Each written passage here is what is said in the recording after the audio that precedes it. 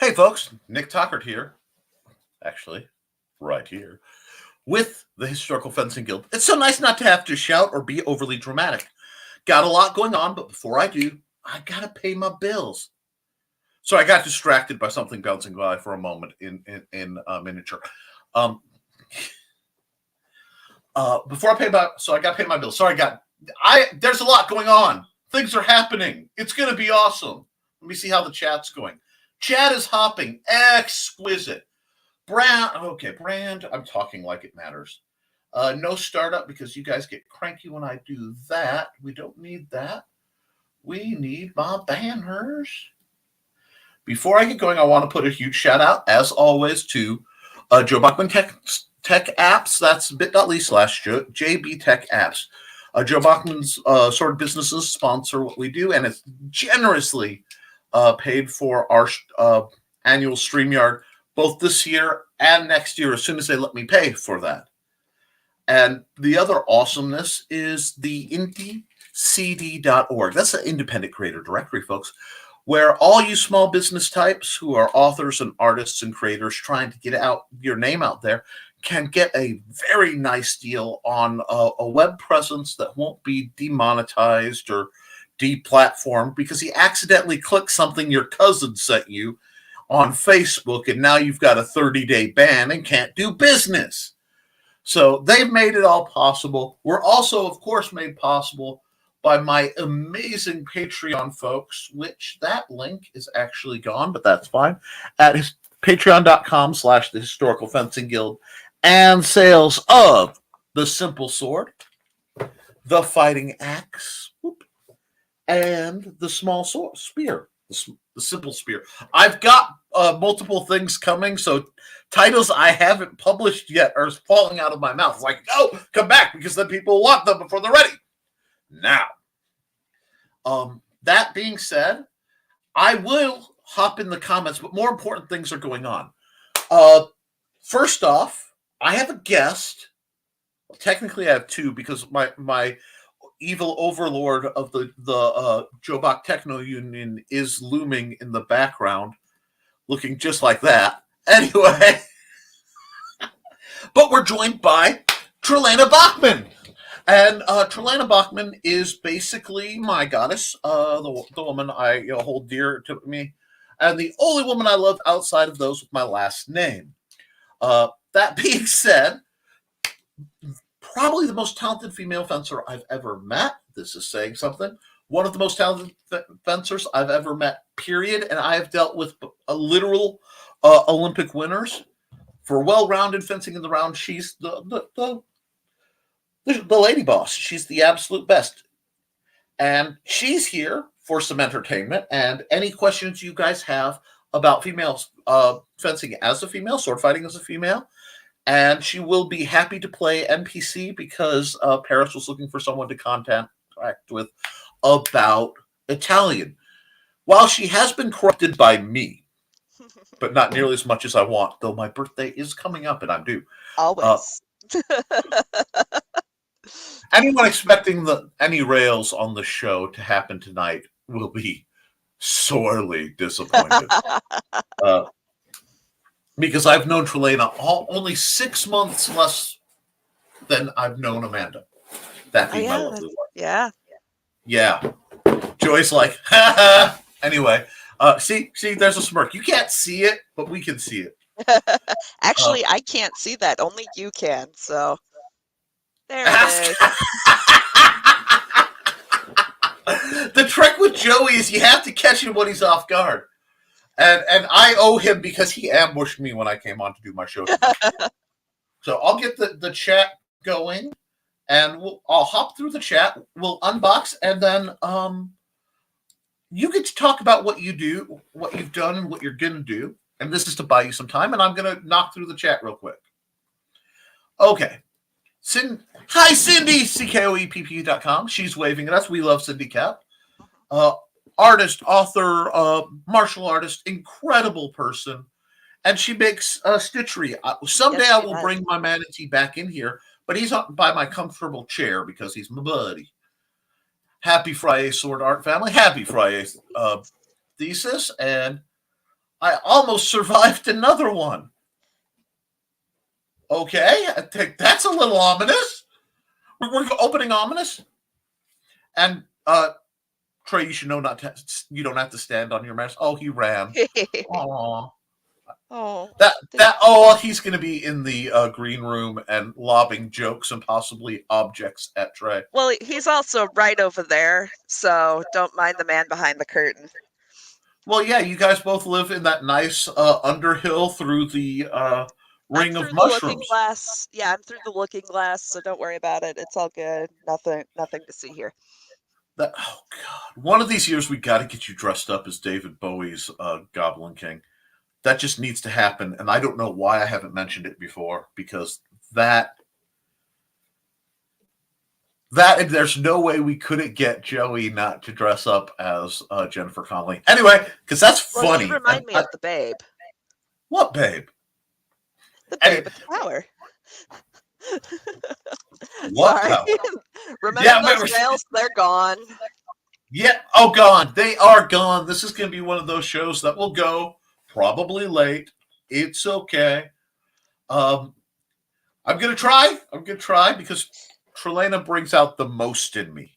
Not the worst, not the best. She's like, no, get this low-level crap out of the way. Basically, I'm a chaos goblin. It's fine. She is a chaos goblin. She pulls out like the inverted symbols of Constantine. How do I get Nick to go off? Come on, flash horns already. Anyway. But you're not. I heard some news this week, says Thesis. The Renaissance Fair is being moved to a location where I have less than 0% chance of falling off my arse.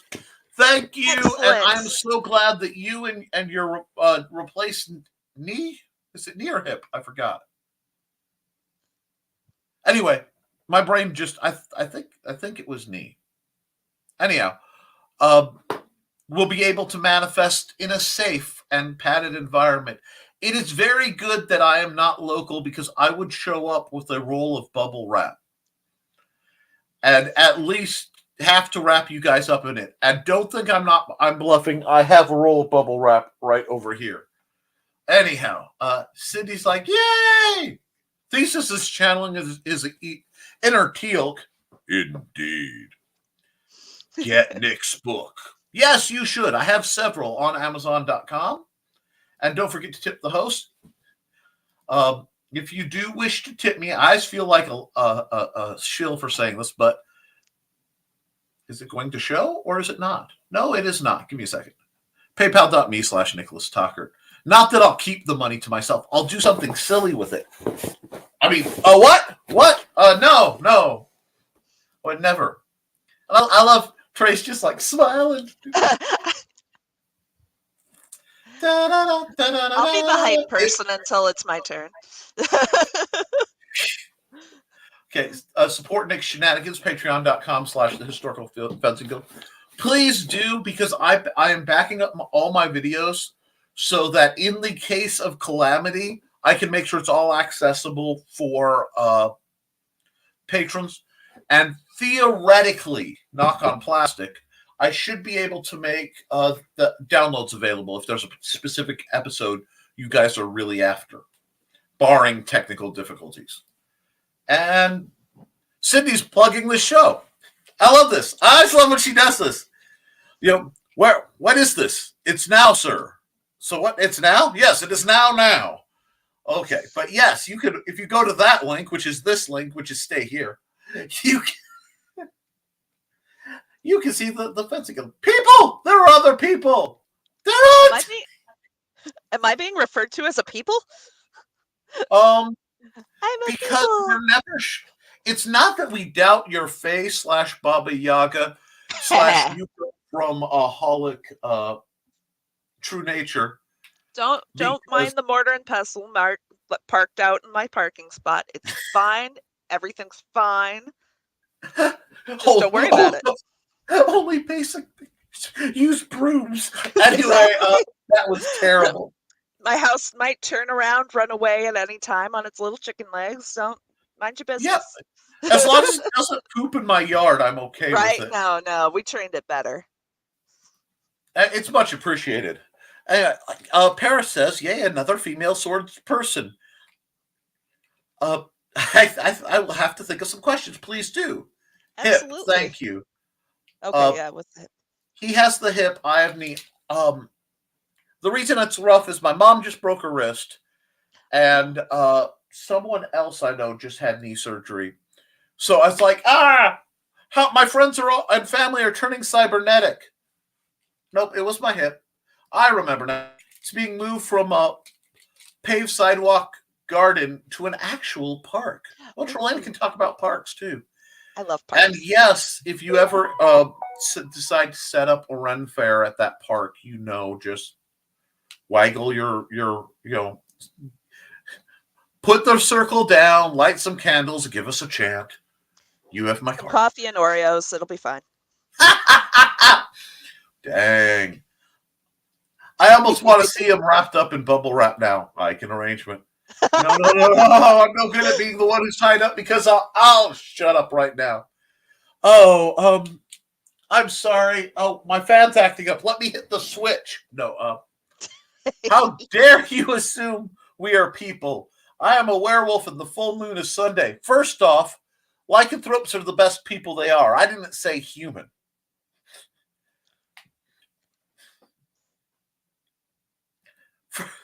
First question, Cindy Kep has a question for you. Why don't daughter and laughter sound the same?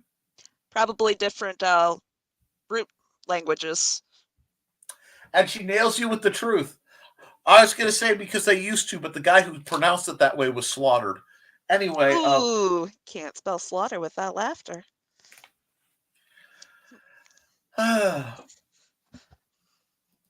Resistance if futile. Resistance. I'm pretty sure that's a typo, but my brain is going resistance if futile applies to me at my core. There's no chance of winning. Oh, then I must resist. Let's go. That's pretty much your bread and butter right there. I mean, it really is. Leroy Jenkins. But Nick, it's a multinational cult. Yeah, and? Okay. Because you prefer to be the one doing the typing. Okay. I dare many things. That's why I do weird stuff. You are in the right place, Cindy, and typos are funny. Okay, so we've officially caught up with the chat, and later this gets unboxed. But first, I said that. You said that, and there's so much truth in that.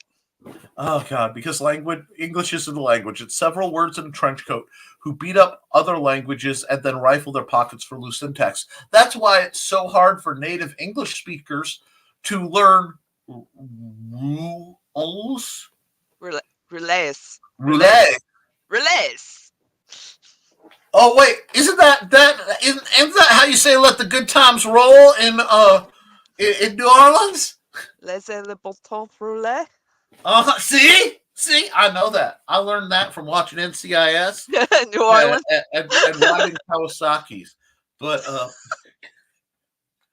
that's an interesting statement. I will explain that one. I used to ride a Kawasaki and a Honda and a Yamaha. Anyway, but my beach towel was one my dad had, and it had this kind of chunky looking guy who looked remarkably like Benny Hill on a Kawasaki, and it said, Kawasaki, let the good times roll. It was authentic from like the 80s. That's awesome. So, yeah. Ooh, Sydney can now do 108 move form. That's fantastic. I love watching your form videos. They're great. They really are. Oh, sadness, my cheesy fries are gone. Brr, brr, brr. Okay, May I offer you some popcorn flavoring in these trying times? All I have is ginger ale because my tummy's been unhappy. Same. Oh, yeah, because you are a woman of culture. Anyhow, wow. Well, I'll just tell Joey we like to put the same cylindrical objects in our mouth. Anyhow, yeah. I'm going to be getting messages on this one. This is remember where I am, Nick. Come on, it's a black screen. It's not green. No, all jokes aside, for a split second, Paris is learning. I'm learning Italian right now, and I can't Oh, imagine going from Italian to English. That is a huge advantage in some of the studies because they're not all written in the same Italian because it predates when Italian was homogenized. So you have more Venetian, you have more uh, Gal, I really am. I like this master. F you all. I don't need to remember anything about you. No, Florentian Italian. But that is wonderful. I dabbled in Latin for a long time, and I found it very helpful. I still find it helpful, but I need to get back into that because as somebody with ADD, I need to get into more random hobbies and things always. And congrats, Cindy. Show us when it warms up. It takes 30 minutes to do the form. Should take 45. So I have to record it row by row. that's awesome. Okay. Or just let it flow. Some people really dig a long form video, especially if you can get some royalty-free kind of Chinese-sounding music to go in the background. You might end up on the Gaia network, and the people who know. Yeah. However, they were delicious. I love how this bounces around because all 30 minutes of Cindy's form were delicious. And Johnny freaking Sage. Wow, Johnny freaking Sage. Oh, that's a good one. They did the fusion dance. Because English is nonsensical. Yeah. Anyhow, totally different gesture there. Oh. Nice, Cindy. Good job. It truly is, even to native speakers. Yeah, I speak Nick. I don't. Nickese is its own language. You learn it by associating with me. I can speak French because Canada, so I think I have a time. You do, because it's a Romance language. Now, I will warn you, I learned Latin and found I couldn't get out of Latin brain reading French. They tried to force me to take French. And the instructor would not let me leave till I took I had to take and fail the first quarter test to leave that class.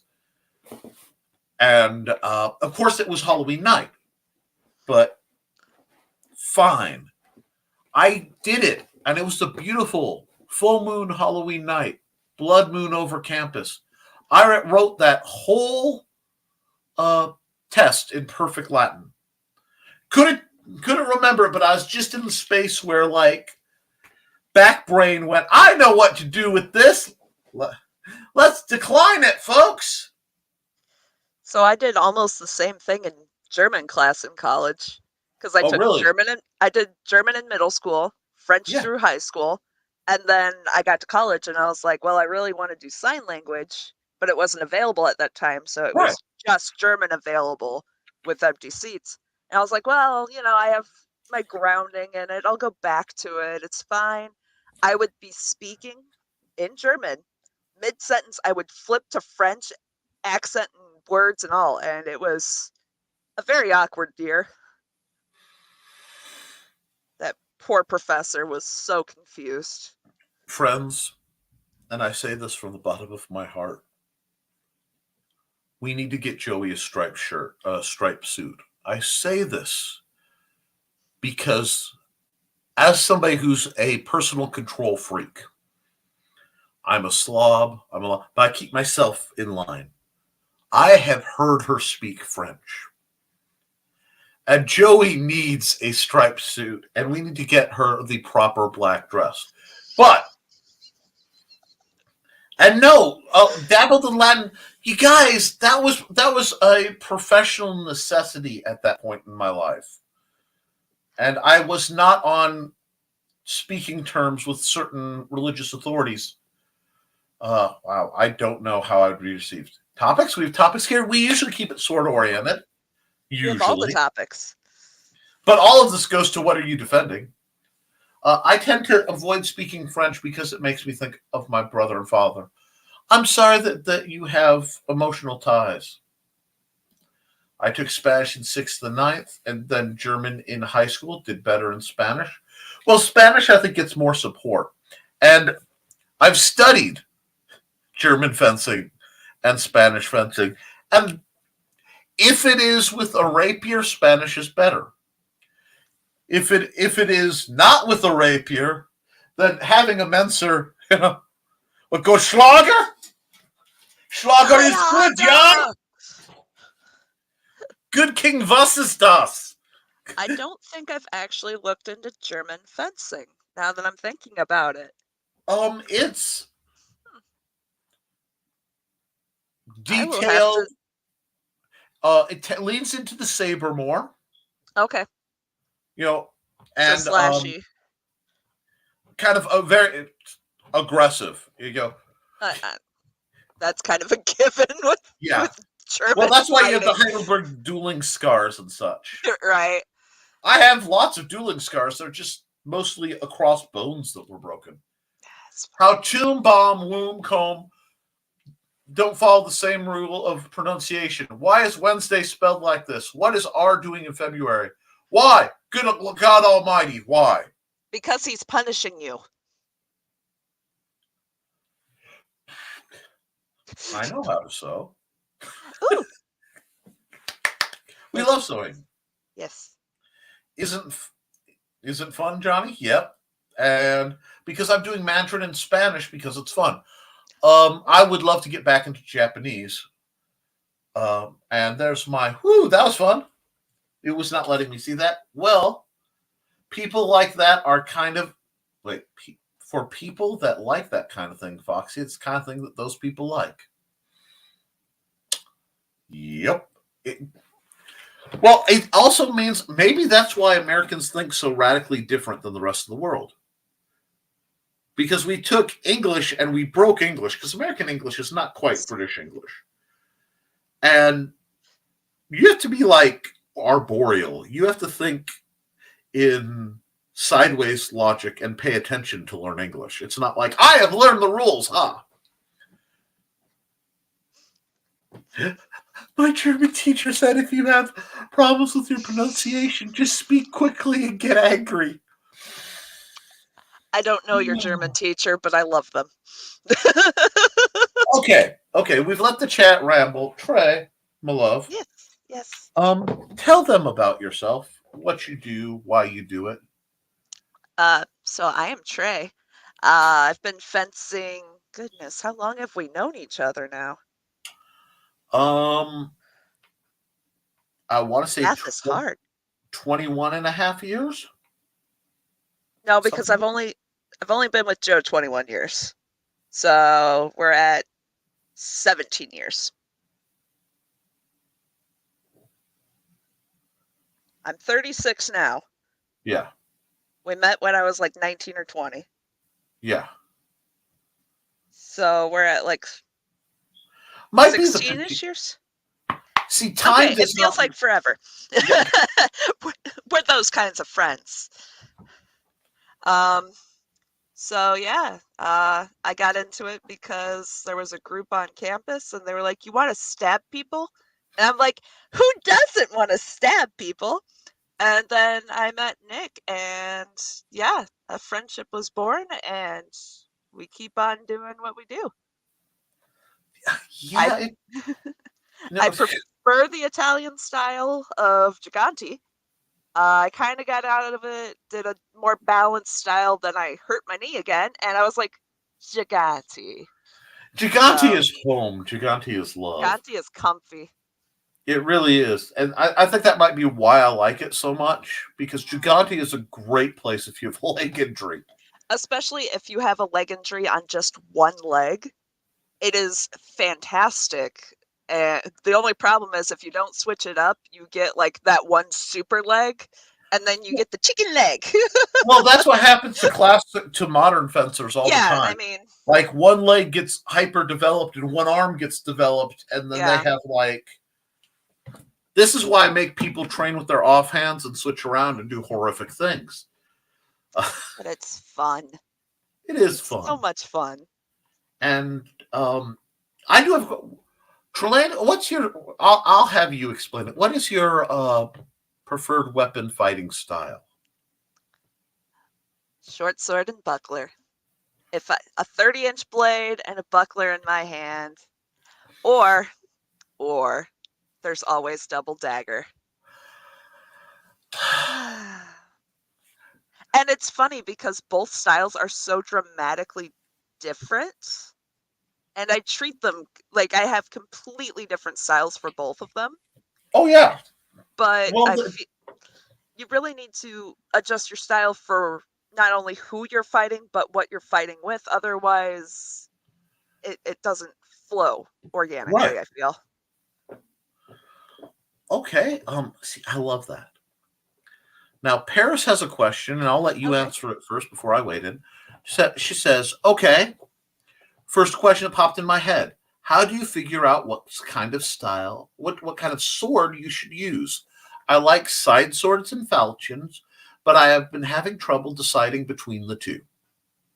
So how I decided what swords I preferred, I begged, borrowed, and stole, and I just tried out every single sword I could get my hands on.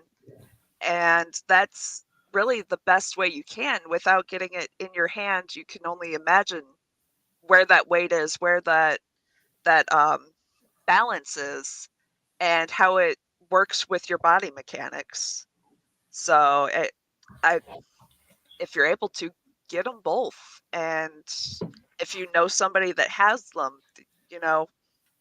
ask to borrow them. Sometimes it's a little embarrassing when you're first starting out and you're like, I can't do anything besides, yep, it pokes. But you at least get a feel for how it feels in your hand and what you like. And everybody that's picked up a sword has started there. We all started with yep, it's in my hand and I feel goofy moving this. I feel so goofy doing it in front of people. Even now, I'll pick up a sword and I'm like, don't look at me, you guys. Don't look at me. Try this out. Just ignore me. But I mean, we're all there. We've all been there. We're all still there in some aspects. I think there's a beauty to that, because one thing Trey has done more than anyone else I think I've worked with, she's reached a level of mastery, in my opinion, but she's also never left she has the level of mastery and the dedication and ego of a good student.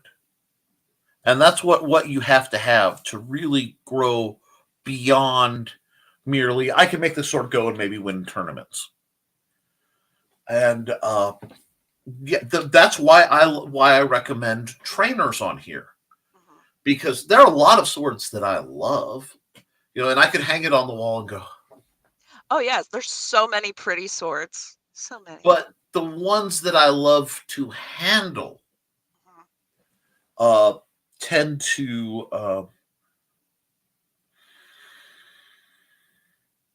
fall in a couple of camps, and it's because I've just handled them so much. So there is nothing better than getting behind the sword, getting a sword or a trainer of that style in your hand.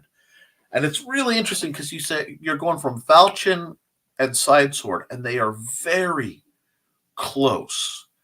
What I would say, if you've narrowed it down to there, I would say focus on side sword. And the reason I'm going to say this is side swords usually allow for a keyhole grip that you won't have with falchions, which, as you're building up your musculature, will make it easier for you to fight longer. What I mean, let me see here. Okay. Pull out some props. This is my baby. This is my rapier. But, some people have complained because it's not a rapier because it's only 34 inches of blade. And, the balance is a little choppy for a lot of people. This is an oval Schlager blade, so it's a little stiffer. This handles much like a side sword would almost compared to some rapiers I've held. Okay? But inside here, I can get my fingers, get the keyhole grip, and the way the grip is made, it's basically flat. So it's not a bar I'm holding onto. It's a very nice flat piece. So I have a lot of leverage for wrist control. But, yes, keyhole grip. Let me see. Can you see? Oh, that's actually not a bad angle nor lighting for once. I have my thumb and index finger locked around the top. These support fingers aren't as important, especially these bottom two. They're kept quite loose. Mm-hmm. So I can hold here, and what it looks like. Yeah, I don't have it. I've been trying to find something with a good grip that's exposed, and I tend to throw guards on. Oh, here we go. You can see it better through here. Oh, yeah. Okay, I'm going to pull it down so that you can see. You see how it hooks here? Let me get that in there. There you go. That is a keyhole grip. It looks like this when you're holding it because this is the keyhole. Okay? And that's around, and almost all your control is done by pushing the base of your thumb and rotating at the wrist. And a lot of it can be done by tightening and loosening the second part of your hand. This makes for a very responsive style. This is live steel. If I could get this in fencing blade with this rigging, I'd have two of them. If I could get them in a tactical, actual, something I'd be comfortable fighting with, I'd have many of them. It is probably my favorite sword. It is a Spanish, technically it's based on a Spanish broadsword of all things. A cavalry broadsword because some people didn't like the long sabers.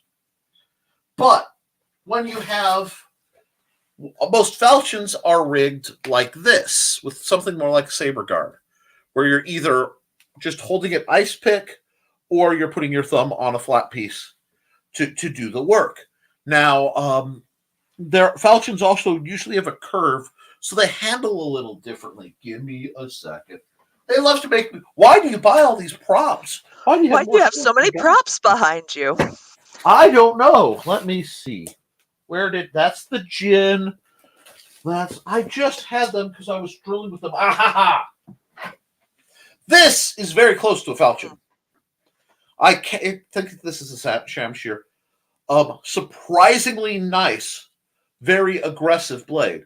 But as you can see, there's nothing to leverage but the whole blade.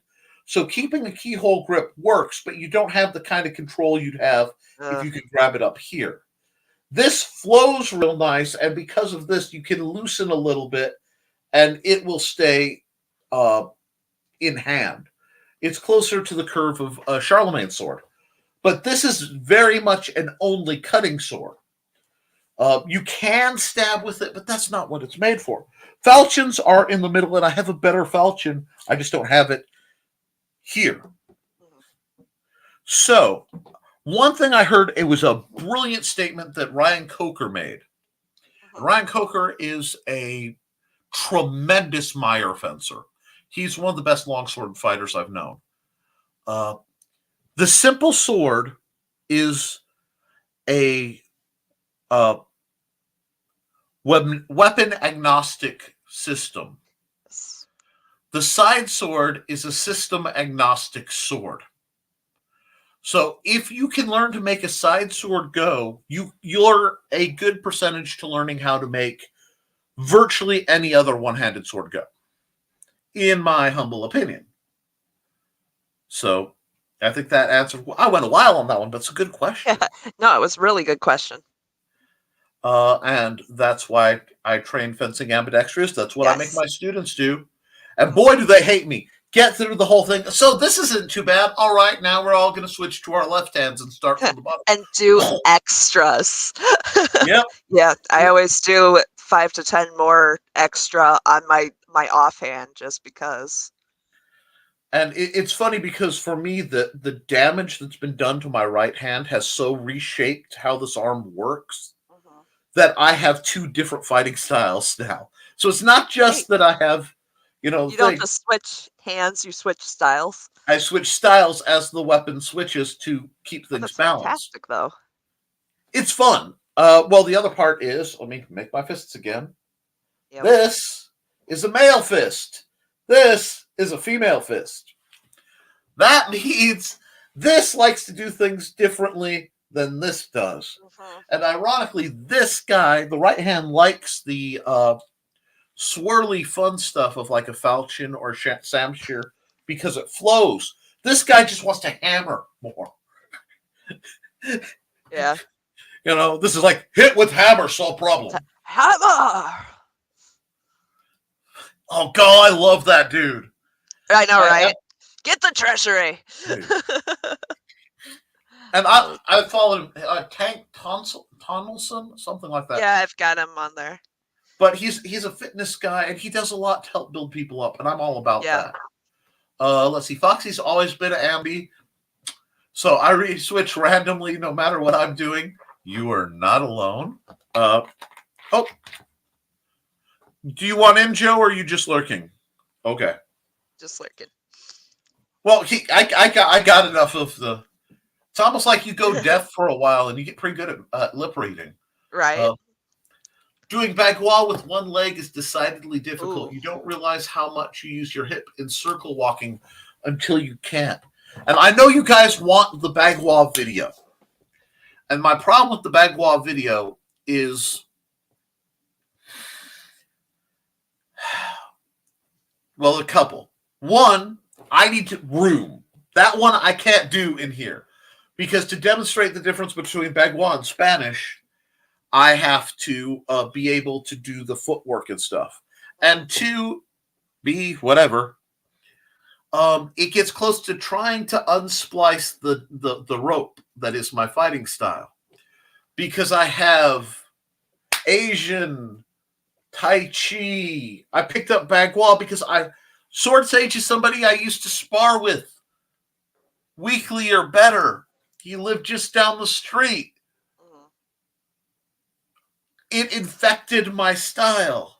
Oh, he was a fun fight, though. He was. I miss him. Oh, man. Yeah. John Miner infected my style. So, like, there are parts where I have a couple things that I picked up from, a Hapkido version of Hagrid, You're not wrong. Those numbers check. He's definitely... that's where he refined a lot of my katana work. Yes, I have an approach to katana. No, I don't have it itemized enough to feel comfortable teaching. But if you watch me fight with the right trainer, I fight with what the sword tells me it needs to do. So when you've handled the weapon enough, you go, let's say I've never handled this particular toy before. When I pick it up, the weight balance is out there a bit. Let me find where the point of balance is. Okay. You got a little bit of choppy boy. Not bad. I have one trainer that I got to review that the balance point is almost too. Ooh. It is just baby. Woof. It literally reminds me of when I used to drill with a crowbar. But I'll bet those Chinese disengages are just beautiful. Oh, yeah, because the point of balance is right there, so you get that. Yeah. But so I know this isn't going to want to. So I look at the blade shape, subtle curve. This wants to flow. This wants to cut. And when you see things like this, when you see wrap shots, that's all female wrist, baby. Yeah. But that's the I want that loose where the ligaments do different things to go. But if I go and I grab, a different trainer, okay, we'll do a story of two knives. We can do that. I grab this guy and I go, ooh, it's a ring. Whoa, whoa, whoa. That's fun. Utterly dangerous and useless, but okay. Grip retention. Okay. And point of balance is right here, basically. Yeah. It's a little hard because there's a raised portion, but it's about 1.5 inches from where the grip stops. It'll flow. It has enough weight to flow. If the point of balance is way back here, then I know the tip is light and it's going to scribble. It's not going to flow. The tip's going to be like, oh, you want to poke. The back end will move to block, but you want to get in and poke. That's fine. Well, then I take a boy like this. This is, of all the knife trainers I own, the least nick-seeming knife that I could possibly own, and it is literally the one that got away. This locks in one of two positions, here or here. You put your thumb there on the rest of the spine. This knows exactly what it wants to do. It wants to stab and do short slices. That's all it wants to do. You grab it up here, and you get a little bit more chop. But because of the grip variance, it does weird things. But it's not going anywhere because, Lord, that's aggressive. Dang You Cricket, CRKT, the Columbia River Knife and Tool Company, made this beastie of a knife called beautiful. The FE9. It's like it was something like Fatal Eviscerator or something like that. I'm not kidding. It has the most obscene. I gotta look it up again. It's so edgy. It's so edgy, and I normally would hate everything about this, but my buddy Steve Clausen handed me this, and I'm like, no, it's mine. Mine, precious. But the dark side, yes. The dark side speaks to me in this. Go away. Yeah.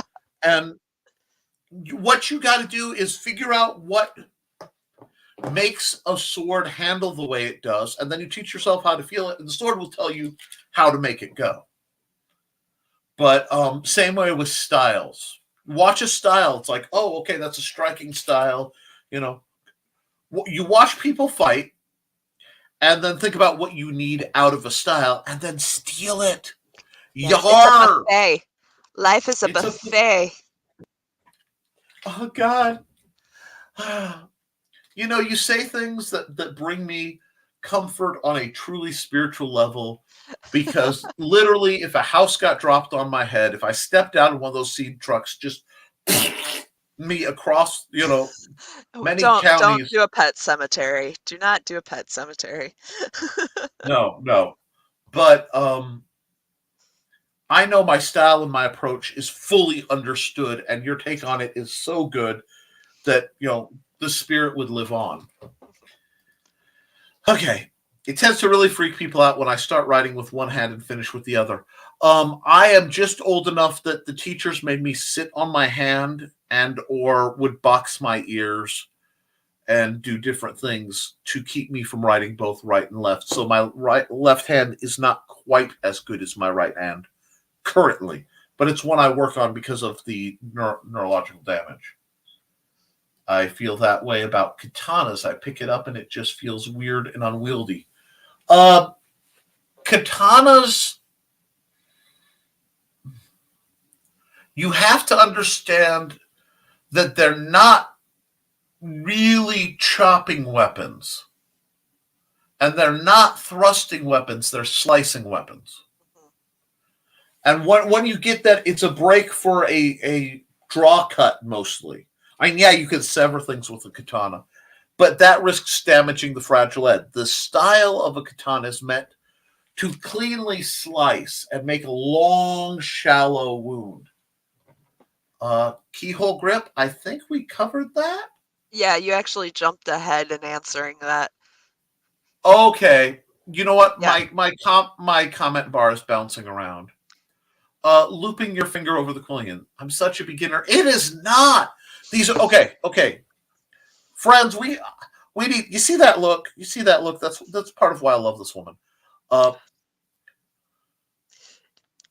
Do not. It's not a silly question. It's a wonderful not. question, and we love those questions because if you don't ask those questions, then you don't know, and then 30 years down the road, you still don't know.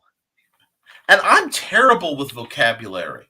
Same. So, like, I know how to do this, and it's horrible for me when because I've had people, he fights blah, blah, blah, blah, blah, and kind of blah, blah, blah, blah, blah, and does this. I'm like, really? That would have been good to know. It sounds impressive. Right. My favorite story on that was Evil Joe, Dumb Joe. What was you remember Dumb Joe? I remember Joe. And he got Nick, how many degrees do you have to push somebody before they fall over? Like, enough? Until they fall down. I don't know why. Well, you should know that. You're an Aikido guy. I've never done Aikido, I'm sorry. Because I've watched you move. Why are you lying? I'm not lying. I could never afford to go to any dojo. I just learn things. A dude spitting in my face, screaming at me that I'm secretly holding back the martial arts training I have, instead of just moving in ways that make sense. Yeah. So there are no silly questions here. No. And being a beginner and asking the silly questions, is how you stop being a beginner. And it's such a wonderful thing. Like, I remember learning the very first steps of, this is a sword, pointy end goes to the other guy. And I just remember feeling so much magic, like, in discovering this whole new world that has been around and people have added to over the years, and now I finally get to know part of it, like, Yeah. it's such an exciting thing, and you should, like, don't be sorry about wanting to know more about it. We've all felt that same, like, yearning to know more. That moment where I know just enough to know I don't know enough to ask any questions. I'm just like, yeah, I'm so overwhelmed that it's all so great, and I don't know where to even start to form a question. I've been teaching people to sword fight for 20 years. Mm-hmm. Okay. And different weapon styles across. There is I take sword master because it was the only term I could think of that wasn't claimed by anybody too much and wouldn't get me in trouble. We kind of forced it upon you, to be yes, fair. You were like, we're like, no, this is your title now. Accept yeah. it. That's why I say I take. I didn't say I dubbed. I didn't. It's like, okay, fine. We decided that's what you were, and we forced you to accept it, was what happened. And then, like, word got out, because I tried not to talk about the other weapons I dabbled in, because I had started very much in a rigid, the fencers are here, the heavy fighters are there, society. I remember that, yeah. And it was so weird, because it's like, no. No, that's no. Why? Well, if I was fighting your style, I wouldn't be using a sword anyway. What do you mean you would be using a sword? I'd be using an axe. They make sense. Mm-hmm. What? And then, trouble would... And I got talking. It's like, I can make an axe go. Mm-hmm. And, then I wrote a book about it later. But same with spear. Because spear, staff, axe, and knife were kind of where I started, and Zaboken. Because you grab what you can, whatever books you can when you're starting out. And this was before the internet was big. And then I was writing my spear book because I'm like, spear's not that complicated. I hope I have enough for a book. I write a book and I start with a question. How long have people been fighting with spears? Shouldn't be that hard. I mean, it should date back to like the caveman dudes or whatever, but I wondered. And I find out longer than there have been people. Wait, what? They have spearheads that are 500,000 years old. Homo sapien is 200,000 years old. So spears have been around for twice and a half as long as humans have. That was one of those Lovecraftian like cosmic horror in the most oddly comfortable way. Because I'm reading that and they're like, and those are just those with heads. The sharpened stick variety don't last. So we have no idea how long. There's no way to know how long people have been using, sentience. I mean, not even people as you think of it, like Neanderthals and further back, have been using sharpened sticks.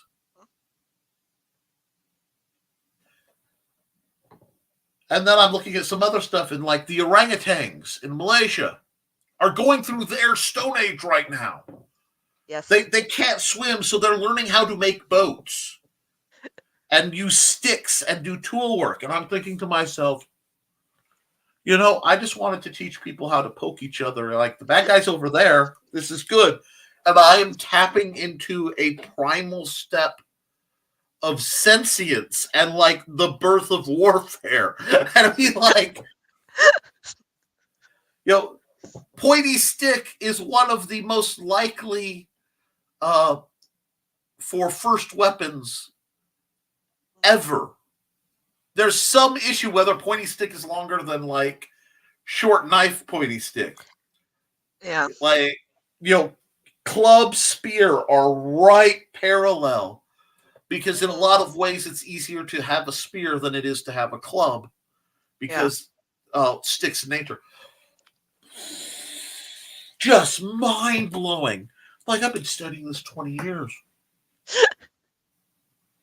I'm looking at cave paintings, and I'm thinking back to that time where I was hanging off the cliff, looking at like a couple 100,000-year-old little narrow ledge with this chain that you lean against and you hold on to the chain. They're like, keep it up by your armpits, because if you fall down, Lake Superior is so cold and the undertow is so bad under you, you will not surface.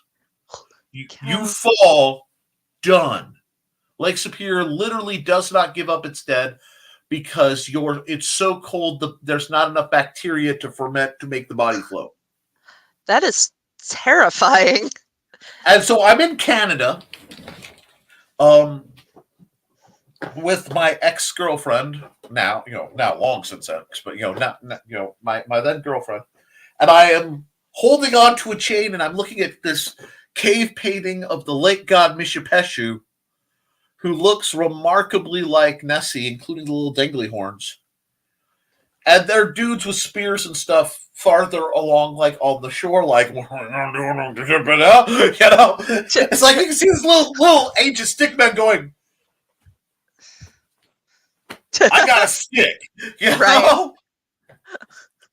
So that flashed back to this little experience I had years ago, and I'm just sitting here in my study at about 3:00 at night, because that's when I was writing, having this, I won't even call it existential crisis. It was just like, oops, I'm in a much bigger pond than I thought. Existential realization. It's like, oh, this is cool. Right? So we're all students. Let me see. We got a comment dump because I was prattling. And we'll knock through. Okay. Point going, such a beginner. No worries. It's a good question. Fencing has a lot of wacky terminology, which is why I use very little of it in my book. I teach the term. ahead. I teach the term, not the. This is a.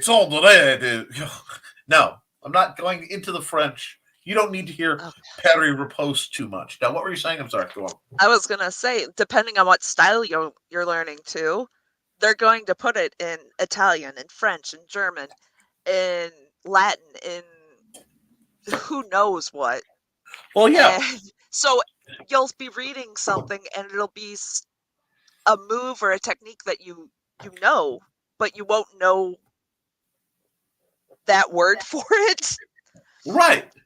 And so there's a lot of difficulty just figuring out the terminology alone. And what I love is the very next comment is in multiple languages. Yepers. We all started somewhere at Paris. You're learning from some of the most knowledgeable people around, though. Thank you, Joe. Like, I love how I'll joke, ego. If somebody will say something like that, I know. I'm like, golly gee willikers, thank you. I'm doing Trey like so many have done to me for so long because unfortunately that's the next step in her development, and I would never manipulate a situation to making sure my people are upgraded. Never. Not silly at all. The falchion I'm looking at is different. It's shaped more like an arming sword with a wider blade. Okay. I know what you're talking about now.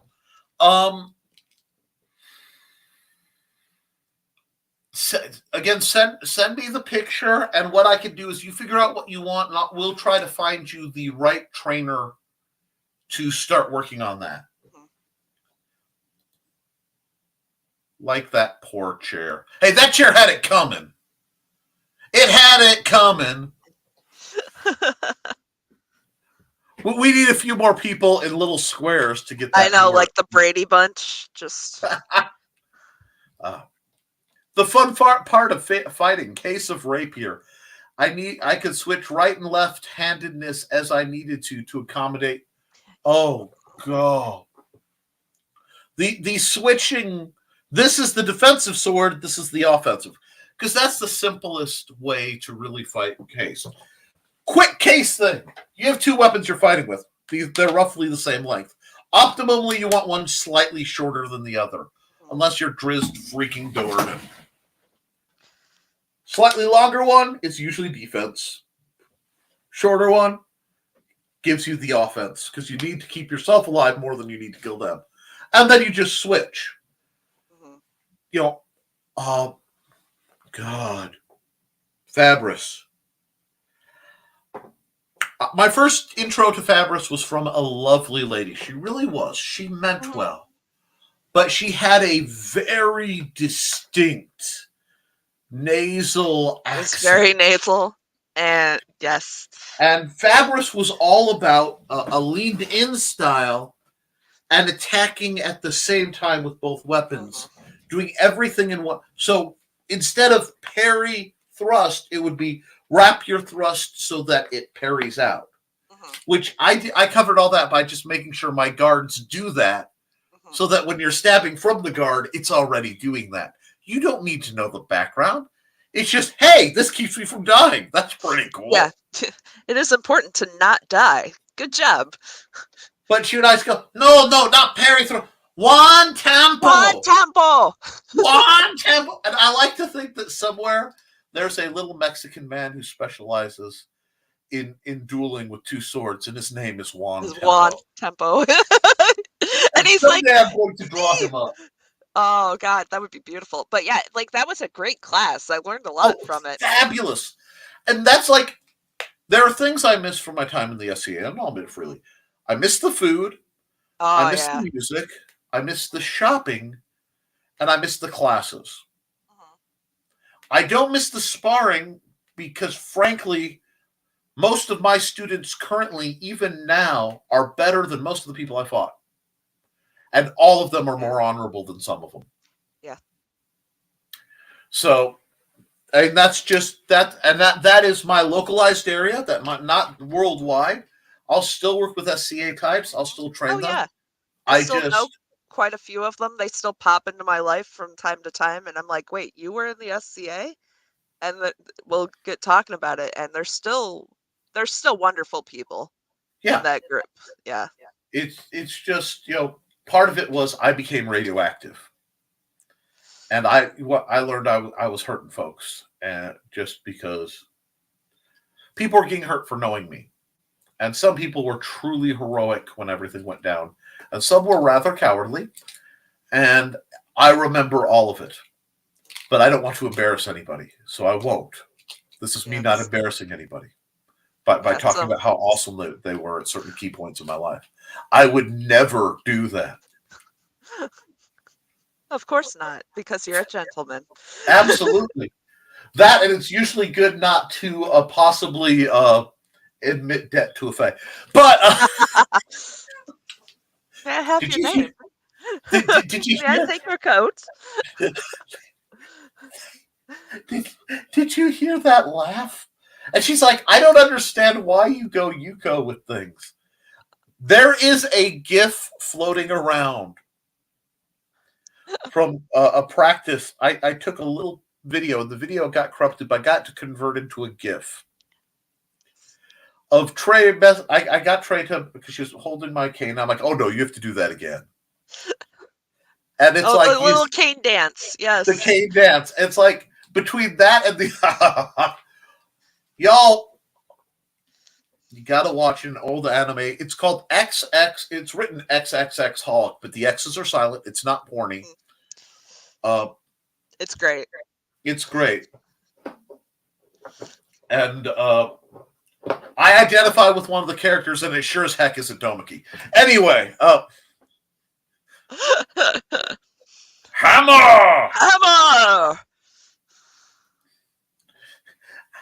As I've said many times, my style used to be Bagua footwork with mantis hands and Tai Chi flow. I used to really mess with. No, that all makes beautiful. Oh, that is such a beautiful way to describe it. And I would love to spar with you, even in my gimpy form and out of shape as I am right now. And Lord, guys, I'm not where I should be. But that's part of why I'm glad Trey's here for some announcement time. That's so in my bailiwick, we would have fun, and it would. Trey and I are going to fight now. Yeah, how are we fighting? We're going to be pretty. Oh, let's see. I think that's what happened last year. Messed me up. I wasn't using my style because I was sparring with children and wasn't fighting to win. I understand that. What messed you up was the stare. Oh. Foxy went straight for the needle with that one. Like, just... we need to apply cold water to Thesis, because that burn is going to need some aloe. And every time someone mentions Pet Cemetery, my brain immediately goes to Funeral Derangements by Nine Ice Kills.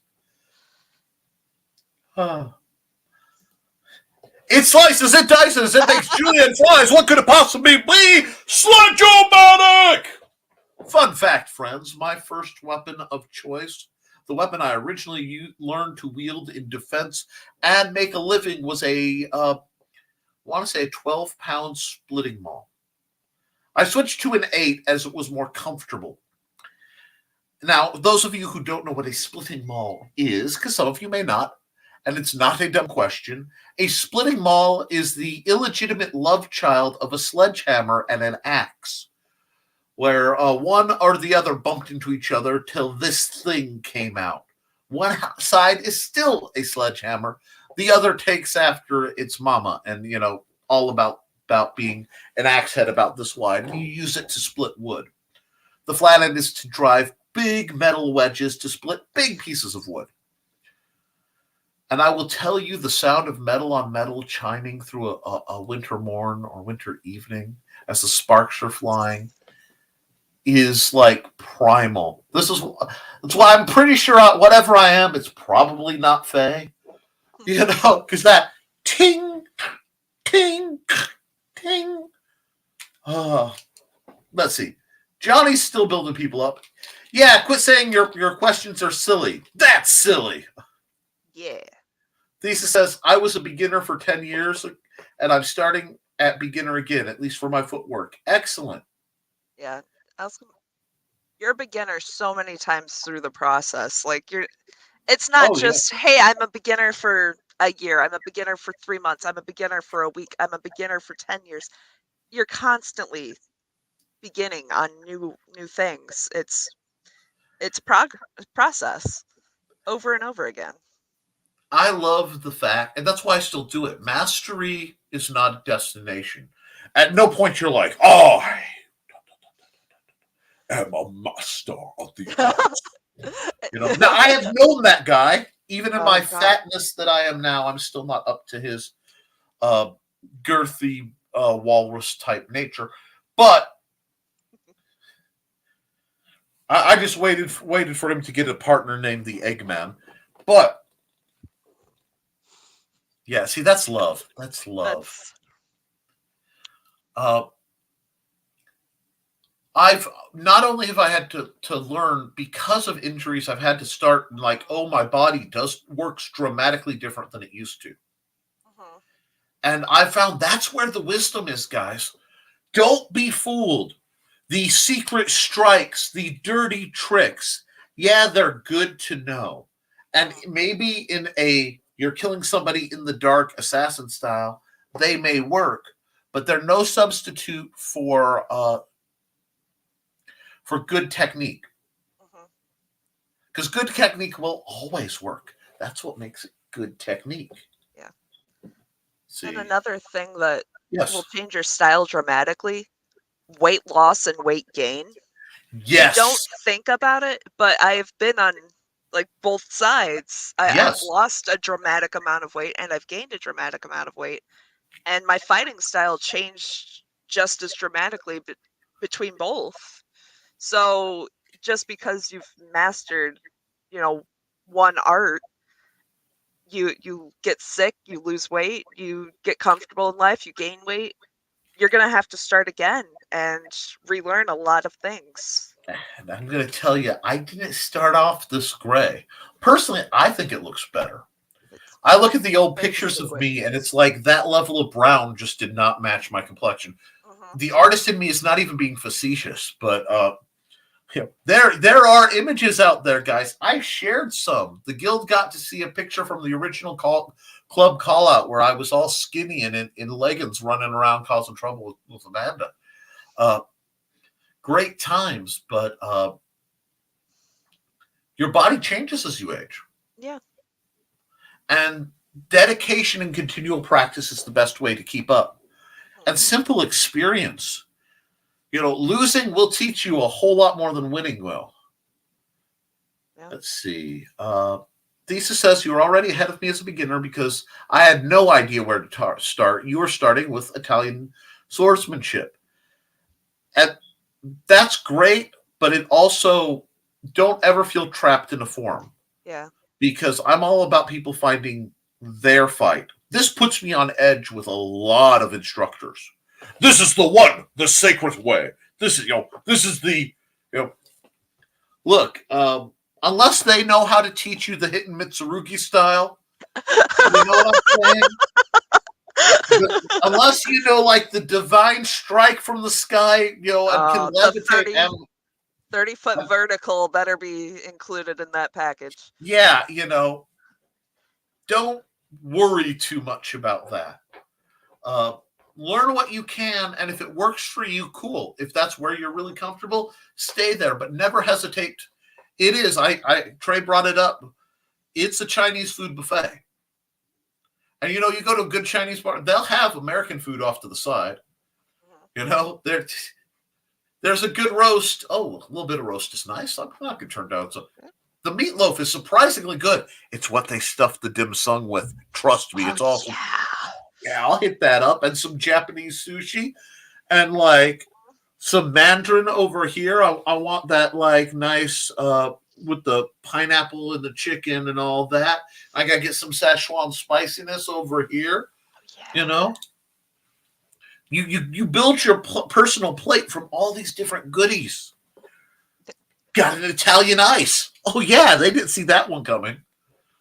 But You choose what you like and you leave what you don't like. I mean, it's the same concept. yep, and it's what works for you. I can't pick this up because I'm trying to eat with a fork. Well, you can eat that. Just can't use the chopsticks. Use the fork. Eat it anyway. Yeah. Oh yeah, sure. I'm allergic to this. Maybe I shouldn't even touch it. Like, don't try to force you. Yeah, don't try to force yourself to.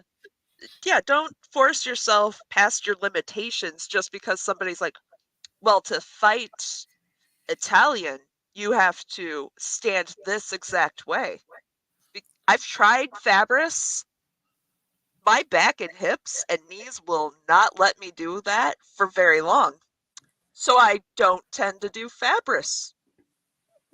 Now I will, I'm about to preach the good word of Giganti, but many of the styles were designed by people who were professional sword masters who taught dueling. And what you learn to do a short-term duel with pretty rules in a limited amount of time is very different than what you learn from a little guy who went out and fought on the front lines and came back. And his,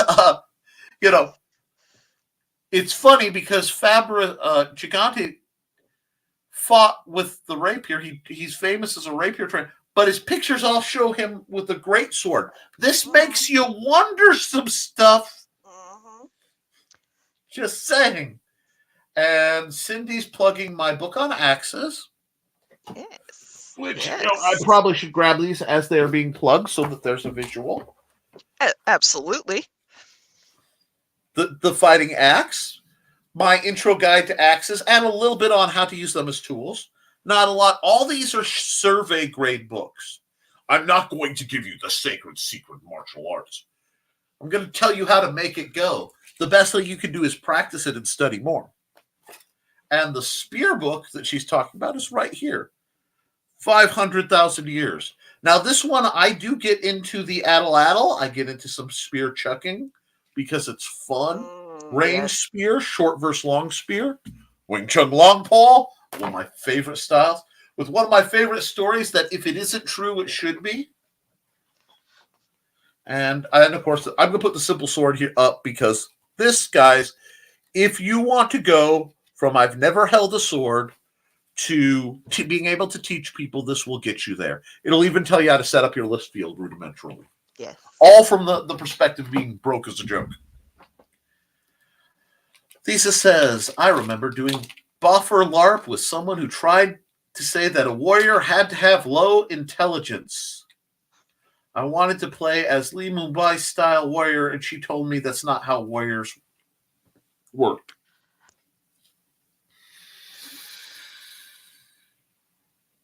That hurts my soul. Miyamoto Musashi. Yes.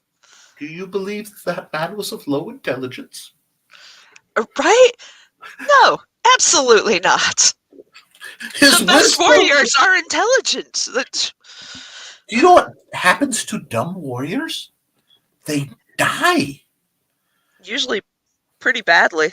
Pretty bad. Because smart people cheat. And let's see. Not only that, but you have resources that most of us lack beginning, Paris. Yeah, all of us. And you can reach out to Trey through the Historical Fencing Guild public group. If you don't want your questions asked public, I understand. And there are a rare bunch of people who get intimidated by my online persona. You know, Trey, this is delightful. I've asked several people how tall they thought I was. What did they say? Between 5'10" and 6, obviously. You're a big dude.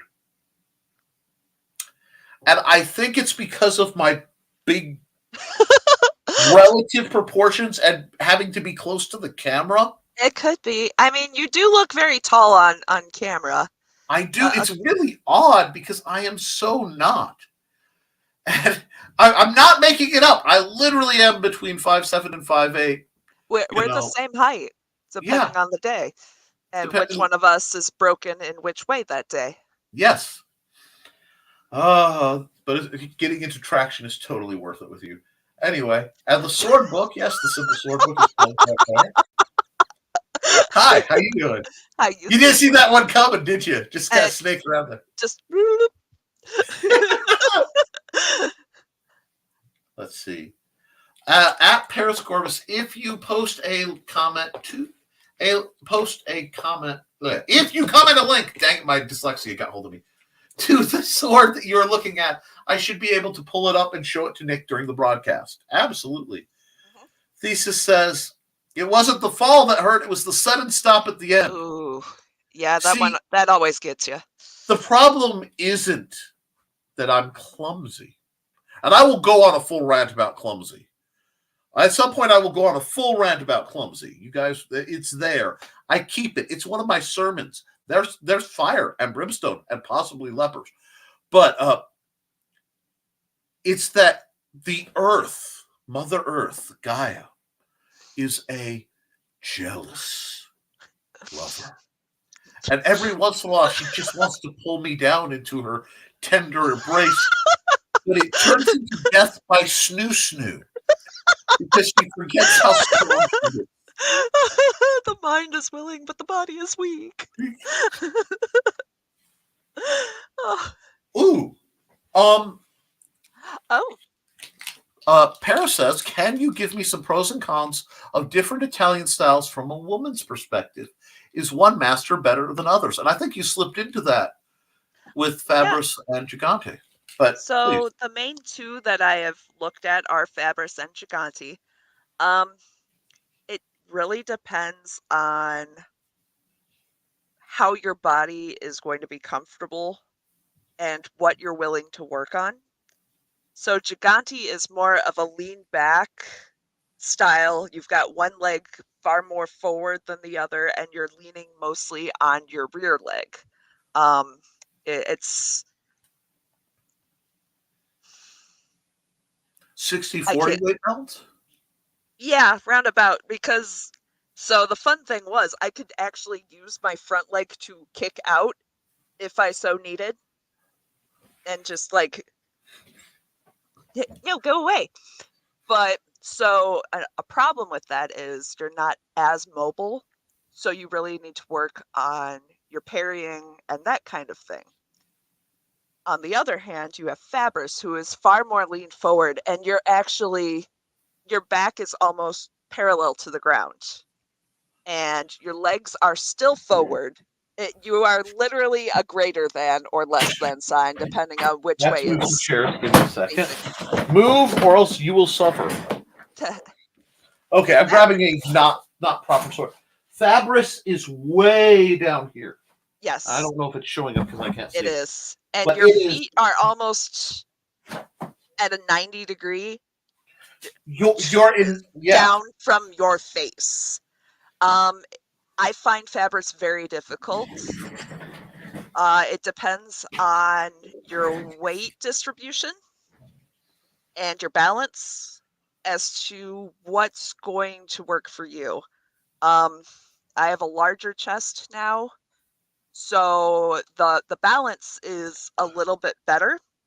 However, it really hurts me to stay in that position for too long. Whereas Gigante, it lets me stretch out my back in a way that is more comfortable for me. So, again, it really depends on your musculature and your abilities and where the stretch and bend is comfortable for you. Now, and the neat thing about Gigante and Fabris they are literally the two extremes. Yes. If you look at more moderate on that axis, you get folks like Agrippa and you get Capoferra. Yeah. And they are most of what Wesley and Inigo fight is between Agrippa and Capoferra. Mm-hmm. It's that centered, but what they're doing is they're putting one arm back to make a narrow line. Yeah. And so the sacrifice is you have a narrower cross section and a wider stance in strip it's almost open to the wind. Yeah, you're not, because of that, your offhand is negated to offset the balance. Yeah. And because let me see, you're looking at something way back here. You see, there's a study in foreshortening. Anyway, another. Oh, sorry. No, but but your lateral movement, that's the word I was looking for, is grotesquely impaired. So you have to figure out what moves well for you. Whereas Destreza is very upright. Shockingly, it's almost military grade posture. Yeah. And from there, you are taking dance steps. You never lunge. It keeps you centered and balanced and in control, but your overall range of mobility is, certainly limited in. Yeah. So that Ironically, I think a lot of that, the style itself, doesn't need a lot of adjustment between the genders. It's the application where your strengths and weaknesses are. Another point I did forget to mention that is kind of important between the genders is where they place their arms. Because Fabris, your arms are up here. Gigante, it's down here. Now, if you have a larger chest, Gigante, depending on if you're used to that movement and where your chest actually is, you can bind yourself up very quickly or just punch yourself right in the chest. I've done it before. I'm sure I'll do it again. And that is uncomfortable. But I have had the same problem. It was a point of humor because when I first started fencing, I was extremely slender. And I built up my chest a lot from where I was before, because when you're fencing, you're throwing a few hundred shots a day as a baseline, then that's just drilling, then whatever. You start to develop a chest, and beneath the squish, there's some solidity. But I was getting killed because I'd go for my parry to fourth. Yeah. And my elbow would catch. And I'm like, oh my God. What is happening? And I literally went, F this. PMC had a mirrored room. I went in there with a stick and went, this is fine. This is fine. This is fine. I'm getting caught. And then, being a man of a certain age, I have developed the belly. And that catches things a little different too. So even though I love Gigante, I like to look at Fabris for how to handle when you're bent over. And Agrippa for the transition. And if you follow, and it's funny, even Trelane she'll say Gigante, but we'll fight. And sometimes when we're messing with each other, it'll be Gigante. Fabris. We've had so many matches where that literally happened. Oh God, we're it's hard to fight when you're laughing. It's so hard you're crying. But I hope that helps. Let's see.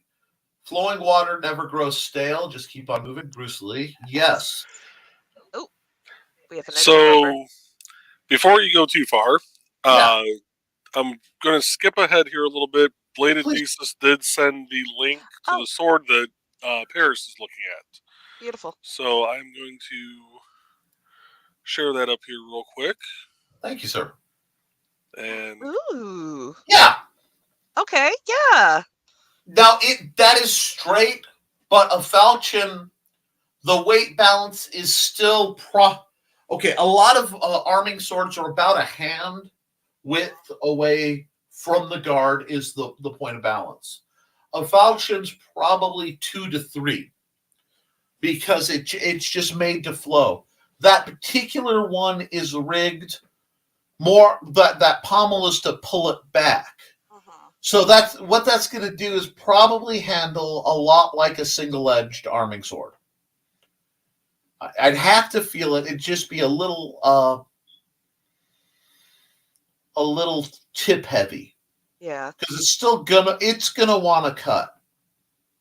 Well, and it's gonna want to deal blows. So that's going to have a lot of flow behind it, but it's also going to resist because you'll be fighting the momentum of the weight. So especially if you like that and you're not sure, go with the side sword. Either go with the side sword or an arming sword, because both of those will transfer very easily over to the other weapons. That's just doubling down and cutting power a bit. However, falchion, especially that style, will transfer to machete beautifully. And we'll. So I hope that. I'm just. Does that answer your questions on that? I didn't see any other. Oh, she just put in. Okay, that one we'll get to that. because I want to catch back up with the rest of the commentary. Okay, pros and cons. Different boob sizes change things too from Foxy. Absolutely. Because she moves way differently post-op than before. Oh, yes. If we can get her back on our own Stephanie Marie. Yeah. Had to go through the exact same thing because she was significantly endowed enough it was doing lasting back damage. And since Joe's put that image up, yeah, I can bring it up anytime. Okay. So if we need to go back to that. Thank you, Joe. Another concept you should consider is when picking a style, whatever works for your body type. Struggled with Degrassi because I couldn't parry or counter against most bigger than me opponents. That's another great thing to keep in mind, especially from your instructor's approach. Because if your instructor is always telling you to match strength with strength and demonstrating strength versus strength, you will develop habits that will not only not work for you, they will they could potentially hurt you, and they won't help you win. That's why when I teach somebody who's very large and very strong, after I've got them started and their calibration is right, I route them to someone like John Miner, who is another large, strong person, because they can teach them how to use that strength better.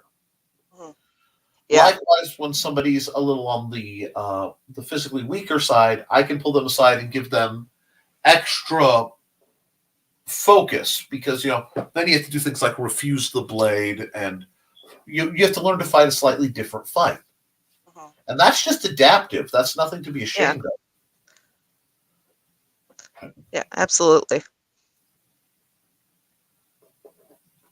Let's see. Her idea of a warrior was Grog smash door because they were too stupid. That's somebody who's played too much old school D&D. That's not a warrior. That's a tank. That's just cannon fodder. That's cannon fodder. That's true.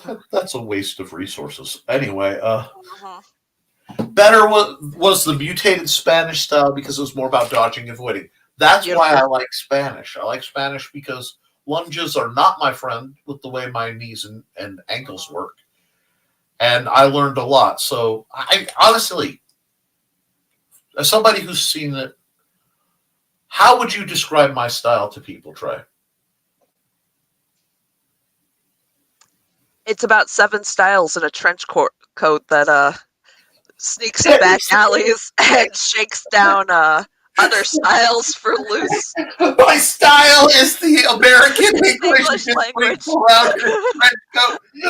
Blackjacking people and stealing. It's God. That's so. Oh, tell me I'm wrong. You're not wrong. But no, in all seriousness, your style's almost very gentle. It's a lot more Eastern than you would think for Western martial arts. It's more about just don't get hit instead of, I will take this hit and do this with it and use this. No, it's just, don't be there or use that momentum against them. Thank you. And yes, now you guys get to watch me like totally wither under any actual vaguely complimentary thing. It's fair. I am owed it. I accept. Yeah, absolutely. It's a fantastic style and it works. Well, you guys also have to understand. My hand-to-hand preference, especially as I've aged and trained, was built on crisis prevention intervention training when I worked with special needs folks. And, they laughingly call it hug fu, but I've always been too weak and small to do anything but maybe redirect what's coming at me elsewhere. And that fit. So I kind of doubled down. A lot of Tai Chi. And Tai Chi by itself is a terrible self-defense art. I'm going to be honest. It really is. But if you can understand what you're doing and why, and it's why I don't do the Yang forms anymore like Cindy does. I do a form of something that looks like Tai Chi, and Mandy gets very annoyed because before practice, I stretch. And I do very simple traditional stretches. And then I start working through, I don't have to work through the guards by number and stuff because I know the guards by number. I work through it. I find, there's a hitch there because I slipped yesterday. And I adjust how I'm going to move for the day. And I kind of flow through my styles and move through. She's like, it's not fair. Then he'll come in. Dude, like, what? Can't she throw a wash rag in? Like, what? It's not fair. What do you mean it's not fair? When you practice and stuff, it's all pretty. It's pretty and flowy. Yeah. Why are you pretty and flowy? It's because harsh, like hard movements, like karate style movements, hard arts hurt my joints. It has been described as a currently undiagnosed hyperflexibility condition. And that was me seeing my doctor today because I was asking questions. And she's like, yeah, you have something. We don't know what it is. We have to talk to specialists. But yeah, you got something. And I love my doctor. No, my nurse. She's not even an actual doctor, but I don't care. Ride or die, man. Anyhow, if it hurts, don't do it. It's funny how many people power through the pain. No, that's how you get hurt worse. Like, okay, when you have experienced a lot of pain over your life, heaven help me, this is a dangerous thing for me to say. So talk to medical professionals. Don't take this. A lot of caveats here, guys. But you start to learn this is the pain of I'm out of shape versus this is the pain of I'm overdoing it versus this is the pain of I am hurt or hurting myself. And understanding what pain means and responding to it. It's very important you know your body. It's very important you follow the rules, which are things like take frequent breaks, especially when you're getting into it. Hydrate. If you're downing, sorry, my voice, give me just a second. Well, I'm going to jump in with that while you hydrate. Also, if you're trying to force yourself to practice while you're hurting, you're going to associate practice with pain. And then you're not going to want to do it because practice hurts. I don't want to hurt, so I will not practice. Don't do that to yourself. Just if it hurts, think about where you're at, and okay, maybe I need to stretch a little more, or maybe I need to stop and relax, and I'll build up to something. A good way to look at it is when people are getting in shape and they're using weights, right? They do reps. They'll do so many and then stop. Let themselves reset for a while. Do so many. That's how you build up naturally. Never forget that you're holding between under a pound, depending on your weapon. If it's by real steel weapon weights, something like a small sword or dagger is going to be about 14 ounces. So this is a 16-ounce bottle. Okay, if I filled it with water, I mean it's empty now, but whatever. You don't think about this as much weight. Hold it out. Now, if you're holding it out and you're like, ha, ha, ha, ha, ha, after a couple hours, it gets heavy. Put the bottle down. Loosen up. Drink. Breathe. Remembering to breathe through all of this is vital. Okay, you feel better? Go again. That's the only way to build the stamina. That's the only way to build the strength aspects. Those you can build to a measure. You can't build your reach up. Now, people will try to trick you into, just use a longer sword. If you want more reach, you switch to a two-handed weapon like a staff or a polearm. And then you're still keeping it scaled to you, not them. But You have to work with what you have. There's a horrible saying that goes out there that says, God created man, Colonel Colt made them equal. What that means is in combat, strength, reach, speed, training are advantages that have to be dealt with. When you bring firearms, it becomes accuracy and perhaps, quick draw kind of things. It's a whole different ballgame. So keep that in mind. Thesis says, okay, that's the link, that Paris, which we dealt with. Degrassi is another Italian style you can find in footwork is easy. Walk, lean a bit forward, sword hand near your hip. Offhand higher, almost shoulder height. And steal pieces from it.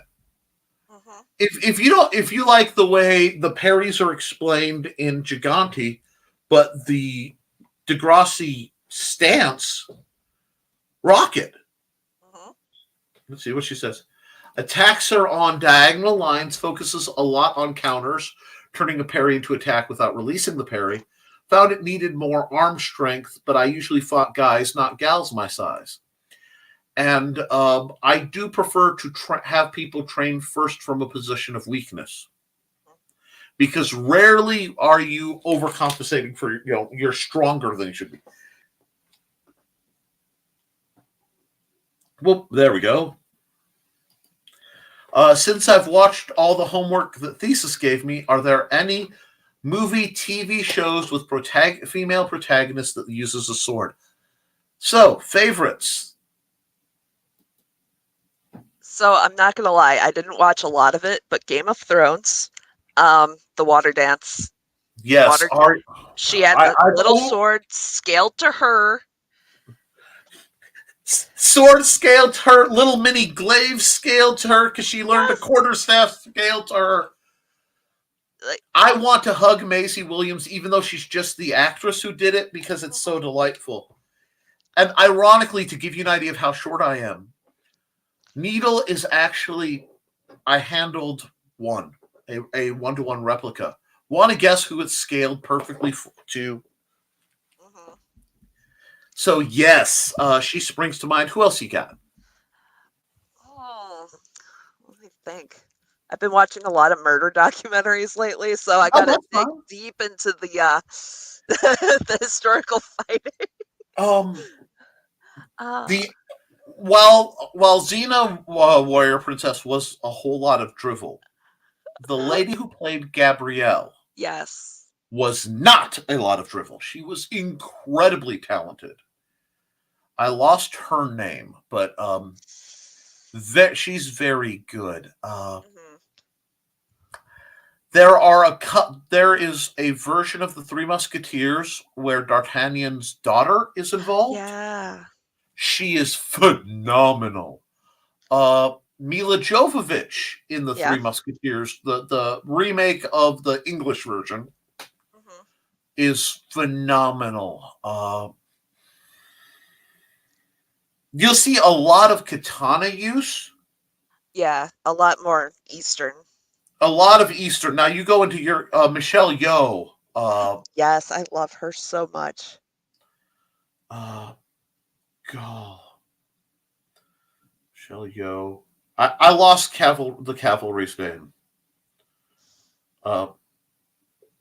Fennec. Gall. Why can't I find her name? She's one of my favorite actresses of all time. Yeah, it's just not coming up, and I can see it. She's amazing. A lot of the, if you watch a lot of the just old Chinese kung fu movies, I can't remember some of their names, but there's a young lady who shows up. She's in Revenge of the White Lotus Clan and the Jade Lion and Dragon's Infernal Showdown. Does a lot of Jin and Dao.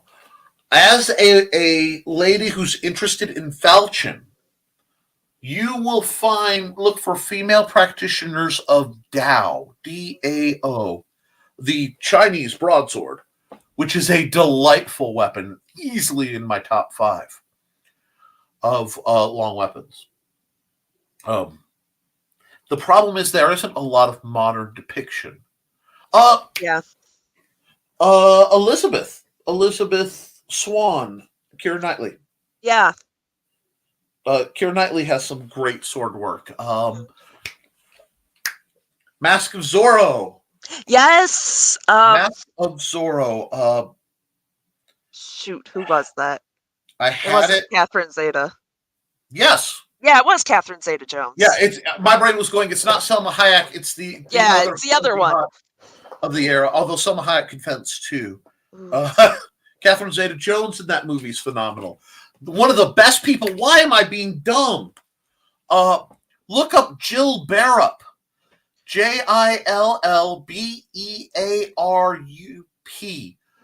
She is a stage fighter, and she does some amazing breakdowns of different things. And she did the fantasy heroine short series that's just hilarious. But she's phenomenal, and through her, you can get more names that won't, because I'm going to wake up at 3 a.m. I'm just like, I've never seen a movie in my life. But yeah, you'll see a lot of that. I'm trying to think. I will put more up, and we'll put that research, guys. There's homework for the guild. Put up great scenes of female fighters. Absolutely. Put it up on the Historical Fencing Guild group list. We'll all enjoy it. YouTube should be littered with it. Because I know Into the Badlands has some great ones. And I know the movie Bunraku has some great ones. But names, and it's not that I don't pay attention to female actresses and anything. It's that I'm horrible with names. And Cindy says, not that uses a historical style. And Foxy says, for reference, she went from 40 K cups to 40 double D. Ooh. Oh, you poor thing. We're actually in the same size then, Foxy. So maybe if I'm able to show anything, you can use that for reference. And okay, so Paris says she's currently at 38 triple D. So that means you are actually very close in cup size because of the way cup size versus band size works. The cup size can go up and make the band size go down. I swear I'm straight, but you have a wife. I have a wife, and fashion and art has happened, so I'm used to dealing with all these things. If you have trouble taking compliments, don't. Hang on to them until you find someone else who needs them. What do you think I do? That's fantastic. That's the only way I can stay sane. Is there a diagram or something online for all the guards so I can start drilling them? If you go to the very first video of the Simple Sword, the very first video in this channel is me doing those guards. Now, I put a download of that video on the Patreon, so Thesis or Foxy should be able to acquire it from there and let you have access to it if you want it as a download. Because it was the first video I shot. The reason I built this channel was to cover things like that and record how people fight so that they could see how they're fighting in review. People want to see me fight, want to see Trey fight, want to see Joe fight, see a lot of people fight, including Sword Sage from back in the day. You can go through, and way back, there are fights from different guild practices. At one point, I had a camera that broke, but I wore it over my mask, so you actually got to see POV fights. I wanted to set something like that up again. But it will take money because the cameras to do it are more expensive these days. If it hurts, don't do that is horrible advice, because I ended up in a mess because of that. I ended up in the mess I was in the last haul. I did because everything hurt. Cindy, do you, if it's not too intrusive, do you have chronic pain? Because that's very different I should have added that caveat. That's very different than my arms never hurt and I am in unbearable pain doing this exercise kind of thing. So it really does depend on the person. You're right. It shouldn't just be if it hurts, don't do it blanket statement. So there are caveats to that. Well, and everything I say has a caveat almost always. And that's where it's, your pain. Does it hurt more than usual? Does it hurt? I have to say that because I have so many people who are gung-ho. And you're talking to somebody who had his elbow broken by a montante, a great sword, knocked the tip of my elbow off, and I didn't realize it. And I continued to fight and live normal for months, including learning to drive a stick shift and doing a move a couple 100 miles with a stick shift.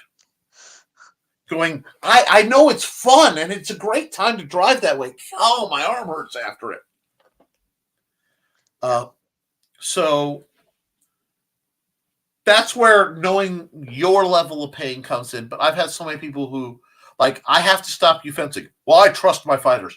They're bright, wet, red, stopped sweating and are weaving. I'm stopping this fight. They can have something to drink. If they have a problem with it, I'll walk away, but the liability is on you.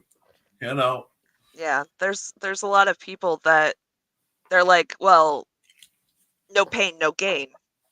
Well, sometimes you'll actually take your gain back working through that pain. So highly recommend speaking to your medical health professional to see if you're worried about it. Yes. That's why I tell people before you do this, please talk to a medical professional. Oh, absolutely, yes. I like to pull this one out. Okay. It's been a while since I've done this. Disclaimer: if you open my book inside the cover page, it's not in big font, but it is there. Contained within this volume is an instructional guide to a martial art.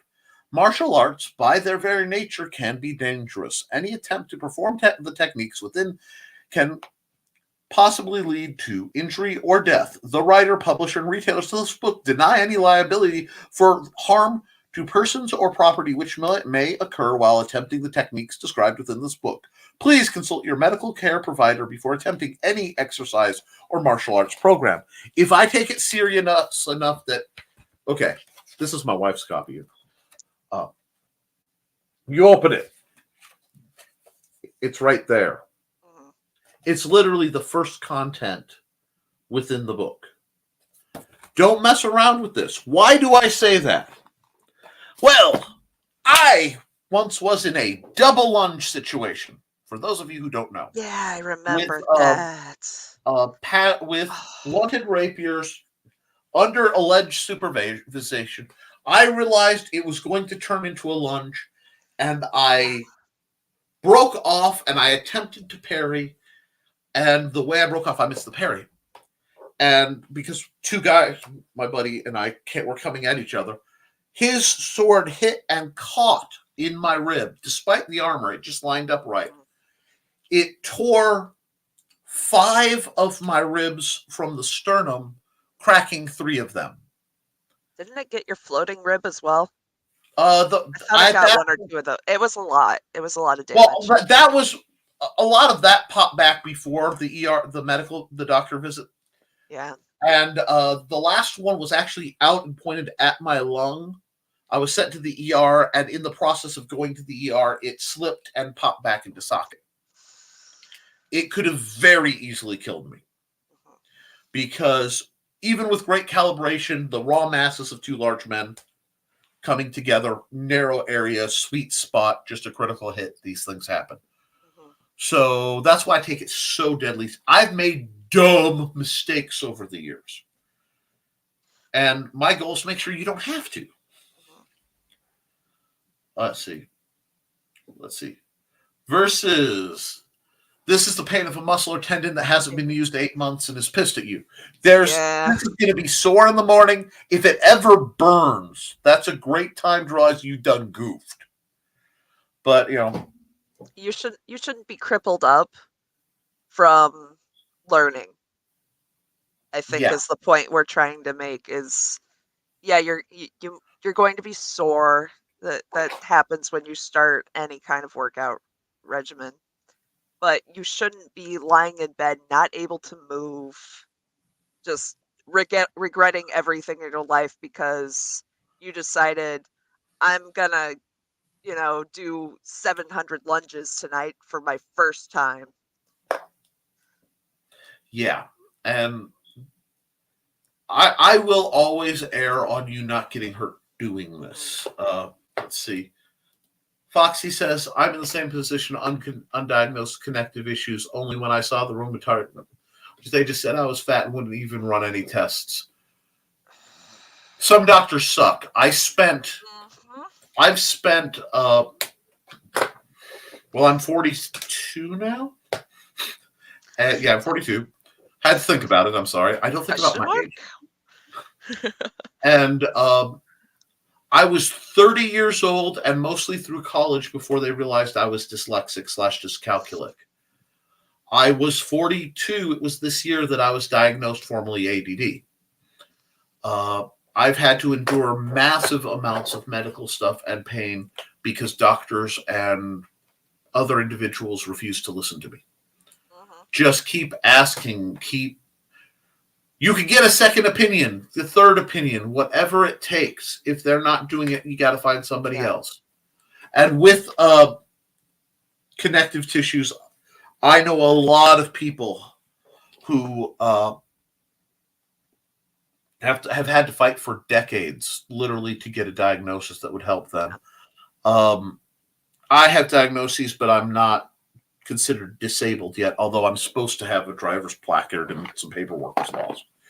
But my current doctor's like, well, yeah, you hold your hand up, do the finger thing. It's like, yeah, you have hyper. It's not supposed to go like that. I was trying. I had a wart on my foot, and she went to move my foot to get an angle, and it just, I'm like, okay. She went, it's not supposed to bend like that. But it does. Okay? Yeah, it does. Just don't worry about it. So that, and scroll back through Nick's videos to the nearly earliest one. It should be the earliest one. Walks through the guards. I think it's the first, yeah. Or why am I so insanely stretchy? Yeah.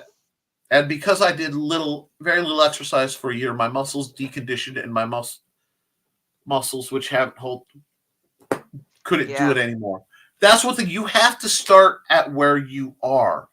Guys, remember, not too long ago, I was literally squeezing a sponge I had to work up to get my hands back. And let me see. Wing Na Met Wen. Yes, thank you. Ming Na Wen. I love that woman. I just couldn't find her name. Same city. Yeah, you just have to build up slow. And I'm going to talk about why some other things. Yeah, so few of those use actual historical styles or even historical-like styles. They do, but what you do is you look up the fight choreographer. So Richard Anderson did some great work. I lost his name. Runs Palpable Hit. Say that again? You glitched. He runs Palpable Hit Productions. Ken DeLongis. Okay. Anthony DeLongis, not Ken. Yeah. Anthony DeLongis. They exist, and you can find great ones. I do recommend anyone, and it is SCA heavy oriented, so there are some flaws. But if you're a female and you are studying sword fighting, please read Toby Beck's book, The Armored Rose. Yes, absolutely. I mean, it literally needs to be required reading. I need to order yet another copy. It's one of those, there are a couple books that I call my cursed collection. Yeah. Because I am cursed to forever rebuy them because I have this habit of giving them away to people. They are digital now, too. I have a digital copy of The Armored Rose just so I have the always copy. And that's why I've started, like, let's get digital stuff, because It's not martial arts, but it's martial arts adjacent. There is a book called Way of the Peaceful Warrior by Dan Millman. Now, the series goes places later on, and it can get kind of preachy, not Christian preachy, but it has a tone. But there's a lot to be learned from it. Another great one for the philosophical side that I got for just a fun read is The Art of Peace by Morihei Ueshiba. This is the guy who came up with Aikido. I do love when sword masters have supernatural stories of their glory. The beginning of this book is an introduction to who he is, what he did, and it gets in there a little bit. But beyond that, you get like just page after page of short, dare I say, a little longer than fortune cookie in most cases, bits of wisdom, but it's great stuff. I like this book so much that I bought a copy of it for my brother for his birthday. For Christmas. But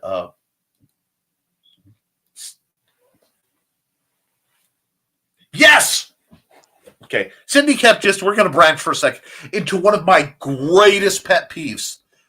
They spend so much time at the Bandera Zorro movies. I love Anthony Hopkins in those movies. Yes. Spend so much time setting up Destreza, and then not one person actually uses it.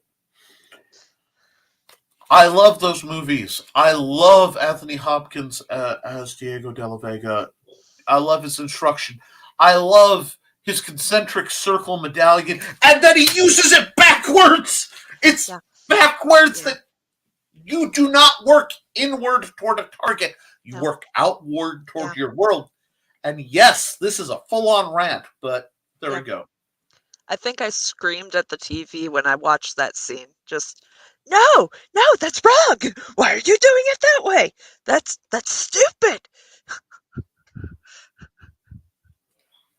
Look up Heaven Sword and Dragon Saber on Heaven Sword. Yes, quite a few female fights. It's Asian. Here's the secret, guys. Don't get fooled. Your elbow roughly moves like a person in China's elbow. Like a Samshir wielding Russian woman impressing her husband because they exist and they're awesome. I believe they're Siberian. Where they learn sword dances as a means to impress their would-be spouses. And gosh, does it work? I'm sorry. If competency sexual was a thing, it would be what I am. It's like sapiosexual, but you actually can do stuff with what you know. I'm sure there's a word for that. I've been looking, and if you find it, please let me know. I will find it. Label your kinks. Anyhow, Into the Badlands. There's some great fights in there, especially the Widow's fight. Well, now I've got way more homework. But it's fun homework. You asked, we delivered. And I'm sorry, I'm trying to scroll down, and because there are new comments coming, it keeps bouncing. Right, yeah. Yes, I probably have hypermobile Ehlers-Danlos or hypermobility spectrum disorder. Okay, yeah, that's... Zebras flock together. Amanda has something likely that. I likely have that. Sword Sage's ex-wife allegedly had that. I say allegedly not because I doubt that her medical condition. I just have to put that on anything she said. It seems like those of us who have this set of problems find each other oddly. It's like I don't smoke any drugs, but I can roll a joint if you've ever seen me walk in my yeah. Same as Cindy there with some random food allergies as well. Yep. I have tendinitis in nearly all my joints, and some are prone to subluxations. Yeah. Isn't it weird how one side's worse than the other? Extremely weird. I'm stronger on the right side than the left. Weirded out last therapist I talked to. Yep. Right side being worse. But the muscles are stronger there too, probably because the tendons are weaker. Very likely. I have to tweak some Tai Chi moves because my hip will slide apart. Yep. And that moment right there, I have to tweak some moves. Mm-hmm. That is the core of what we do here. Find the style that's closest and fix it. It's like, I'm going to use another cooking analogy because I'm a fat guy. Boy, this soup is good. Yeah, it is. You know what it needs? No, it needs more garlic. I'm going to put more garlic in mine. Are you nuts? It needs rosemary. Are you smoking dope? Why would you put rosemary in anything? It needs some salt. It needs nutmeg, thank you. Exactly. And that's what happens here, is we try to find the soup that's closest and then teach you how to figure out what spices work for you. God, now I'm hungry. Again. I know, right? I want to make some cream of mushroom soup. I do too. Some of the low dips and such. I don't, and that's right. Almost 2 hours. It's not a record. We made it 2 hours. We're at 2. That's not a record. That's kind of how this is what happens when Trelena and I are around. And remember, I have another channel, the Nicholas Talkert channel, where I host a morning program called Nevermind the Furthermore, Monday, Wednesday, and Friday at 10 a.m. 2 hours happens a lot as things can go on. When I get to do my art program, which I won't be doing this Saturday because I have arrangements, so I'll have to move it around.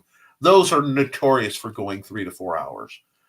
I think my longest single broadcast was 5 hours. Oh, goodness. At some point. And that's not counting being on shows like Stupid O'Clock. You get me on Stupid O'Clock to Last Man Standing, and you can literally get 10 or 12 hours. Oh, yeah, easy. But, I think that means I've done 3 or 4 hours already broadcast today. So, this is what my Fridays do, and off in the woods. Howdy, glad I could make it. I'm glad you can make it too. That's Ryan Coker, to the folks who don't know. Our resident Meyer specialist. And we were answering some questions. And let's keep going. We made it here from the Venetian side sword video. Wonderful. That's a great weapon. I was pleased to review it. I'd love to see them made in his new plastics. That's the Purple Heart Armory's Venetian side sword trainer, from which was born the Italian tactical side sword trainer, which I have a couple, but I think they're both downstairs right now. I don't think they're still offered, but I bet if you contact Christian Dorse over at Purple Heart Armory, I have a lovely link for them if you're buying anything from them in my directory that gives me a small kickback, but more importantly, lets them know that I'm sending people. Yes, we were talking. This is Trelena. She is one of my longest students and dearest friends, and we were talking about sword fighting from the female perspective. I really wish I could have gotten Amanda, that's my wife, in. I still need to get these two to sit down. I wanted to make that almost a weekly occurrence, but that would be so much fun. Well, bug her. You pressure her, Right. Well, the problem is construction season's starting up again as well, so I get to disappear into the ether of asphalt and concrete. And this is why I need to make a vast sum of money so that I can just adopt. That's where I throw her the black bag. She puts it over the head and jumps into my. I will be an active participant in my own black bagging. Just. But all jokes aside, we were talking about techniques and how to get started. If you have any questions or comments, please let me know. Hello, new peoples. Welcome, folks. Please like, share, and subscribe because I do the show weekly, basically religiously.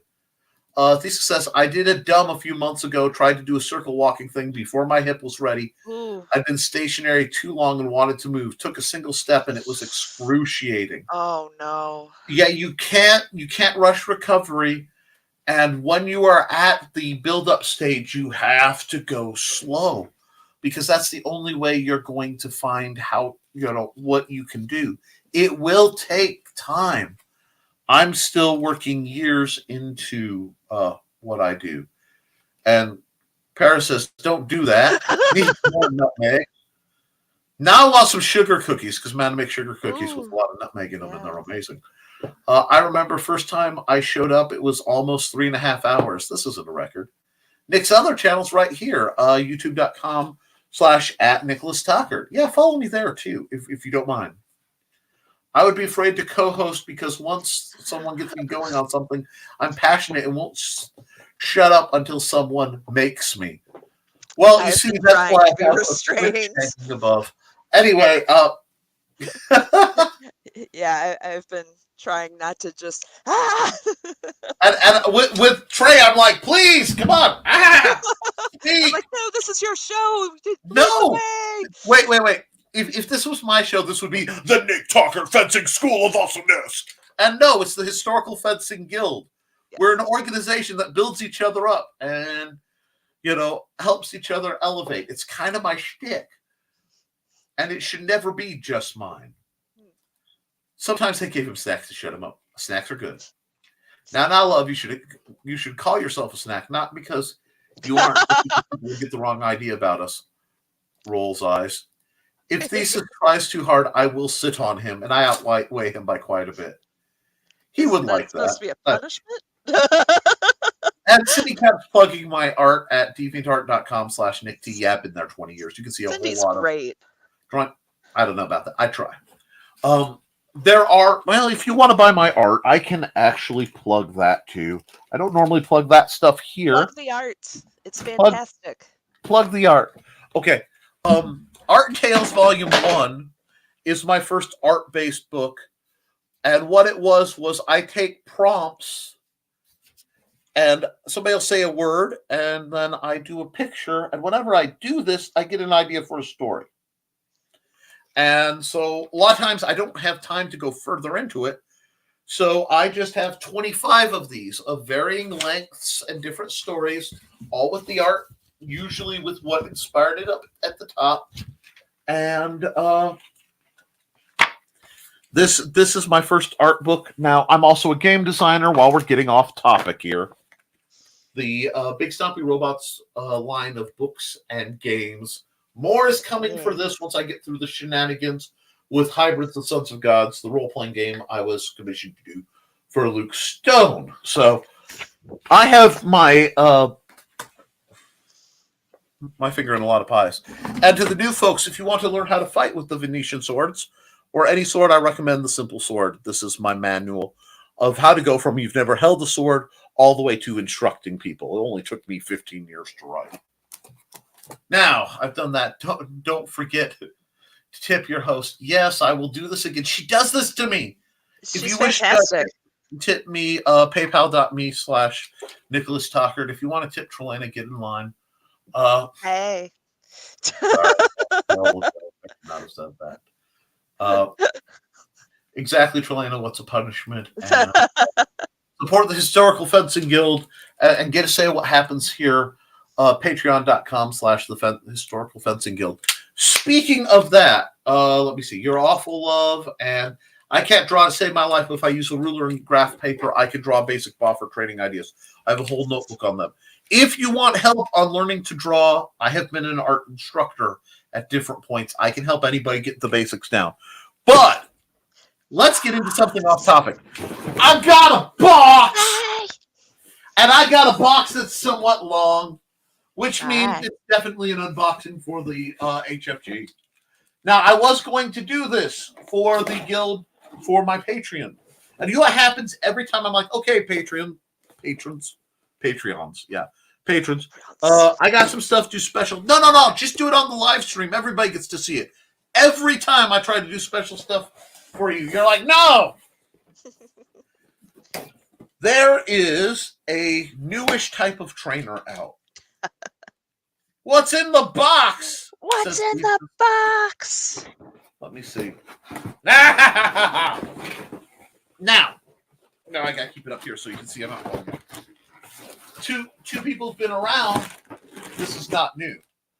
This is something I love because right now it's priced around $50, which is it's a lot. I know it's an oofta, but it is the best, relatively low cost, safest trainer I have found. I'm medically not supposed to tear open bags or do push-ups. So I wear a knife around my neck at all times. But it's, I'm not even sure the company that's producing this, although I suspect it's Jiao, whatever. But this is what it looks like without the guard. And it will take a slight bend. It can correct. This is a polypropylene fencing trainer. It is 34-inch long. The guard is light, and I do have some safe quality concerns about this guard. It does. I'm a little uneasy about it. That's the downside. But it just slides right on, and it locks in, and you give it a twist. Now, these have been hard to find. See, it's not. There we go. One side wasn't seated. So you give it that little, there it goes, clunk twist, and it's locked on, but it will actually flex. Now it's a little cold, so it's holding the curve a little more than it normally does. But that means it's a lot safer to teach the thrust from. With guild funds, I was able to procure 4 more. I deliberately did not buy all the available ones because I want people to be able to have access to them. And because, frankly, dropping $200 on trainers is a scary thing to do when the weather has been bad and I haven't been able to have real practices due to health and weather.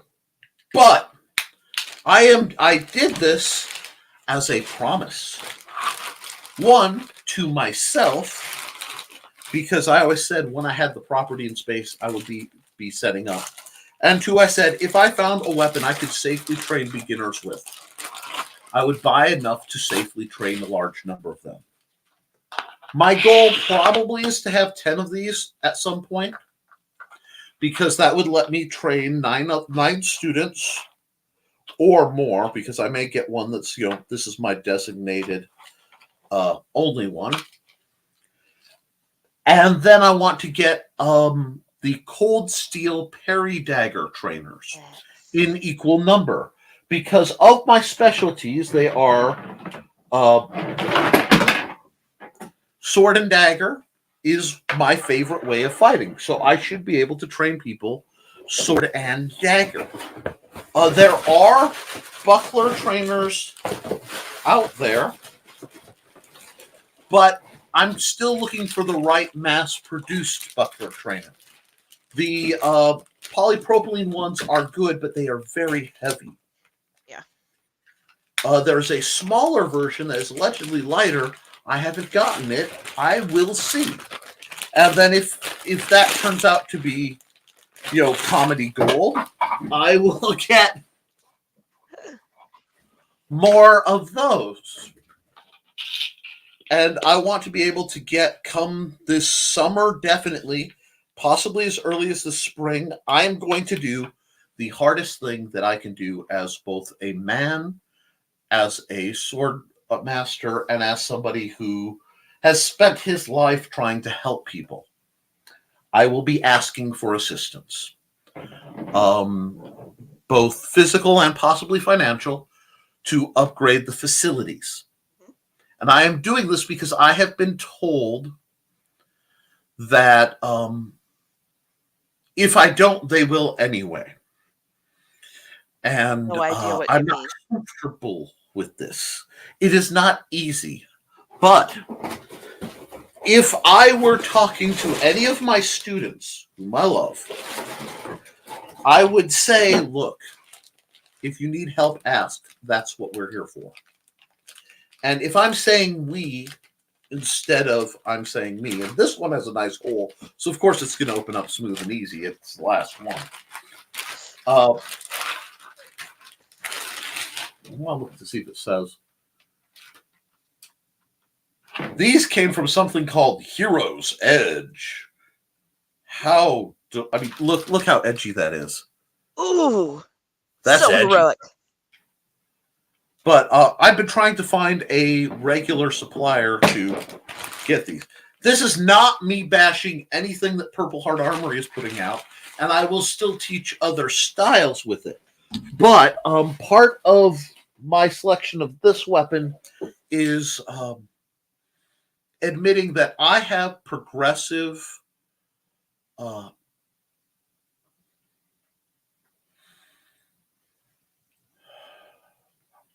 I lost the word for a second. Give me a second.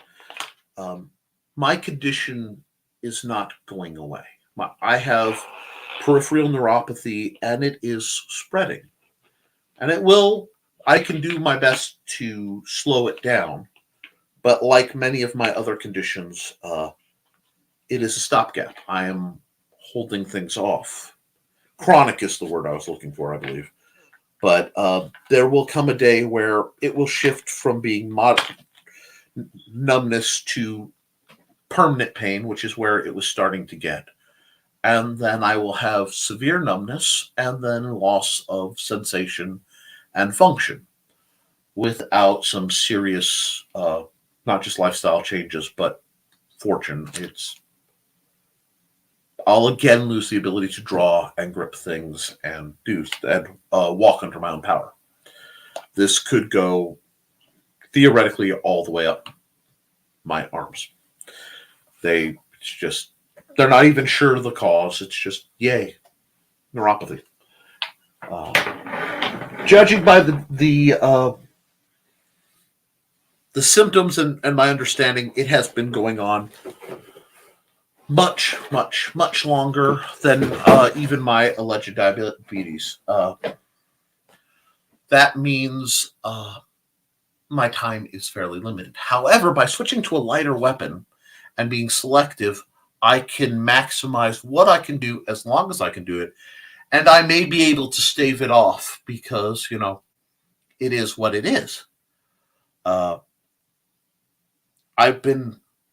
Since 2020, I've been kind of at war with my own body to get things back. And I think I had one really good practice in 2020 in October.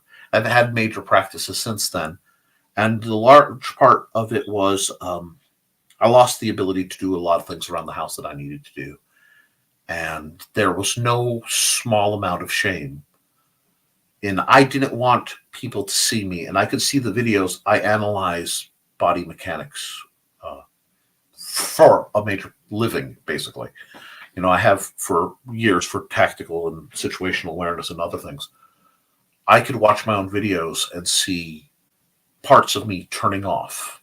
And even though I could adapt, I could see it turn off, and frequent drops in weapons. That's why I've had this. I've known stuff was coming. I didn't know what for a long time.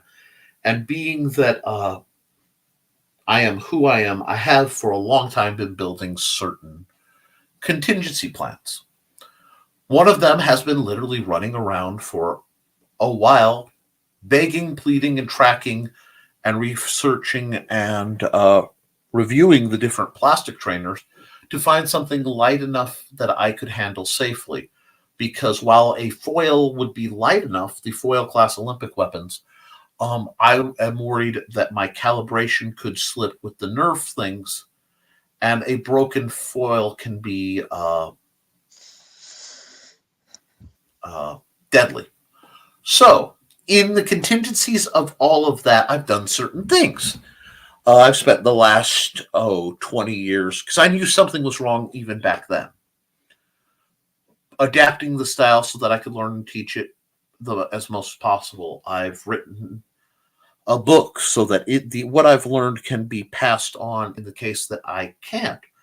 I have selected weaponry and gear. I've trained some of the finest people, and I have carefully selected a successor and then made sure that her husband, who is the techno mage, has full access to at least the streaming services, if not the YouTube itself, to ensure that in the case of a systemic failure on my part, the work of the Historical Fencing Guild could go on.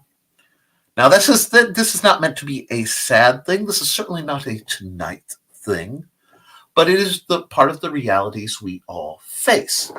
I see some comments that I'll hop into, but this is where we are. This is where we're going, and I'm hoping come spring, assuming I can get the house together enough to have people over, I can get assistance. We did our best to try to make the list field not need to be mowed and stuff, and the rather ridiculously overpowered weeds in our area kind of busted right through. So we're going to have to try different things.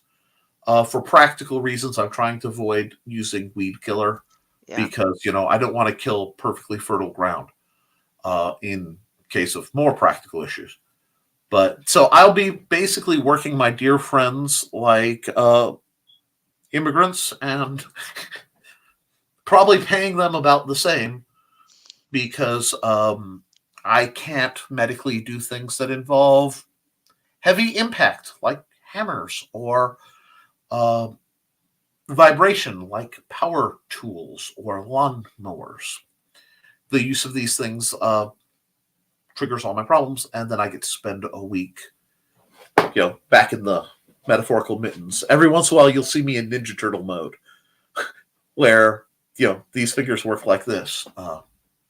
It is what it is. I've adapted my style and trade so that I can still fight that way, because I'm basically old man bats at this point, and I accept that. Now, I may surprise some folks in the near future, but we will see. Now, let's see the comments I missed. And guys, don't get upset. Don't get upset. What's in the box? Stuff and things. It's a substantial box. I like substantial boxes. I found out the other day that I actually can do a push-up now, and the chest is off the floor. First time since high school. That's wonderful. Fantastic. Bravo. I can't do that. So that's great. You do that. Anything you can do to get better, you do. That's my issue with my plastic gin. The guard pops off several times when I'm using it. When I was doing the 6-second challenge, I actually had my finger over them. Give me a second, because I was going to say, I'm fairly certain he fixed his gin, or at least one of them. Well, I leaned like I can see around the frame. Well, because you know where stuff is beneath. I did the gamer thing. I'm just like, right over there. Yeah. Okay. That was a common issue. They have since replaced the model that you used to buy. You can't buy it because I went to buy some to make it. I have a rapier-like object that's downstairs that I made out of a gin. But it is now a solid one piece, and it's by the exact same company. Whoever this logo is, you see that kind of circle logo? Whoever that is they're the ones who make the rapier. Okay. So this is all one piece. You can get it on Amazon. It's because I had the same problem when I tried to fight with the old plastic gins. The guard would go shooting straight off. Yeah, I remember that. They made it one piece. Unfortunately, the guard is in the upswept instead of the actual more traditional downswept, but you live and learn. I think these are running about 30. They made the grip a little longer and a bit girthier. Have fun with that, folks. I know you will. So you could actually get a hand and a hand and a half on there for a two-handed. The balance is a little, actually, it's not far from where it should be on a gin. So it might be worth it to invest in the new model. And I just dropped rapiers all over the place. My love affair with gravity is acting up, so I have to be careful on how I'm handling this. And the last chair, well, fine. Anyhow, nobody's. Oh shoot, you all saw that. Anyhow, I will deal with that when it's not there. It looks. Let's see. It looks like the new, smaller cold steel bucklers may be as much as 40% lighter. Definitely worth looking into. Yep, I will definitely be probably throwing some money at one of those. Yeah, definitely.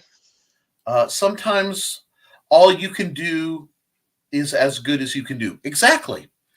And for me, right now, the best I can do is make sure that the contingency plans are in place so that then I don't have to worry about it. I have the contingency plans in place. I can then work to see if I can avoid needing them. Because the way my anxiety works is I get worried about what might be, and it messes up what is. So by building that up, I can live in the moment a bit, and if it doesn't work, or, it gets down to where I'm not terribly adept at what I do, I've spent a long time screening and training and setting people up to be helpful for others. I once was accused of being an incredibly manipulative, web-wielding spider more than once. And if I'm honest, I am a manipulative, incredibly web-wielding spider. But I always shape the design so that it will be as strong, if not stronger, should my chunk get knocked out, which is the absolute opposite of what most people do. So it's, it isn't hypocrisy if I'm manipulating people to live longer lives and have a better, health. And because it's done with consent, it's just they don't always know what they're consenting to. This is what happens when your best friend is Faye. Don't worry about it. You should have read the fine print, and now your life is better. Yep. See, that way, what it is I get to think and function like a villain, because villains get stuff done without having to incur the karmic debt. So that maybe I can skid through the gates of heaven or equivalent and find a job polishing the celestial toilets. I'm not asking for a lot. That really upsets minister types when I say that, by the way. I can't imagine why. And even more when I'm like, I'm not kidding. I have no expectations. But let's see. Some days I'm almost normal. Other days getting to the bathroom is a challenge. Absolutely. Everyone should have in case poop hits plans. Mine aren't in case. That's the difference. But yeah. People will do insane things for free pizza. Just saying. I do tend to, my wife and I do tend to feed people. I've had his wife's cooking, and yeah, I'll do a lot for her cooking. Just saying. Yeah. That's the nice thing about being married to a lovely woman who can cook that well.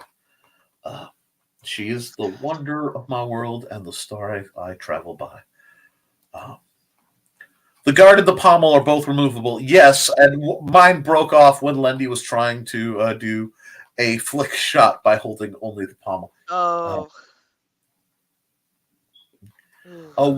Paris, one of these Fridays you have to have Thesis on to answer questions about Chinese styles. I'd like to see how others react to his passion for Chinese martial arts. I want to. I would really like to see that. I want to. I just don't want to presume. All Thesis has to tell me is, hey, if you've got nothing going on this week, groovy, I'd like to be on, and I'll send him a link. StreamYard's very, very easy to work with. So let's see. We've gone 2.5 hours, which is not a bad show thus far. We've talked about the weapons. I covered that little bit that I needed to cover. Trelena, do you have anything special you'd like to discuss, ask, bounce around? To you or the chat? No, we're all passionate here. We love passion. We love intensity. Yes. I would very much like to see a Chinese or Eastern martial art discussion, because I don't have a lot of background in Eastern martial arts. So I would definitely like to I like to see things about it. Yeah, I think that would be. It's one that just needs to happen. So it's easiest, just let me know what Friday you want. There is something coming down the line. I do. Well, hey, if you get too bad, I'll give the big bad wolf a belly rub.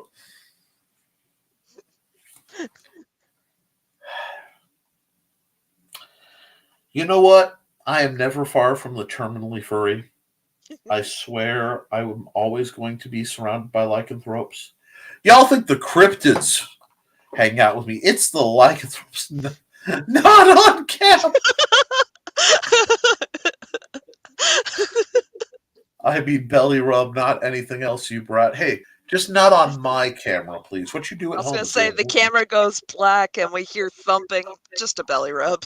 Yeah, I'll just bump you off the screen for a while, and then you can wave when you're hydrated and had something to do. But I haven't drunk enough. I've been talking. Passionate day. Moderate energy, passionate day. There may be a couple issues where I have conflicts coming up. I'm not planning to, and I will fight not to. But after 3 years of dealing with Luke Stone, he has set to a hard deadline when the game I did for him will crowdfund. Yes. Check out Nerd Bacon for that information on that. It's toward the very end, within the last 20 minutes of the program, if you want to see it happen live. But it was 2 weeks from Thursday, so the 16th of February should be awesome. Launch. It looks like it will be on Indiegogo unless Fund My Comic actually materializes. That was part of what was holding us up. But we had a hard deadline of stuff. It has to launch by March 1st.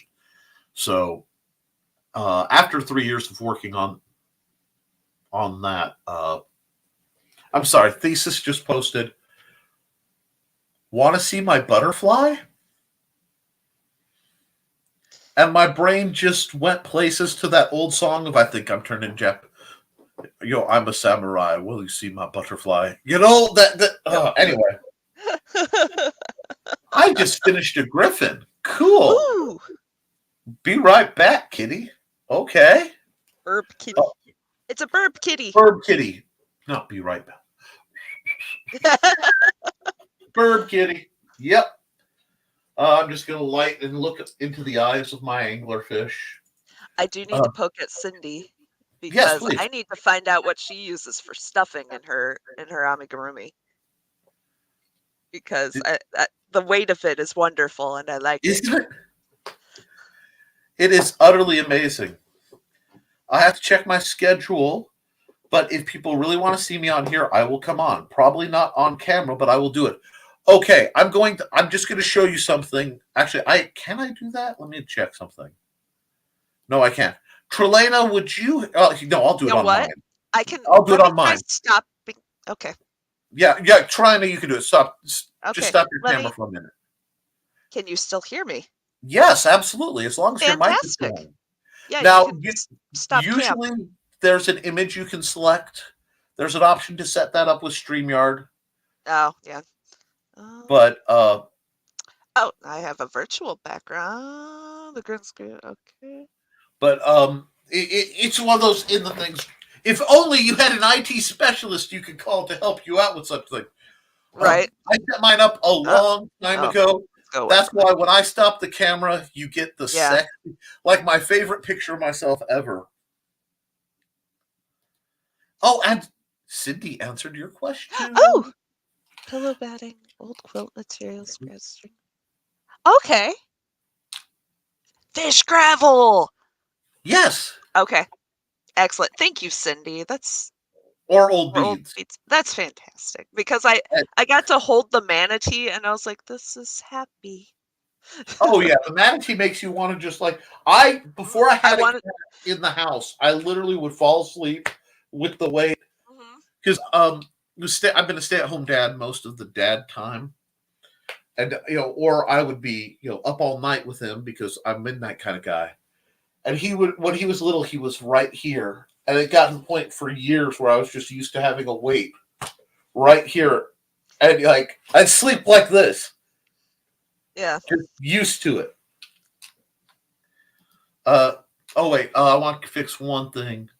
You have cameras you can use, but they are not great. But you don't need to spend a lot of money if you don't have a camera. A USB camera that's only $20 or $30 will do just fine because I can only broadcast in I want to say 780 or whatever. It's like 780p. Yeah, I'm using a $20 one from Walmart. Yeah, so. They aren't any big hairy. Unlike Thesis, who was a big hairy, but old beads for sure. Fish gravel? You mean old stale Nerds candies? They're old no, Nerds actual candy? aquarium. Yeah, I love candies. I have a delightful picture of Manda eating Nerds candies that I caught when she looked at me funny because I was taking her picture, and she saw the evil grin. And I shared it with cannibalism under as a meme. It was good times. Calling my wife a cannibal for eating Nerds, but alrighty. One we have to have you on more when you're available because you're delightful, Trey, and we need to talk about your favorite swords and what you like in gear and stuff. Because I tell people please wear chest protection. I tell people a lot of things, and I don't. There's a. I say I work with women, and frankly, I think I'm safe in saying I specialize almost in working with female fencers. But hearing someone go, yes, he actually does. Yeah, absolutely. Because I know there's some real creepy dudes out there who are out there trying to get sword bunnies and. No, and the funny thing is, it's not so much funny as it's a perk. You go completely clinical at times when you're training the female fighters. Yeah. It helps a lot instead of being like, oh, you got the boobies, protect the boobies. You're like, okay, this is what you need. This is what you need to do. And it's just very matter of fact. And with people who are comfortable with flirtation, I flirt because somewhere in my code of conduct, not flirting with someone who is putting out the effort, especially to be attractive, would be incredibly rude.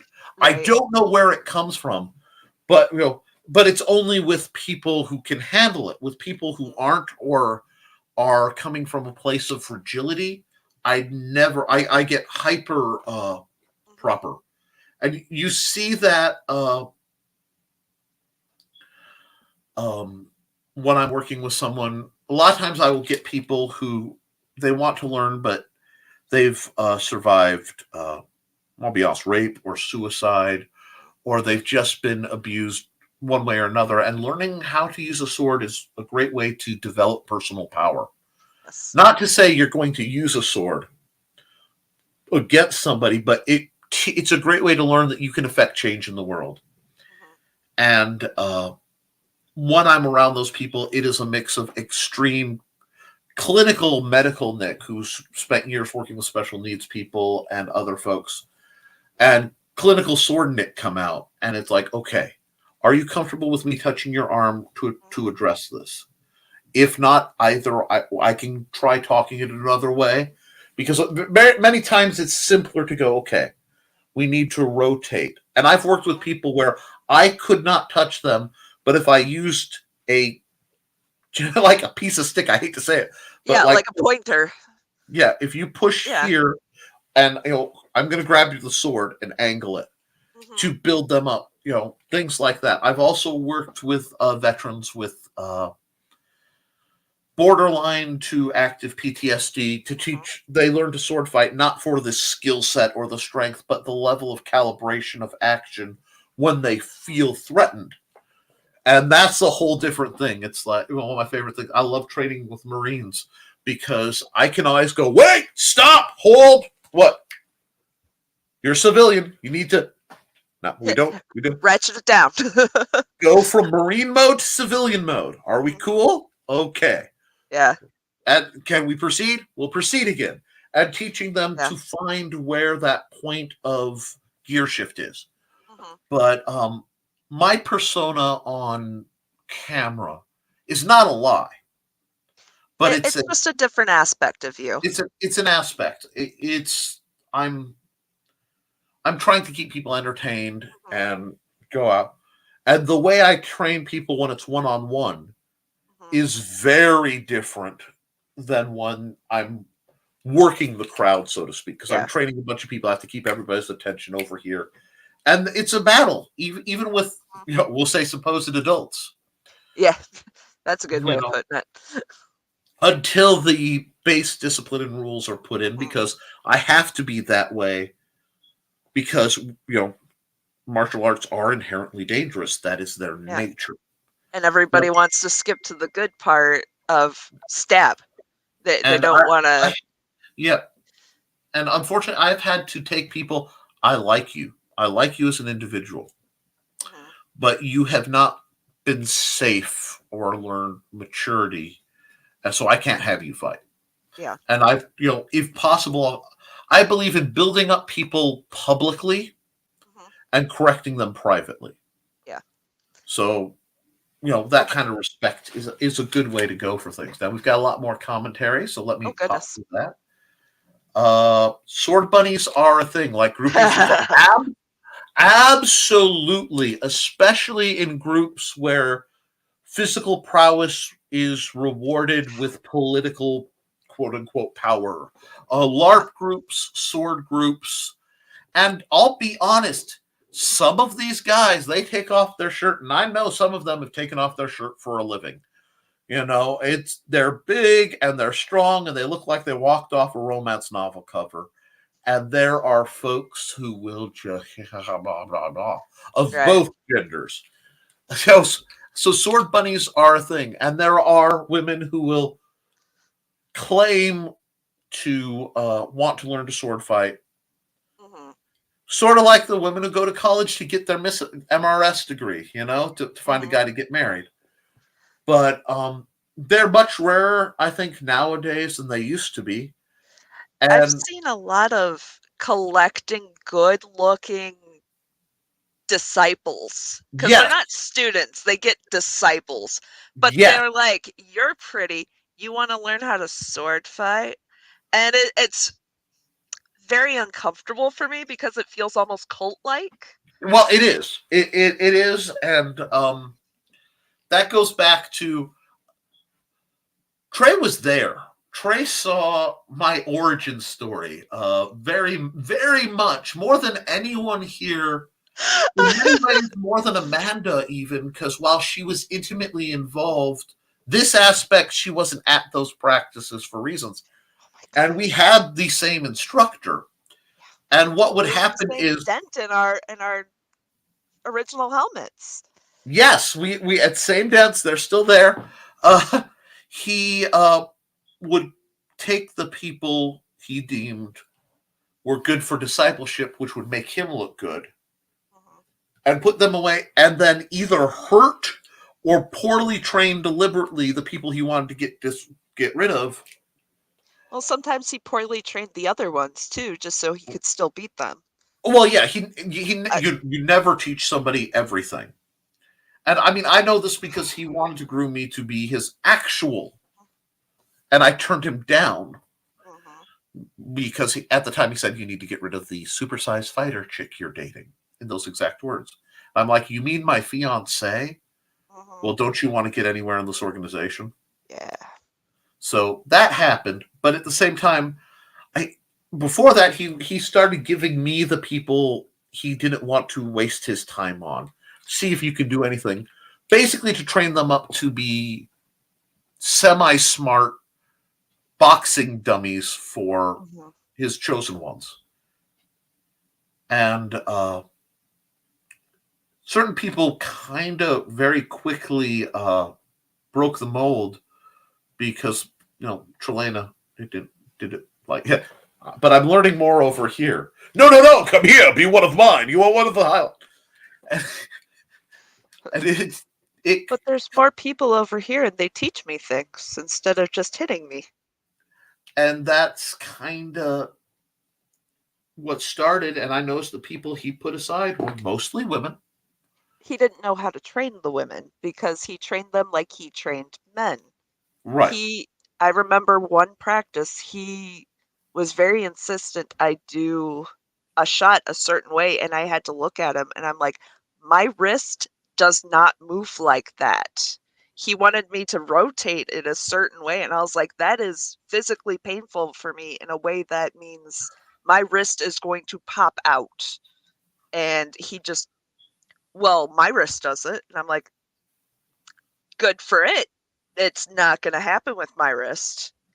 That's actually, ironically, that story is, because I may have overheard that.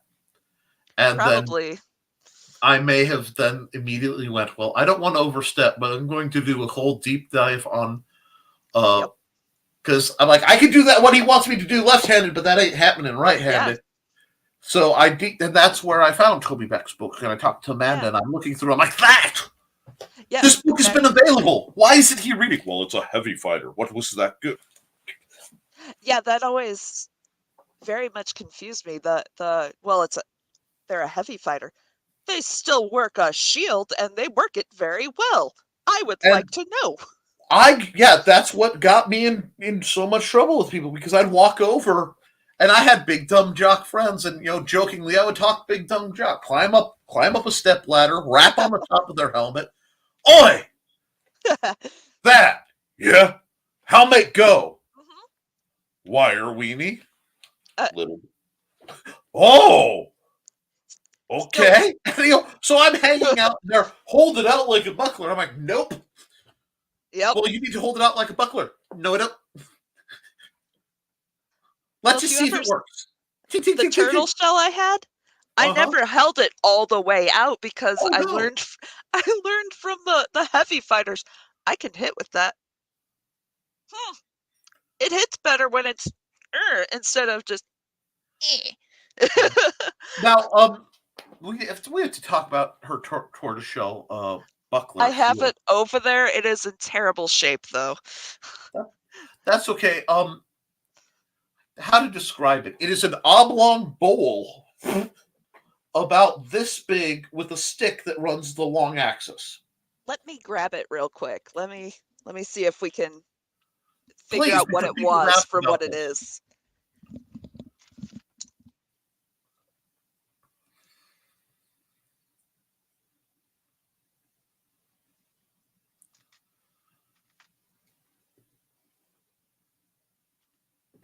I'm doing the thing where I'm like looking around like I can look off frame. No, it's over to the left. No, under that. She has her headphones off, so she can't hear me. Joey can, though. It's over there. It's to your left, honey. Your other left.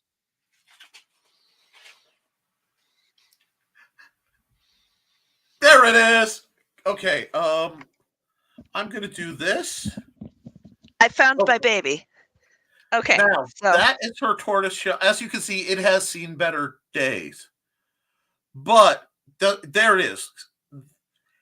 It is a unique, very personal kind of shield. It's very light and it rotates easily, but provides a lot of protection. Yes. And no. There we go. I went to pull you back and actually bounce you off the stream. I'm sorry about that. But yeah, it's incredibly light. Where did you get that? Do you remember Thomas Caggaries? He was a heavy fighter. Yes. Yes. He made that for me out of, I believe it was a cookie sheet and a dowel bar. And yeah. That is delightful. Yeah, it is. And it's funny because I have a bunch of shields made by fighters too. It's almost like we went to the people who knew what they were doing. Right. But yeah, that poor thing has been with me since I started fighting. I love that. Like, I love that on a level I can't fully describe. Like, I haven't used it in a long time just because it's no longer safe for practical use. Right. But the design itself is just so wonderful that I can't part with it. Cause no. It's yeah, just I've been told it's probably time for me to actually put my actual fencing rapier up and retire it in a place of honor. And, you know, if I ever go back to steel, do something else. Because there was a basement flood and most of my steel. Oh, no. It's not in good shape. I might be able to save it, but yeah. No, I gotcha. It's almost like there are reasons why I keep saying plastic's not that bad. But yes, sword bunnies exist. Let's see. There. Yes, Paris. Foxy tells me I'm a terrible flirt. So I have a temper that comes out when my students, because I don't want them to get the wrong idea about me. That sounds like something we need to work on, and we need to talk about training techniques. Yes, you are, Thesis. Because that's one thing. You know what? I am going to stop here. It does help that my only 2 female friends aren't curly. Well, yes. Okay. The testosterone goes down for a moment. Not saying I have any problem with your lifestyle, because I certainly don't. It's your lifestyle, and everybody's happy, everybody's consenting. I have no problem. But yeah, you can do that. You can actually not have a problem with somebody whose lifestyle might be different than yours. Wonders. But if when you are instructing, you leave it outside the ring. When you're fighting, you leave it outside the ring. There is a term, and I talk about it a lot because I think it's important. It's called the sovereignty of the Soleil. And what that is, it's a concept of trust, because throughout the Middle Ages and the Renaissance, the height of sword mastery as a gig, nobles as well as paid paid students, and in some cases military ranks other than you would have to come out and learn what you know. And you'd have to be able to strike the king or the prince. And that was a gap outside of the social norm. And I tend to live in places like that. It's an artist thing. So when you come into the ring, when you come in to learn, doesn't matter who you are. If you're coming in as a student and instructor, that's the relationship that matters.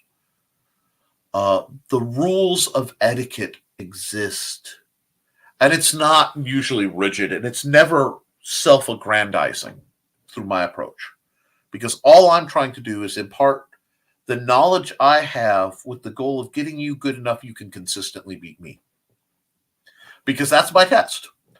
Because I figure I'm short, I'm fat, I'm semi-disabled. If you pay attention to what I'm teaching you, you should be able to at least give me a run for my money when you are more healthy. That's the theory. And sometimes people can't, but I'll still go, you've got the idea, you're just having problems with reach or whatever. But any issue, you just got to leave. If you've had a crappy day and you're mad, there are things called PELs. There are targets you can hit and beat and vet that off, and then come on the field to learn, or to come onto the field to spar. But you never want to fight angry. And if you can, learning how to switch from I am angry to I am fighting is one of the most valuable life skills you can have for practical self-defense. Because it's been proven that being mad literally lowers your IQ 20 to 40 points just because you're angry. Just boom. People, you get mad, you get dumb. You get stronger, you get faster, you don't feel pain, but you get dumb. And getting dumb isn't worth those bonuses, in my opinion. This is why I am not a barbarian battle rager. Plus, there are few, and I'm saying this deeply seriously and from moments in my youth. There are few things as horrific as to blinking back after you've seen red and looking around and seeing carnage and realizing I must have done that, but I don't remember that because I wasn't here. And a lot of my goals in life are making sure anything I've suffered, I want to work hard that no one else does. Or as few as possible, or you limit as possible and you recover as possible. But, yes. Oh, okay, so that's there. Whoa, okay. Yeah, I've got some issues with having men touch me, so I understand. If someone were to correct my form by touching me, I would probably start crying. And that's why I have the equivalent of a session 0 with any student. By my, just me and them, assuming they're comfortable being with just me and them. If not, I usually have Trey or my wife there, so that, because I know many people are uncomfortable being with a man by themselves. It does help that I'm short. I mean, it really does, because I'm not that physically intimidating to a lot of people. So it's talk through. And then it's, how would you prefer to learn? Because I prefer to give people their initial training. One, I don't like to let other people do the initial training because they can't read the other stuff that I can. They can't read the emotional state usually. I mean, Trey's one of the rare exceptions. They're not going to be able to see, oh, they're moving like that because there's a physical problem. I'm not a medical professional, but I can say there's something up with your knee. Please talk to, it's not holding your weight right or something like that. And get them so I can assess, because what I do is I assess base skill set going in, why they're fighting, what are they aggressive? Are they passive? Are they balanced? How they're going to move, so I can make sure that weapons and styles are presented to them that fit their style, because there's very few weapons I can't make go. And I have a huge collection of trainers, very few of which I use personally. And I get from a lot of people, well, why do you have these? Because they're not for me. They're for the person who walks through the door to try. So if we were ever to interact physically, which given the distances and stuff, it's incredibly unlikely, you should always be in a position that you're comfortable. It's another reason why I love to record practices.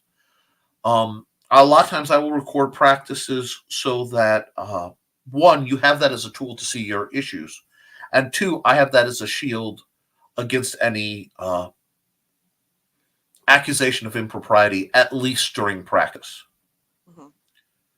Because I have known some people who were literally sent by others to try to make claims and cause problems. And it was derailed by, I'm sorry, we've got 15 people who are here and a video camera going. You want to try that again? And it's terrible that I have to think that way, but that's how I protect myself.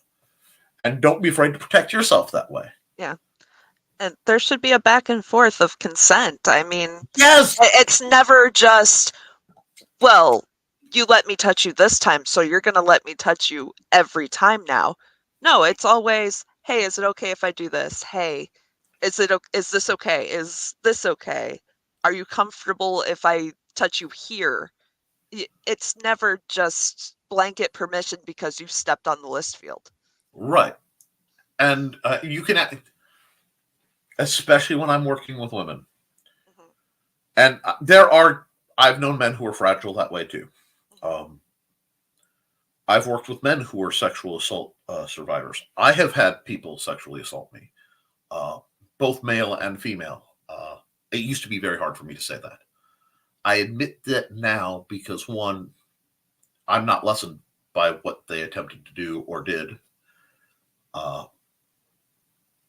It's something I endured I was fortunate to prevent the majority of it in most cases, but it gave me perspective, and that I see that as something I can use to help others. So once you've had something like that, you kind of recognize it in others. And the sad fact is the numbers, especially of women who are sexually assaulted at one point in their life or another, is monstrous. So that's part of why I'm so careful. Sounds wrong, and cautious isn't the right word. Mindful. Mindful. Mindful's a thank you. I'm mindful and I try to be gentle. Mm-hmm. Because a lot of times, and I hate to say it, what people who've had trauma can often spot it on others. Mm-hmm. And I know what, even if it's training sword, I say it all the time, I carved out my life with a training sword. Mm-hmm. I mean, I really did. And that's what's brought me, just about everything good in my life has come directly or indirectly from my application of a training sword. Uh-huh. So that's a gift I try to give others. You're doing a lot better than you were, though. And I'm proud of you. If you're coming back through that, I'm proud of you. Yes. Good. Admit you're still a work in progress. The minute you think I'm not a work in progress, I'm fine, is when things will hurt you more. I hate to put it that way, but you'll either hurt yourself or something will go wrong. That just happens. Recovery from anything is a progress. It's always about the journey. The kilt is a dead giveaway that they post for a romance cover. Hi, Ogre! You would not be surprised. Good Lord, that makes me think of, God, what was his name? Gar. Gar was pretty. I'm comfortable talking that Gar was pretty. Gar literally took off. He posed for some romance covers, to the best of my knowledge, and did take off clothes for his living. His muscles had muscles, and he was a two-chuck. Yeah. And I'll never forget sitting in a practice, fairly newly married, and him taking off his shirt, and it was impressive. I am comfortable going, that's like washboard Ripley bit. Just like, yeah, it's sort of that moment where you just want to just poke, poke, poke, But I was sitting there, and my buddy Mikey, who at the time, he was armored up, and he looked so much like a weeble. Because he wobbled, but he couldn't fall down. And I love Mikey. Great guy.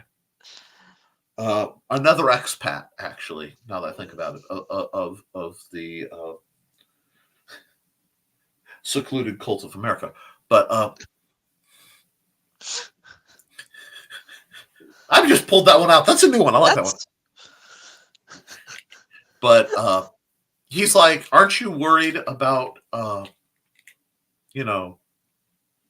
Amanda looking at him and, running off with the girls? And I'm like, first off, no. I trust my wife. Mm-hmm. I mean, she can look all she wants. I'm fine. I'm not threatened. And two, I can take him.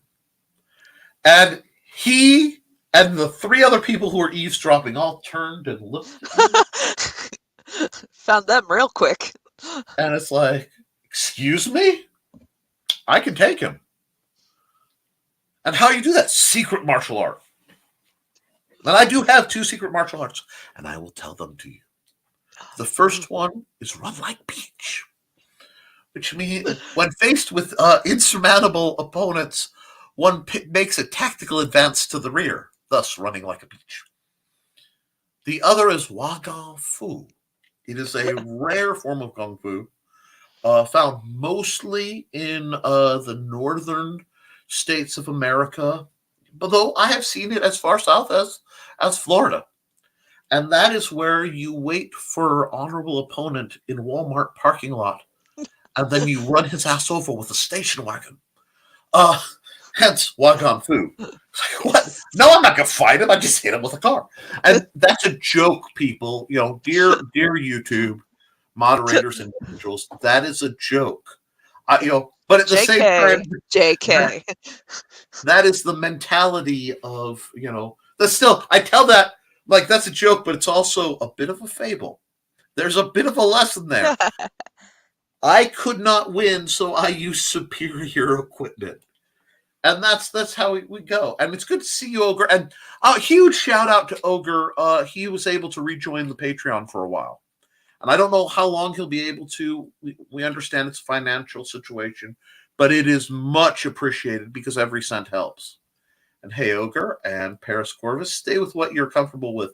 A good instructor can show you without physical contact. Even if it's here, match what I'm doing. And I will do that. I work with people who are dyslexic. Some people can mirror, some people can't. So I'll demonstrate facing. This is the glorious thing about being ambidextrous. Okay, you need a mirror. I'll put it in my left hand. We'll go through the exact same motion. You need it from the side. I was working with my son Xander. Xander is actually at a point where I can work with very careful rapier work with him, which is interesting because he's this much taller. He's so tall. But what I can do with these guys, let me grab one of these, is I can grab like a keyhole grip back here. Mm-hmm. So when I'm showing things, I can do literal hand over hand by reaching around, grabbing it. He's still grabbing the sword properly and walk him through the motion. Mm-hmm. Because hand over hand, it's a therapy method that just works when you're rebuilding or you're building the neural pathways for a physical activity. I did it therapeutically with helping people learn to walk again. So there are a lot of ways. Also, good evening, everyone. Thought I missed the show when I got noticed 2 hours late. I want to apologize. Facebook is having problems with this program in general, and YouTube, because this program has weapon-based discussion, actively suppresses it. That's why if you think you are subscribed, double check rather frequently. If you ever think I'm missing weeks, that's why I say ring the bell, because YouTube does actually unsubscribe people. And it may be a case that you haven't verified your email with YouTube in a while. And they will do that, and they'll unsubscribe you, and they put you in sort of a suspended status till you do that. And yet we're still here. Yeah, I have Trey, and Trey's literally my best friend in the world. And when we get together, these things happen. That's why when you're like, you've gone 2 hours. No, this is us. We haven't popped out the lawn chairs in the Denny's parking lot yet. We're good. And she says that like it's funny. I used to carry lawn chairs in my, because we'd go to leave Denny's and we get talking and my leg wouldn't take the cold. So it's like, it'd be the Midwestern goodbye. Oh yeah. And let's see, Parvis Chorus. Yeah, Paris Corvus. Thanks, Cindy. Right now I'm learning from books because I don't like leaving my house due to my past. Agoraphobia in one form or another is going to be incredibly common.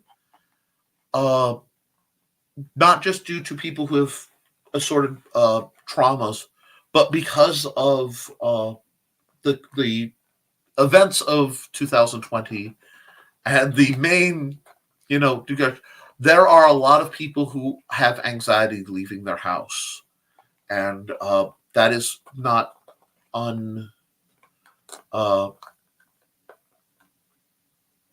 that's not uncommon. And if there's anything we can do to help digitally provide you support, we will. And I hope you get where you can live as full a life as you like. Paris, if you'd be comfortable with it, I can function as an interactive NPC if you'd like, or we can work something out. I can send you my contact info if you'd like it. If not, no worries. It's what you're comfortable with. And let's see. Yeah, mainstream. WMA HEMA has become a lot less insular. And I think what happened is a lot of people who started in some groups either LARP groups or the society or some other organizations who just wanted the history and the fighting and they didn't want the BS were drawn to HEMA. And HEMA is a really great way of doing things. ARMA's great. It's just the rules. And I still want to be here when someone wants to. I just want to be a boffer fighter, but I want to hit who I'm hitting. Cool. Let's talk about that. Because the guild was originally founded to be a bridge between organizations. And I know there's a lot of stuff talking on our history with the society tonight. But it's the truth, and it needs to be discussed so that people understand why. And understand, you'll know I'm not bashing individuals, say for my old instructor, who, out of courtesy, I still don't drop his name. And that's not out of fear. That is out of respect to what's going on right in the society. Because there are amazing people who can live the dream and have a wonderful time. And there are people there are a few I'm still in contact with, and few I miss on certain nights. And I feel sad about the way things went. But at the same time, a lot of that went down a little over 10 years ago. Yeah. And people moved on. So I try to keep moved on. Yeah. I can only go forward. But at the same time, if I can help somebody who's on their journey, anywhere they're in their journey. I've worked with people who were bidding to become Olympic fencers. I've worked with people in different groups. I've worked with Eastern martial artists and Western martial artists and crazy vets and guys who want to be the next Doug Marcaida. And that's what makes this group great. Because we could get anybody from there, and you get, what, you want to play karambit? Which way? I got 2 karambit guys. You know, knife. I love the best thing. The karambit fight was beautiful. I'm so glad I was there to see that. The karambit guy battle was great. 2 completely different karambit styles. Oh god. Beautiful. And I don't like karambits. I can make them go. I don't like the deadly fidget spinners. No, it's a farming tool. You know what? It's funny you say that because I almost bought a Kama style pruner because I realized that would be something I could use to do some of the stuff. And that's part of what made me realize I have to have this conversation with the guild about I may need some help. Because I'm sitting here like I'm about to try to buy a 34-inch mini sai. Oh god. 34-inch long, so that I can quietly, so it's not too much effort, get down these weeds, and I won't have to bend over too far. And if I do it in the early morning, I won't overheat and collapse. And, I could bring a chair along, so maybe I could just sit and do it. And when I was at that point, I'm like, Nick, are you being farcical? Perhaps. Are you being stubborn? Maybe. Yes. Yeah, right. Me? I don't know what you mean. Hold on. Here we go. This is not the Swordmaster you're looking for. You know what I mean? This isn't the Swordmaster we're looking for. Yeah.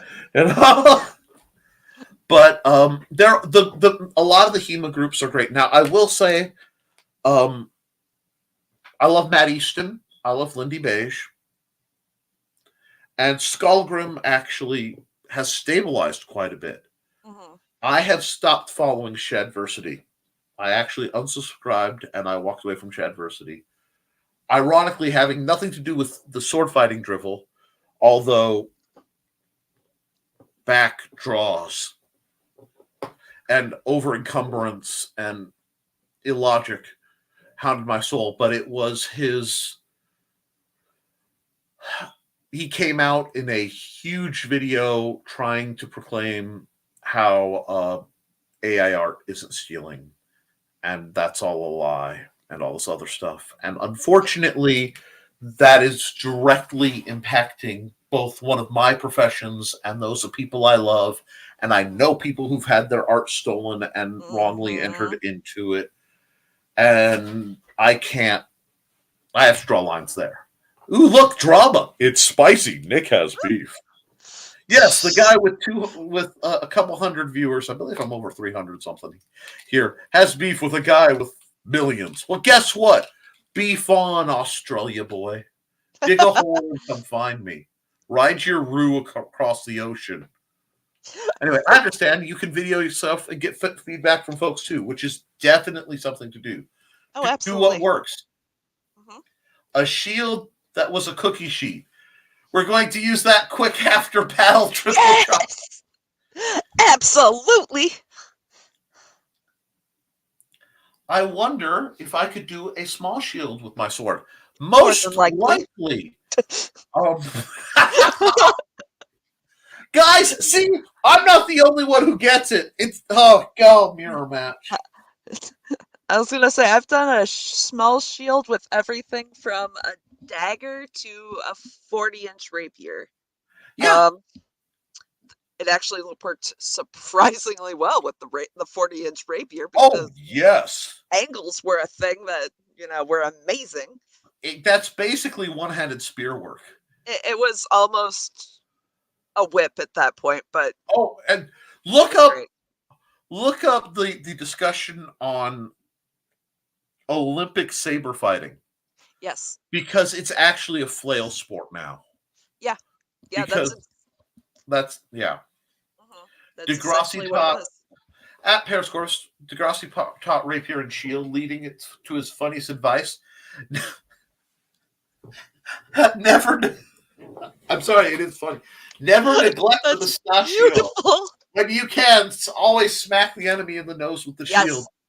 And that is very, very familiar to me with my discussion on buckler. It has an edge for a reason. Now, this is illegal in most buckler is a thing, and it's beautiful. That's why Captain America's tiny Liberty Turtle makes me happy. I love that shield so much. You probably could if you want to, Paris. You're a bit heavier set, so you could hold your own. And side sword and shield works really well. What you want to look up is Rotella. That's the type of shield, and I don't know where it is, but this is the time of year. If you can't get out of the house to get it yourself, look around online and order a kid's saucer sled. Yes. If you don't want to purchase like a actual shield or a riot shield, you can get those. They work phenomenal and they weigh nothing. Yeah. So I'm building my core. I'm redoing my gear yet again, ground up, and I'm probably going to be leaning into the riot shield as my shield of choice because I can strap it and it weighs nothing. And frankly, having a clear shield is cheating and glorious. It's the right kind of cheating. Oh, yes.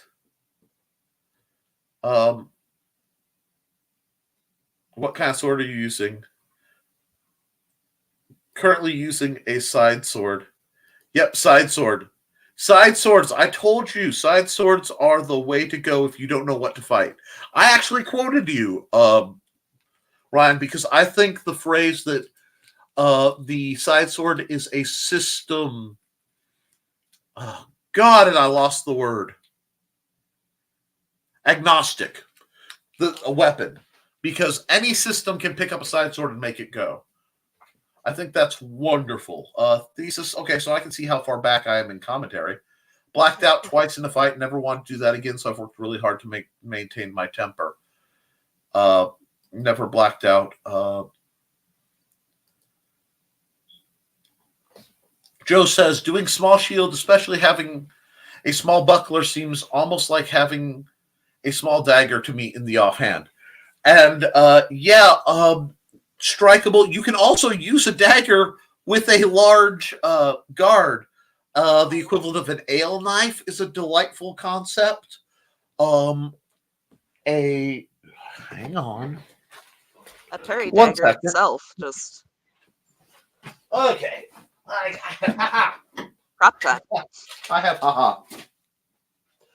Now, this is one you don't see often because it was a gift. It was made modified for me by a man who doesn't run with the guild anymore, but his name is Justin Service. And beneath this lovely is solid mild steel.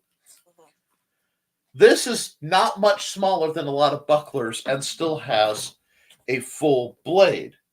It looks and functions much like this. What these are called are main gouge. I got this for $40 at Feast of the Hunter's Moon. Blew Jim's mind because I bought it. He's like, but that's like rusty. No, it's not. That's wax, not rust. Yeah. And I've been looking for a main gouge for years. This one's odd because it's Indian made and it has a triangular wedge style. So there's it's what like one-handed, single-edged, beveled this way. It's a very strange blade. But you have your windshield washer. Guys, the vast majority of dagger work, when you have... That's better! This is your bread and butter. Parry out, parry out, parry out. You can do the crossbody parry, but that can be a little painful to do, especially when you're in a chair, so you don't stab yourself in the leg. But that's a great alternative if you want to keep a weapon. I love that. I have a rig sort of like that downstairs, built by adding a chunk of PVC. A chunk of HDPE, high density polyethylene, that I got from Menards when I was making armor, to a cold steel parry dagger. Those are great lightweight trainers. Everyone should have one. And I think they're like $12 most of the time. So if you've worked with a dagger at all, doing a small shield won't be... A lot of the motion, if you're using a buckler and you're using it straight or angled, it's out and it's sort of parried around like this. I have a couple over here, but I'm not digging them out. If you're using a flat shield, you angle it to your body, set your elbow, and it's the same windshield wiper approach. You're just bending at the elbow instead of the wrist. It's really not that hard. Ryan Coker says, side sword is wicked sick if you're going through the text because it's paired with almost every major offhand, and there are tons of side sword and seal buckler. What books have you used? Side sword is... it may be the Honda Civic of swords. It may be like, what I used to call Chevy Cavalier because I'm a GM guy at heart. Everybody should have one. It just does the job. People are like, it's not sexy, but it works. There are a few styles that can't manifest with it. It pairs with everything. It's like garlic. It goes with every meal. I'm telling you. And again, my opinion. That's my opinion, though. The two of them. Have we? Joseph, who may be sleeping. Yes, you. Have we disagreed with you at all? No, sir. We have agreed. The only thing I did is wake you up because it looked like you were zonked. You had your chin tucked. You look like you're pulling a Dan Hollifield, my friend. And the only picture I can see is the one from YouTube, and it just looks like he's so affronted. Well, now he is because he jerked. I went, Joe. So either he was like working on his phone and doing good work and trying to be a good backup guy, or he was actually zonked and I woke him. And I'm genuinely not sure which the case is. You're muted. He was on his phone. I was on my phone. Okay. Who was that masked man? Robin Hood, riding through the glen. Anyway, Robin Hood, Little John, run through the forest. He needs to do his drills again to get up to being to Zorro status. Fiore, Maserano, and Agrippa right now. That's a nice spread. Yeah, that's You've nice. got some Spanish, you've got classic, it's aggressive. You may find that to be a bit in the aggressive for body mechanics, from what I've heard, and if you have any movement issues. If you do have mobility issues, parking a shield is one of the best things you can do. If you don't believe me, scroll through the videos and look through the early videos of my dear friend Jim. Yes. James Roberts did not have a lot of mobility, and he got much better because he had some foot problems. But he was good, and I'm like, I know the solution. He was a wall. He was sword and dagger like I'm like, Jim, just try something, and I put my shield on him, and why did you do that? People complained, and I'm like, yes, your suffering amuses me. And then Jim decided to make the world's most complex sled-based shield ever. That is a beautiful saucer shield. It really is. It's so beautiful. You can definitely tell that Jim does STEM stuff, though. Yeah. You gotta hate it. And then he learned, wait, I can be aggressive with the shield. The wall can move. The wall came for us. I just have to, and he became a boulder. It's great. But it's hard to fight Jim in a melee, have him come at you and not hear bum ba dum bum bum ba dum. Because it's like, run, short round. There's wait, I'm short round. Must run faster. Well, you're like, okay. You're like, okay, I'll go around it. And Jim's just like, no, you won't. Where? I have you in the corner. You're trapped. And he's just, I am the corner. Right? And you're just like, oh, mistakes have been made. And Ryan agrees that that's a nice spread of trainers. No need to apologize. YT is very wonky and sus. Lawn chairs at Denny's based. I've had those conversations before. Well, gotta run. Talk to you later. 2 hours later. What are you talking about? The sword fights in the Princess Blade are perfection. Indeed. They are. Indeed, Thesis, and there are times where you're talking to someone, I gave up and went to bed and left you to it. That's literally what's going on right now. My wife is in bed. My son is in bed. I am probably in trouble. She's going to ask, what were you talking about on the green room? And I'm going to be like, I did not yet. Anyway, didn't make it there. I've been talking to the pros. Hello Kitty Karambit versus SpongeBob. Ew! Ah! No SpongeBob. Get out of here. Love you, but that's done. Whee! Rainbow Dash, my Karambit for my daughter. If I had the right tape, I could. I found Hello Kitty duct tape, and I made a boffer Karambit, and it's hidden because Steve was over, and he was offering me money to buy so that he could destroy it. And I'm like, no. And he's like, I have money. No. It's iconic. It is. I may frame it and put it up on the wall with a case of emergency move glass. That'd be adorable. You got grins. I'm glad I just ate. There was a second there where my brain considered side sword and Nutella. Oh, you speak my language. Sounds tasty. I mean, I've slicked food off knives, and not just butter knives. You're not the only. No. I'm a fat old man who walks with a cane. If you don't think I sit on my front porch and eat an apple with my knife while contemplating the world and watching, the cars go by, possibly listening to blues or bluegrass just to make some of the tourists unhappy. I mean, what? I refound Big Bad Voodoo Daddy. Jeez Louise, English words is hard. Yes. You can tell she's a writer. Voodoo Daddy, right? You can tell. Definitely was an English major. I know words good. Yes. My arts are liberal. No, right. It drives Thesis crazy when I lick stave knives. As a proper warning, please do not lick sharp-edged implements. You could cut your tongue. As a human with flaws, it can spread multiple breads at once. Yeah, just Subway, eat fast. Swordway. Oh, Jimmy John. Is that the sequel to Samurai Delicatessen?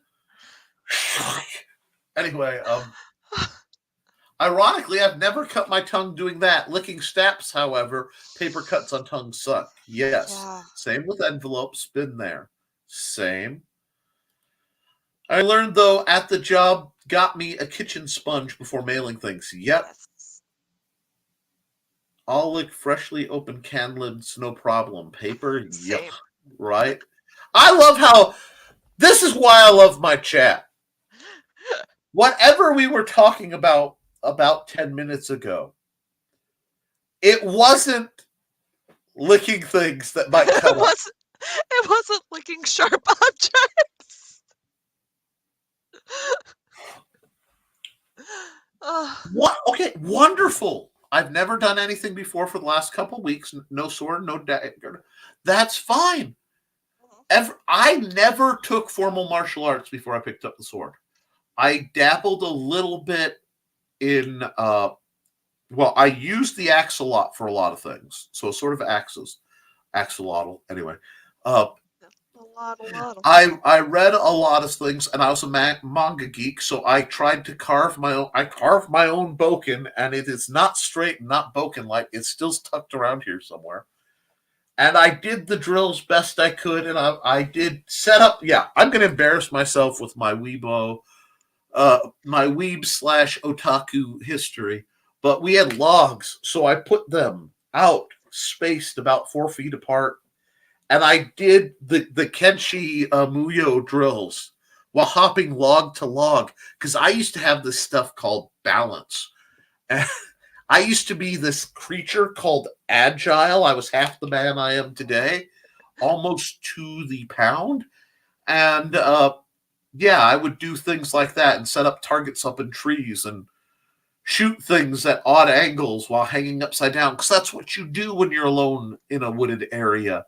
You have like a light bow, and you're like, hey, check this out. I can do. God dang it, that plane flew out too low. Scared me. There may have been a plane that I found out later was the reason it flew so low was they were running drugs to an illegal land strip, and they buzzed the trees over my house, which was fine till the day I was asleep up in my little tree platform thing that was made out of a pool table box. And I'm asleep after shooting, and I hear this, what the heck? And I look up, and then all I see is, my brain registers there's something big coming at me, so I pull the bow up. I'm like, God, I'm taking somebody with me. I'm not going alone. Go not gentle. And you see this arrow go, woo, right up next to the They were probably so confused. Because that was back when I was in toad mode. I'd come home, I'd change into like green jeans and brown shirts and not quite camouflage, but you'd be amazed what I could do. I'm asleep up a tree, and I got startled, so my first thought was, whee, Oh, man. I can make that joke because, seriously, that was 30-some-odd years ago. And apparently it was a drug plane, so I'm not real worried. They got shut down when a police plane flew over and saw that they had, 5 acres of green material that was not corn in the middle of their cornfield. They're like, that's a weird green for right there. Huh. Yeah, that should not be green there. And then they burnt it off, and the whole valley deer tried to wander into my house, but everybody was happy. So, no, you're doing good. Yeah, just study. Side sword is the little black dress of melee combat. Everybody should have one. Everybody should know what it pairs with. Easy to accessorize. Oh, honey. Stick, broom handle, dowel rod? Absolutely. My brother and father kept me safe, so I didn't need to learn how to fight. My life has been quite a story. Well, anytime you're comfortable sharing, either in private or public, we will accept it. And I encourage you to do whatever it takes to be healthy. I will say I hope you're having conversations with a mental health provider. Because while I will try to build you up, I am not a licensed or anything like that. And I hope you have one. Though I do understand that learning martial arts of any kind can help make you healthier and stronger. And if we can help, we will. If practicality is your intended goal, I would look at it slightly differently. I mean, learning side sword is excellent. Please don't think you should stop. But I have to walk with a cane because at points I need it for balance. And, because of the neuropathy, every once in a while my leg will randomly go on vacation without me. I'm to the point where I laugh about it when I'm getting back up. But, it's like, I did it again. But since I carry a 3-foot long stick with me basically everywhere, I have a carbon fiber.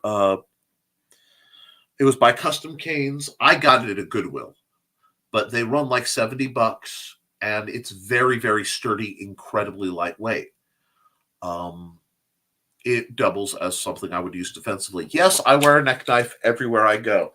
However, due to my assorted conditions, if I'm ever in close enough range that this much steel becomes an effective tool, far too much has gone wrong in my universe.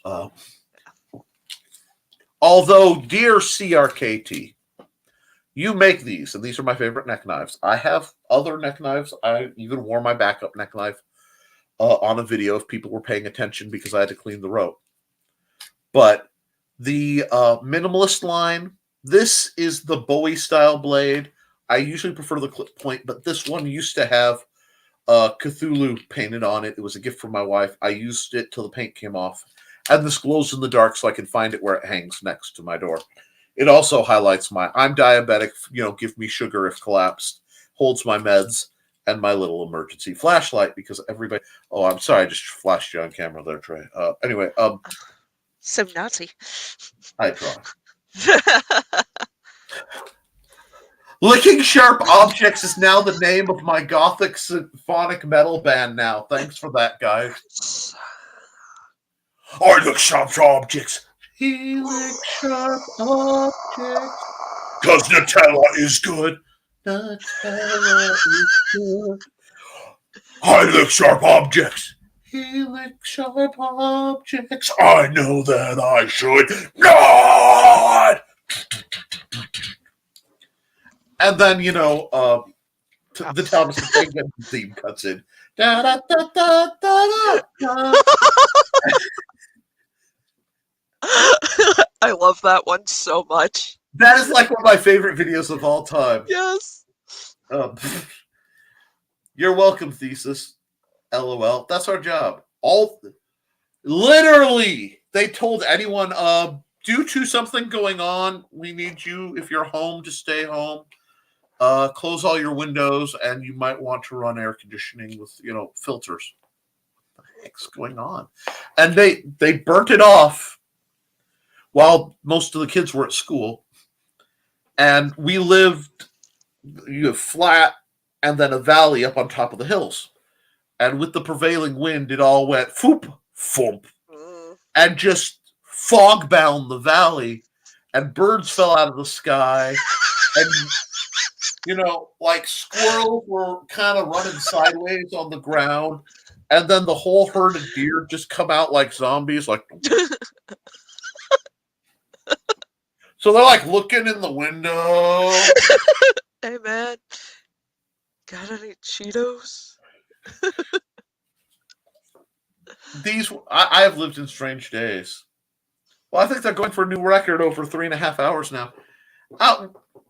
We can make it to midnight easy. Well, yeah, we're 18 minutes from midnight. Midnight in what time zone? I mean, tomorrow I got to get up at crack of dawn. Well, if you guys need to go, I mean, he's Eastern, I'm Mountain. There's a bit of a difference there. Midnight for all the Joe. Midnight for all the time zones. I mean, it's only an hour and 15 minutes from the Central time zone, so. Yeah, that could happen too. I'm Eastern Mountain. We're out in the middle of Utah. And now he's flashing us on camera. Oh, you loved it. Dave's not here.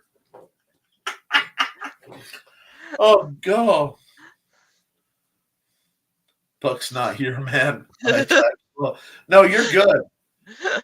You're good. And actually, we caught up. Wow. We made it. I've done live streams so much on the Nick Talker channel for Nevermind the Furthermore. I went, well, guys, well, I'm going to get up and stretch my hip for a second. But I'm going to run a commercial. Because we've been on here and I think it's time to run. See, I don't run commercials on this show as a rule. There may be exceptions if something's really sword related, but the stream caught up with the chat. Impressive.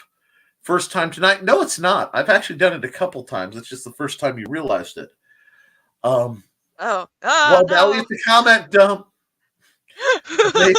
Make it longer because this is fun. Love takes time to heal when you're hurting so much.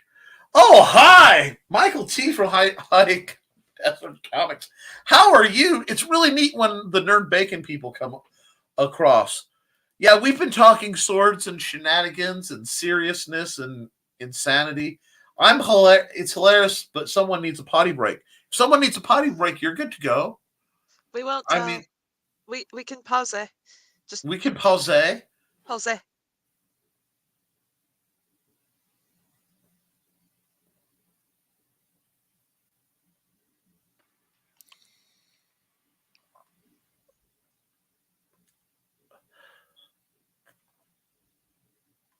Okay, I'll break. Okay, I can't. Oh, wow, sir. Favorite sword, and why is it a messer? Guten Tag. Let's bring the German out. Messers are fine knives. They're big knives. I love me some messer. The kraut loving legalist manipulator. The messer makes me happy, and I'm going to tell you why the messer is one of the great swords ever. If you want to go, why the messer could be your favorite sword. It was developed in a place in where we think of Germany, and they decreed that only nobles could have swords. The German ATS, alcohol, tobacco, and swords, they'd come in and stab your dog. But anyhow, I should not have made that joke. But they said, you can't have a sword. And then the people went, well, what makes a sword a sword? And they said, well, it's got a cross piece and a slide-on hilt and a pommel. Of course. But we can still have knives, right? I mean, of course. We're not monsters. Excellent. To the point, hi, New York. Anyhow. If my channel's going to get in trouble for some of the things it gets in trouble for, I might as well do the things I'm getting in trouble for. But might as well do it on purpose. Fine. We'll make a knife. And they started making messers, which, as you know, have scales just like a knife. Scales are the wood or ivory or whatever parts on either side of a full tang usually, so that they could see the tang. Oh, okay. Correction on the story I learned recently. Legal declination was to stop the knife maker and sword guild from fighting. That makes sense. That's a good reason. But, and this is one of those, occasionally with a historical anecdote like this, if it's not true, it should be. They made these so that people could carry weapons of length without getting in trouble for having swords. And it's so funny when you compare it with the shenanigans around pistol braces and stocks in modern firearms. Let's see. Let me rewind. Okay. Boop, boop, boop, boop, boop. And okay, I gotta find where it was. Oh, I already did. She met the dog. I'll do a commercial. Get Nick's books, Amazon.com/Mr. Nicholas Anthony Dr. Second, author and gobbledygook. And fun. That's not a knife. Now that's a messer. I call it knife, sword, and I dig whatever. It. And there's nothing wrong with a messer. I love messers. I love German hunting swords. I love hangers. There are a few swords I hate, and those are the ones that are artistically having sharp points pointed at you or have holes that make the weapon break. There is a video where my beloved viewers sent me pictures of swords just to make me break. The fantasy swords where they're just like, it's so pretty and sharp and edgy, and you no longer have a hand now. Way to go. My buddy Lito briefly had a knife in his possession. I don't know if he still has this dang thing. I hope he doesn't with his kids. It was by Kit Ray. And he had it on a thing, on a little stand on the table. And he said, pick it up, tell me what you think. And I'm like, I don't want to. And I pick it up. And he moves the stand. He does something. He's doing like packing. And I'm looking at it. And it had wing blades and front blades. And it's about this far out. And all these spikes and things. And they curve back to about here. Lito, you need to bring that back. Well, if you're done, just set it down. I can't without that thing. Please bring it back. Lito! He's like, oh, you're not kidding. I can't put it down. I didn't say I can't make it go. I said I can't put it down. Oh, okay. Sorry, dude. And I still barely got my hand back out. It literally was a crawdad trap. Yeah. Those I hate. And Nick's artwork can be found at tvnart.com/NickD. Also, hybridsrpg.com for the folks. That's coming out later. But I try not to do commercials. Correction of the story. We are there. I regret nothing, Foxy. Most people who come in regret nothing. Don't forget to tip your host. Yes, if you want to tip me for this unexpected 4-hour program when I'm going up north tomorrow. Oh, you're coming up here tomorrow? Celebrate for my mom. PayPal.me at /Nicholas Tockert if you want to give me money. Or you can join the Historical Fencing Guild because that's where my regular income comes. And then you guys get to pick what I do videos about. Because if you come on the Historical Fencing Guild, hey, Nick, do a video on this. With the exception of the back scratcher, because I have to get out to the garage and dig up past where the chickens are to get the best back scratchers. And I will do video. I am going to do a video. It is on my wall of stuff. You know, let me see. Is there anything here that can't be seen? I need to do that. Look, I'm going to prove it to you. This is my wall of knowledge, okay?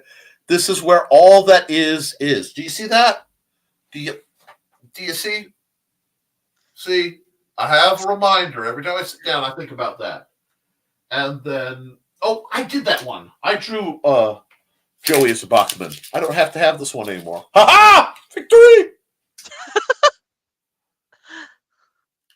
And then there are a few other things. But A lot of that's game related. Ooh, that camera gets warm. I mean, it's only been going for 4 hours. You've seen me on the green room. I know. Let's see. But thank you. I've heard a more complicated version of that explanation. You know what? We can talk about that sometime. I would love to do a historical analysis of weapon rights as a video. I think that would take time, but that could be interesting. Support this craziness at patreon.com/the Historical Fencing Guild. I have a sword right next to me sitting on the couch, but it isn't a Metzer. You have swords in nearly every room of your house. Yes, we do. Here are a few swords I hate. There are a few swords I hate. Proceeds to make a personal attack against Kit Ray. Come at me, Spiky.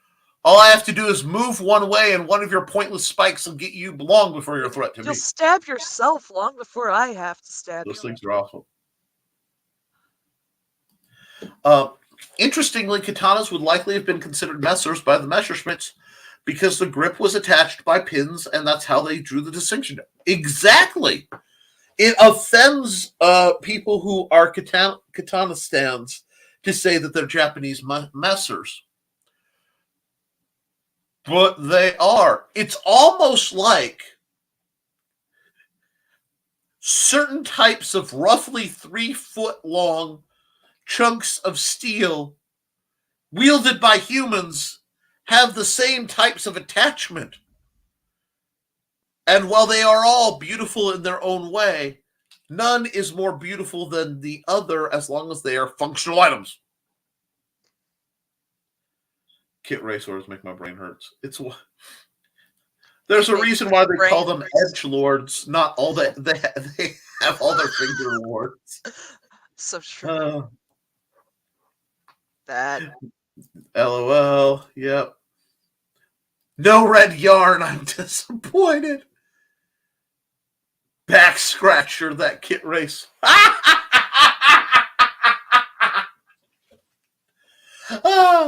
I got to bring out a prop.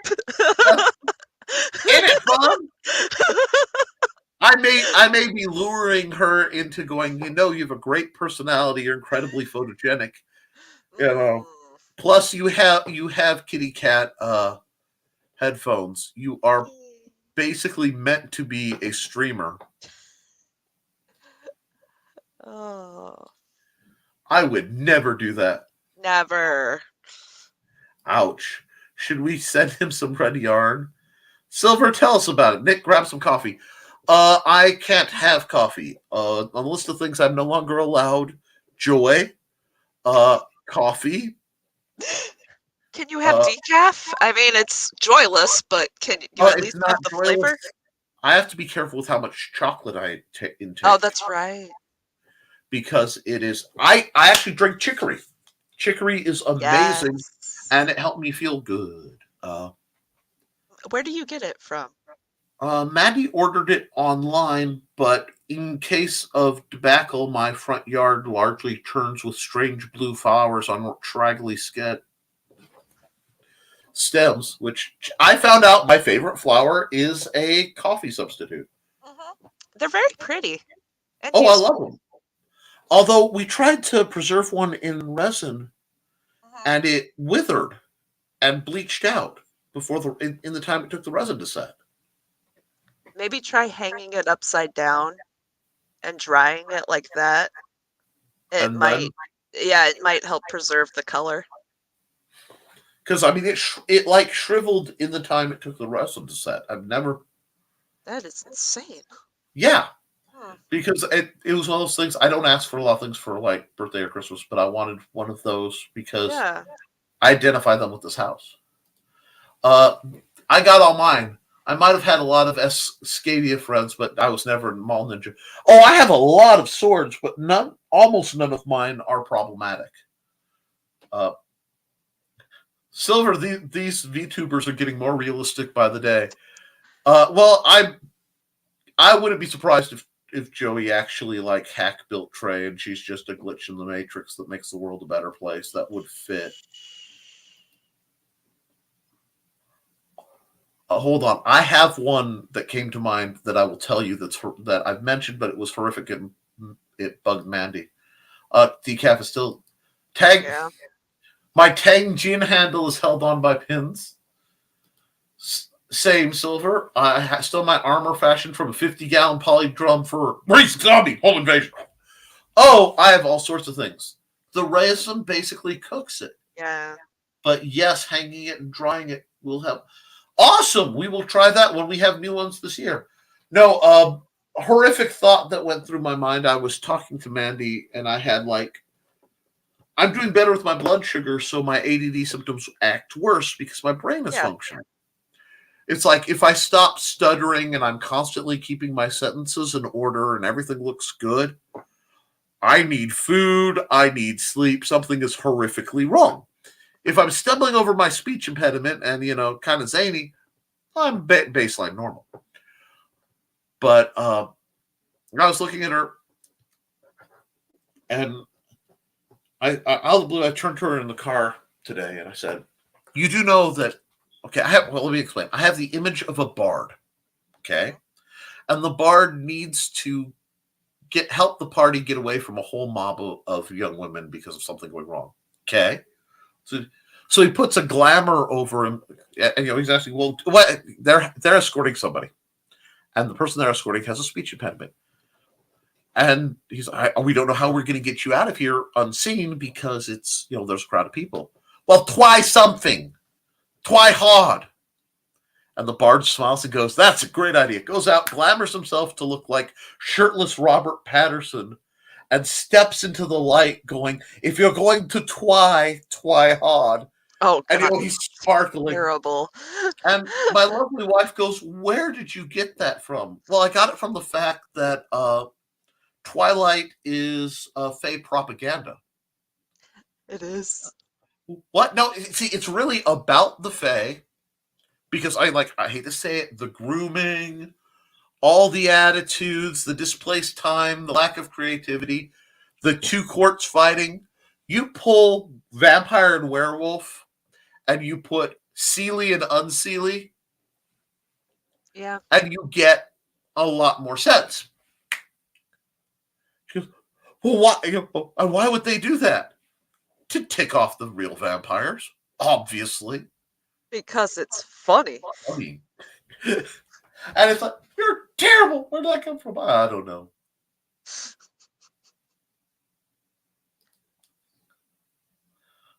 I had a friend whose opinion was every sword he had to cut him. It needed to taste his blood to be his.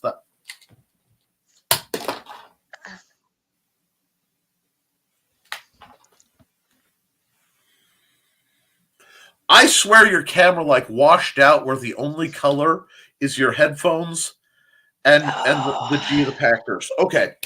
Yeah, Packers are love. Packers are life. But guys, let's pull it in. I dropped my glasses on the floor and I don't really care. Look, whoever is doing that, I don't know who you are. I don't know where you are. But I'm a man with a specialized set of skills. And I will find you. And I will approach you. And I will denozo you upside the head for being stupid. Okay, do not cut yourself with your weapons intentionally. That is stupid. No. Plus, you do not want your blood all over the place for a myriad of reasons. And if you are into the mojo world enough to think, I need to make it mine by bleeding on it, you should know better, because that could be easily used against you. Don't be stupid. I don't normally say that. It damages your blade. It damages the blade. Yes, your dirty blood could rust the blade. Why would you do that to it? That sword never did anything wrong. Oh no! What would a bard do against a horde of women? Twilight was awful. No. Yeah, see, that's just poison fruit from a poison tree. Gilbert Gottfried reading it though when I got off work. Twilight was garbage. You know, the werewolves were just puka that lost their way. Yes. Yes, sir. Beautiful. That chef's kiss. Ogre, I love you because you understand things. Twilight started as a Harry Potter fanfic, vicious cycle, and as much as people love Harry Potter, she plagiarized just about everything known to man. I still say she owes money to Jane Yolen for Wizards Hall. Read it, and we'll just say give it to Tim Curry because I don't know who ran the Worst Witch movie. Yes, but Tim Curry deserves the money. It's Tim Curry, and that is my answer to where people, you could know a lot about a person by where you know Tim Curry from. My answer is The Worst Witch. Yeah, I know him from the other place, but Fern Gully. Fern Gully. Fern Gully. This is from the same front.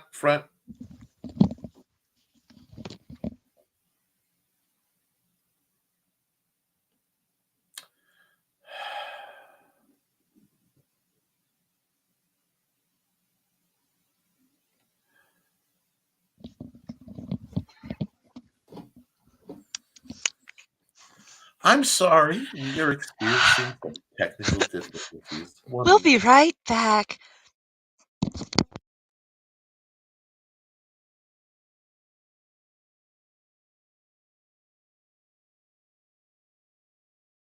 Thank you for your patience. This program will now continue. Your patience is very much appreciated. You're all going to die down here. Anyway, Edgelord doesn't.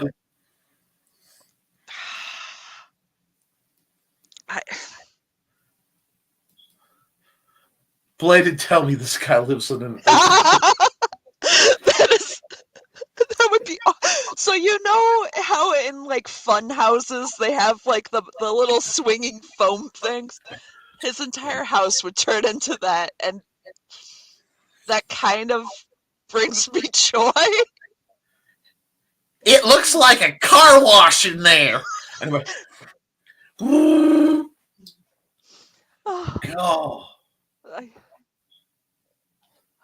Somewhere Guillermo del Toro got an idea.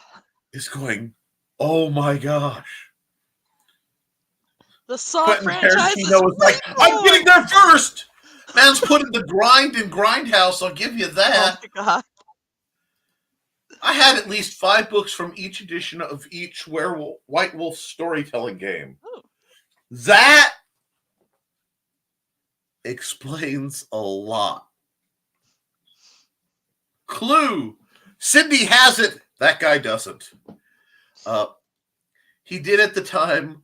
We have occasional ones here. It would only take one. Man, what was that about? It slices, dices, makes French fries, and julienne. What could it possibly be? This dude's house. And Joe Maddock. Okay. I don't know where he lives, but he used to live in the same town as Foxy and I. May the grace of God go with him, and thank God that he looks after dogs, dang fools, and ships named Enterprise. Oh, okay. Legend, then Clue. Okay, Clue was referencing the great Tim Curry. Then Rocky Horror. By then, I was addicted. He was great, although I have to admit I'm kind of glad he didn't get the role as Joker in the animated series. Because he almost got it, and he was too creepy. Having seen his version, I saw a clip. It's awesome. But Mark Hamill and Kevin Conroy were iconic. Did not break me. I simply had a system malfunction. This is not unheard of. Nick.exe is not a stable operating program right now. I know this because poor Joe has to deal with me, and he's a programmer. And I've seen him look at the back of my neck with like a USB in his hand and wonder if he could have just, jack in and fix a few things. I've seen that look. I know, Joe. I The know. system is down. Yeah. The system is down.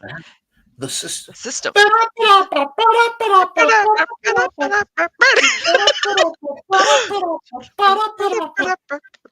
Anyway, we're not at all punchy at this point.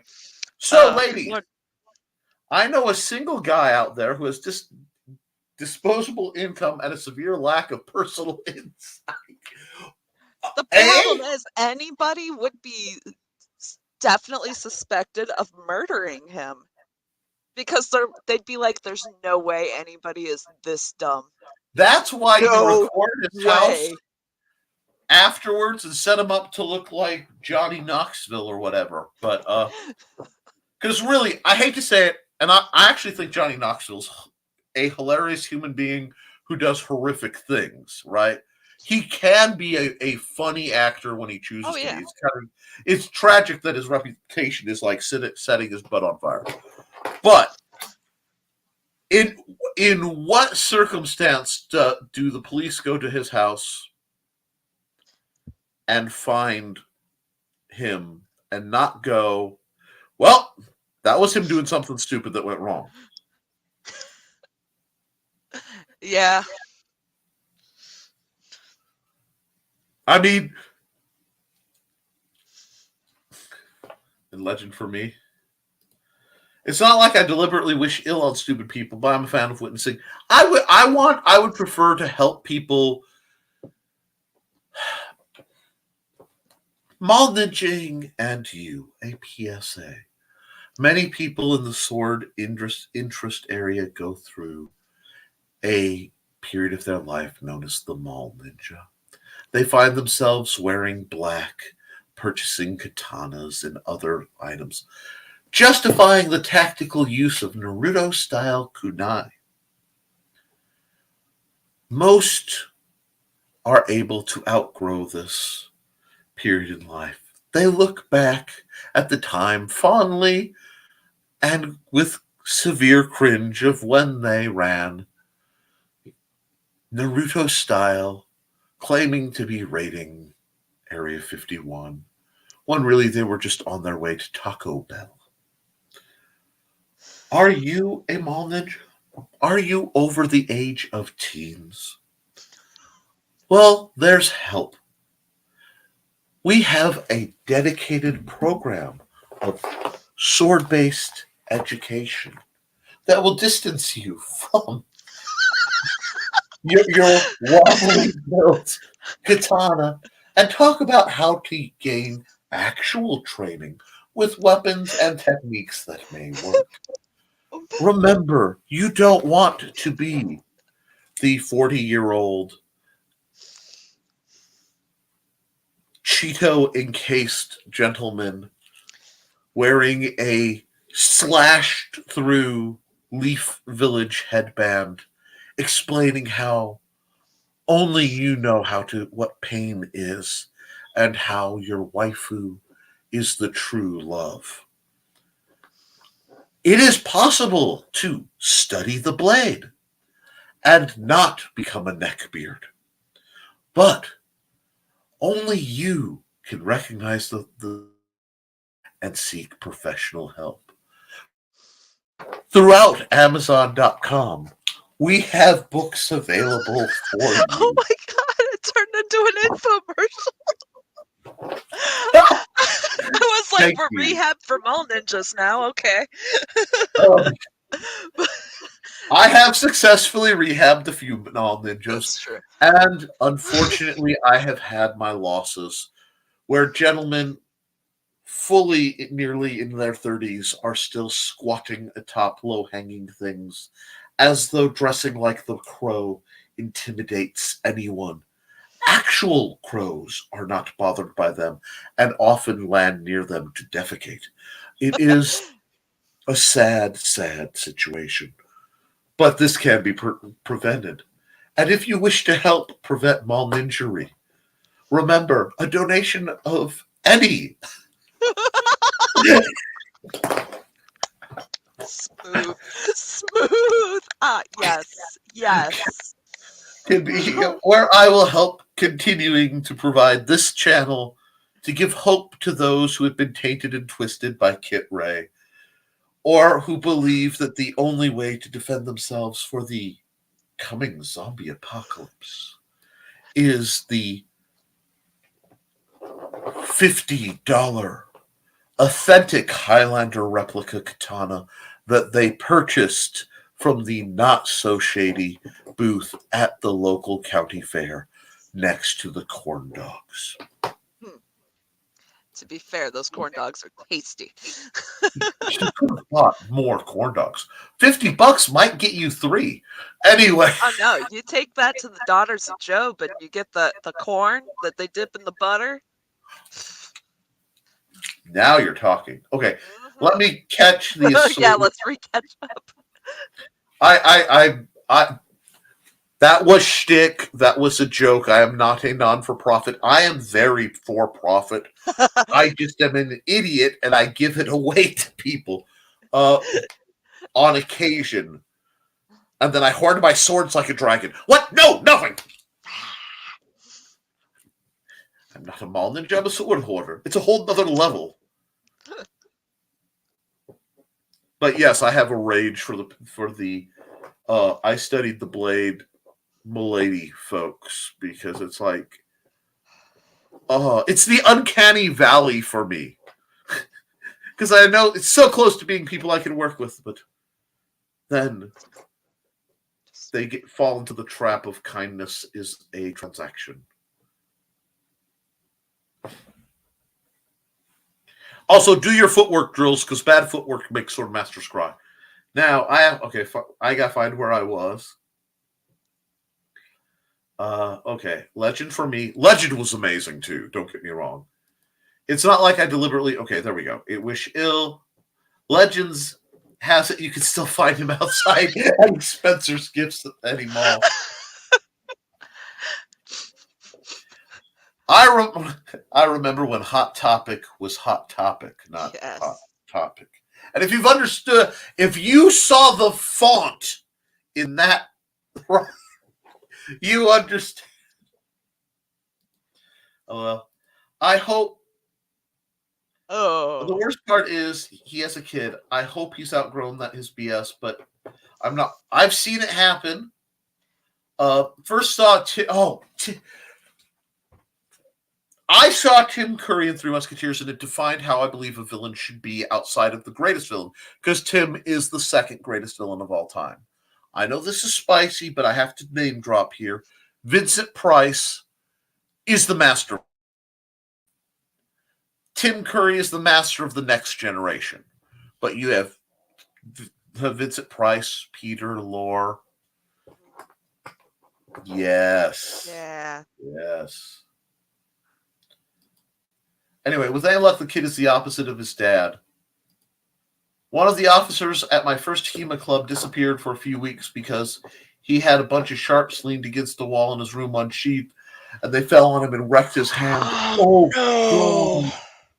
I only have one that is unsheathed and sharp, but it is right here, actually. And I am moving things around for safety. He is the reason I came up with the phrase Hollywood soldier. Ask me about it and I will explain. Oh, God! Cops came over and he looks like the Ten of Swords tarot card.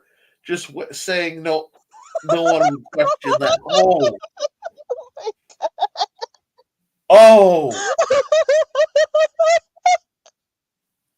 Oh. Oh, I know that exact card. Yes! I both know it and know it. Yes. That is a card I need no dealing with. I do not need to truck with the Ten of Swords. Nope. Sweet, because you're still going. Yep. Hi, brother.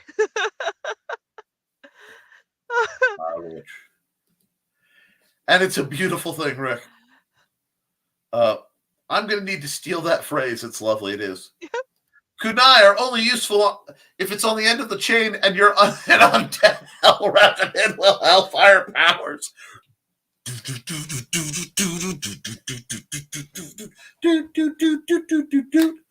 So I want to see a fighting game, and this spawns off of my Twilight discussion because this whole line of thought popped while I was in the car, where it's horror authors as characters. Because I just want to see Anne Rice versus like Stephanie Meyer. And like their custom attacks. I think it would be beautiful.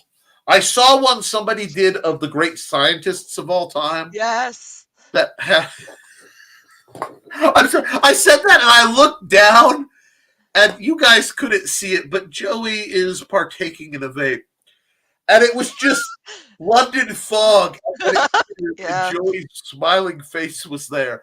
And it was just a moment of absolute delight. So, I'm expecting, acid rain to break out. Sorry. That's almost as good as that wow as a way to avoid pregnancy commercial. I saw that one. It's great. Oh God! That's How do you prevent your kids from getting into drugs? Simple. I taught them to play D&D and Magic. Now I don't have to worry about them getting laid or having any money to buy on drugs. Cardboard crack saves lives. It works for me. Nick has been a magic teacher alpha. It is possible to study the blade and shower.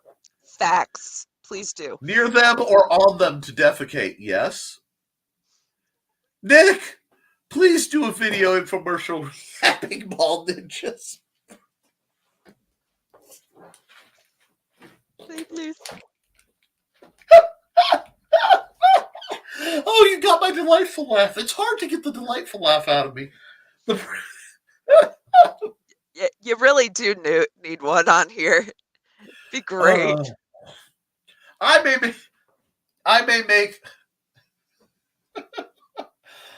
make some custom commercial things that need to happen anyway.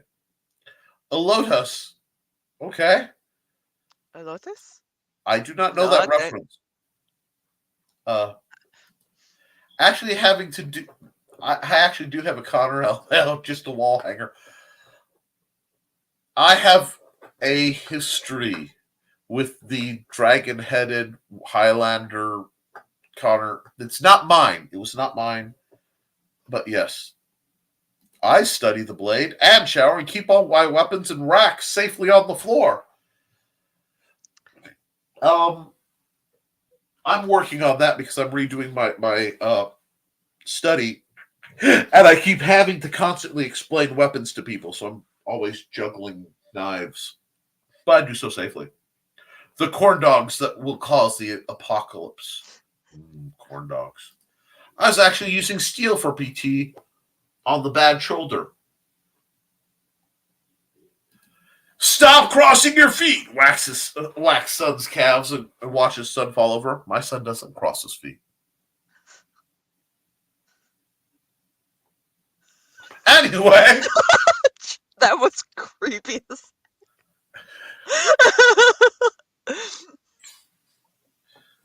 Y'all keep wanting me to be a cryptid. No, you don't. I'm not a cryptid. It would be bad if I were a cryptid. All the cryptids I resemble. You don't want me to be. I do not study the blade. I study how to make and use them. You're not a eunuch, are you, boy? Anyway, is it keeping you from pursuing said strumpet? Anyhow, I love you, Ogre. Fine, strumpet. Check out the see, it's bad enough. Rich Asplin Jr. Check out the green room chat. We're being cross-referenced. We're being it's one of those. You've been on one tonight. We've been on. Yep. Kiri Bloodrose. Hello, Kiri Bloodrose. I don't know you, but you have an anime avatar, and you're here, so you're probably one of our people. Please like, share, and subscribe to this channel for more sword-based shenanigans. And if you want a whole lot more of me, a whole lot more frequently, because I try to keep this channel roughly on topic, go to the Nicholas Talkert YouTube channel, where you'll get all sorts of insanity. I have a fighting game idea, and it takes off my Twilight discussion. Watch yourself, Tucker. You don't want to see an anime version of Anne Rice in full, like, trad goth gear, just, like, fighting combos against, against Stephanie Meyer, only to have, like, unlock combo with Bram Stoker drop in. Because then I'm like, okay, we need horror authors. So, the ultimate boss is Mary Shelley because she started this shenanigan. She just throws the calcified heart at people. That's her, or like, steals version theirs and calcifies it. Yes. The go-go yo-yo kind of thing. It's on a string.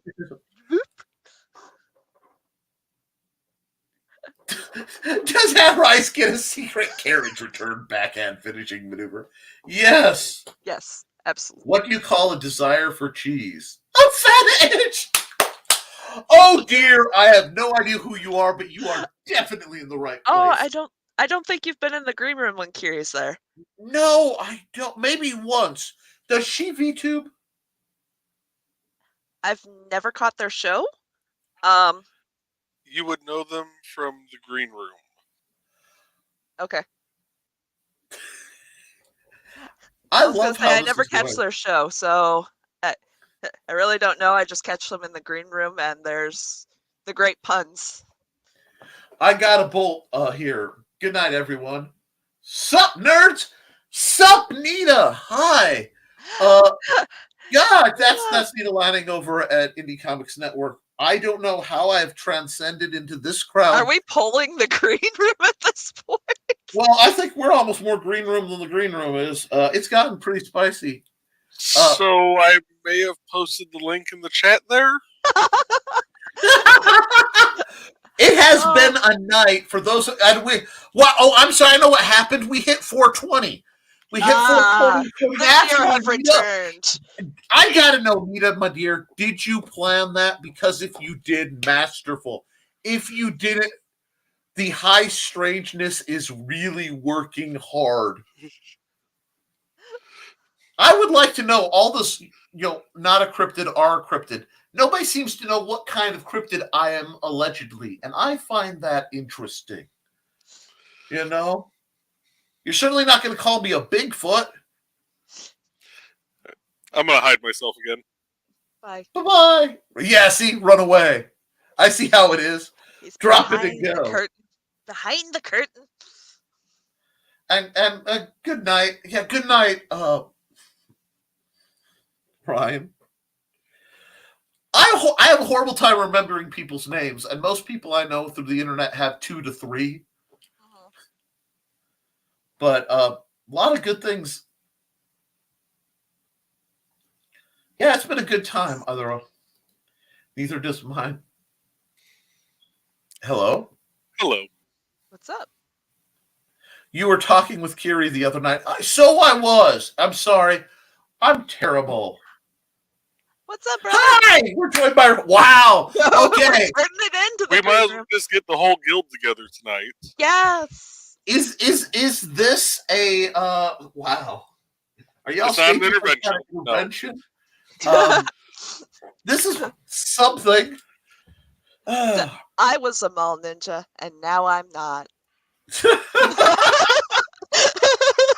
Oh, no. That's kind of the commercial it's looking like right now.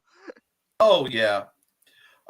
Giving even more socioception, yes. Why does Santa have a big sack? Because it comes only one. Dang it!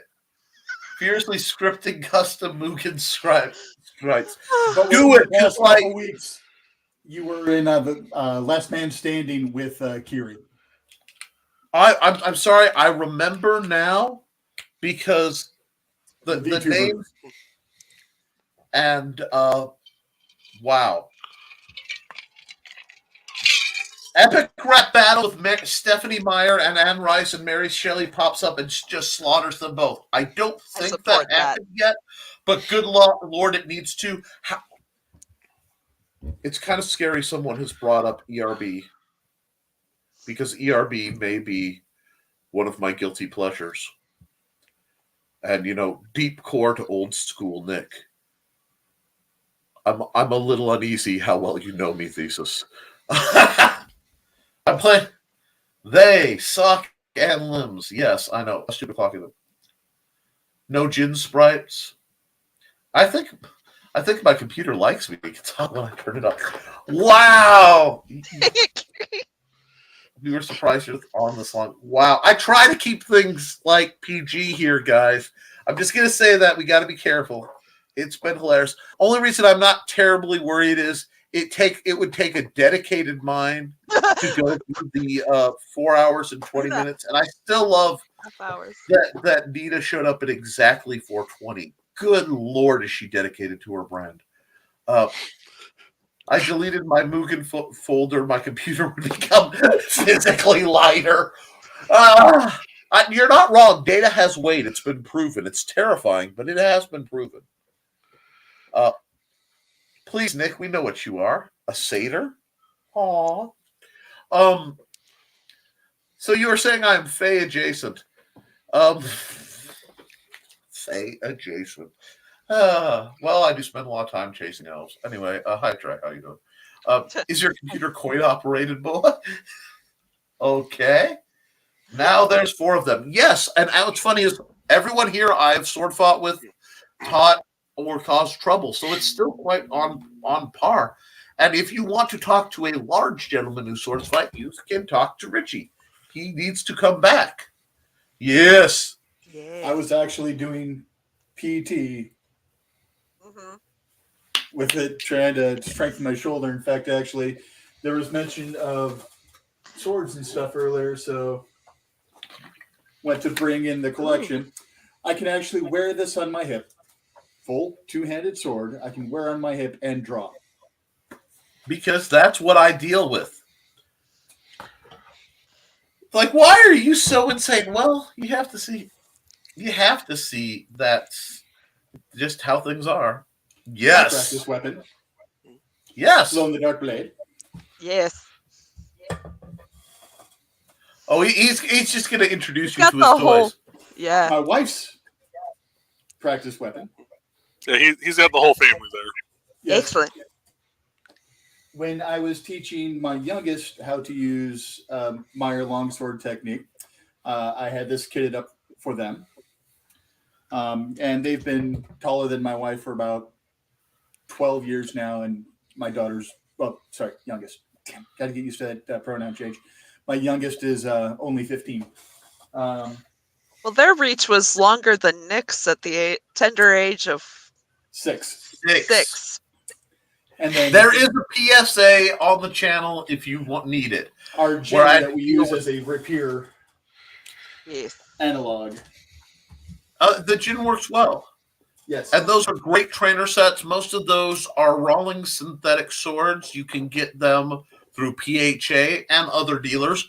But if you're interested, check in my links because I do have an affiliate link. The live steel, I recognize that from the literal Betty's Bazaar of the Bazaar, but the two-handed sword was a Gen Con $35 special.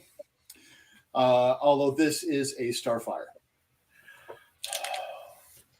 There was a point where when I was active in the SCA, I wanted, because there was a type of Starfire that was actually SCA legal, and I wanted a cup hilt rapier like that so bad I could, just sell other people's souls I've collected in a jar. But no, let's go through the chat a bit because the chat's blowing up. Let's egg them on. Holy crud, the whole chat one by one is ending up in here. Now remember, this is broadcast, and I do try to keep things above board a little bit, guys. Innuendo happens, especially this late. But guilty pleasure, I tell anyone about ERB.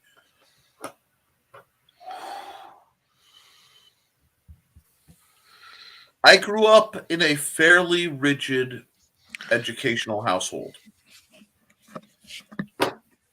The school system I went to was far more urbanized.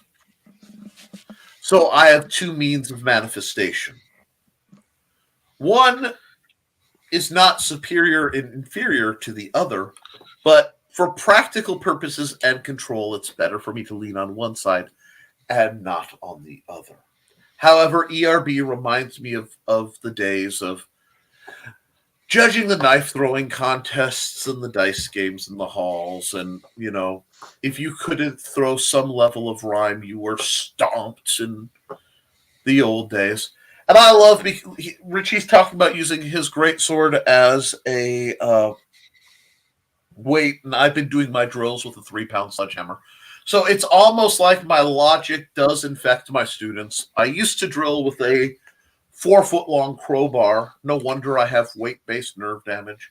But I still think my favorite ERB was Romeo and Juliet versus Bonnie and Clyde. Good choice. Good choice. Michael T says, if not adjacent, at least an ally. If you want to know you're a man after my own heart. It's same in my household. I watch cheesy rom-coms more than my wife does. She'll get pissed at me because she'll get sucked into them, though. If not adjacent an ally, he's referring to the Fae. And yeah, I was going to say something and I lost it for a second. What was I going to say? Oh, well, we got adjacent, but an ally. Yes. My philosophy can be found mostly in a single simple document. The vast majority of my preferred philosophy is in the Desiderata by Max Ehrlichman in 1922. And part of that is whenever possible, without surrender, be on good terms with all parties. So, provided, the vampire types don't try to eat my face and stay the heck off my property and stay away from mine. They do what they do. I'm not going against them actively. As long as the Fae follow the rules, I let the Fae do what they do. There are concordances in place for reasons. Likewise with the terminally furry and any cryptids that may or may not exist. It's really easy, guys. You just don't be a dick, especially to things that can eat your face. But you don't. What is that lovely? Technically, I'm always a dick to everyone. Yes, you are. But yes, I know the parody on your name. Well, not just that, but my personality too. I mean. That's true. My parents made me, so I get to beat it. That beat gigafying. Frying. That's making me hungry. Not as good as pedifying. What's in an anarchist weak point their prostate? Oh my gosh. Oh, this is delightful. We should be talking about swords and stuff. Good thing I keep my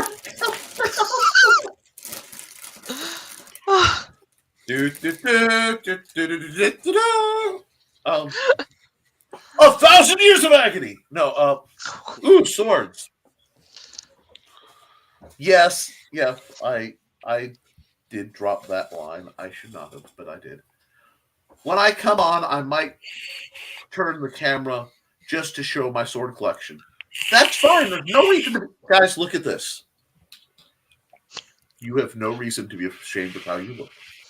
If I could be here with the House of Usher, lovely, thank you guys for donating that, and all the shenanigans, you're not going to look bad. Don't let the BS get to you. You're all wonderful people. Insane, but I wouldn't associate with you if you weren't. My guilty pleasure is cheesy rom-coms. Don't tell anyone if I watch them more than Foxy does. That's what you were responding to. I hadn't gotten to that comment yet. Okay, because I'm getting comment dumps, so occasionally they spool like the Price is Right wheel. Yes, he does. You just told the internet. Shh, Ogre. No logic. No logic here. No logic. It's juicy gossip, my good sir.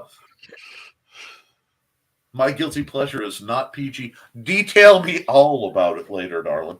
Anyway, LOL. Save Indy. Shh. Indie Network.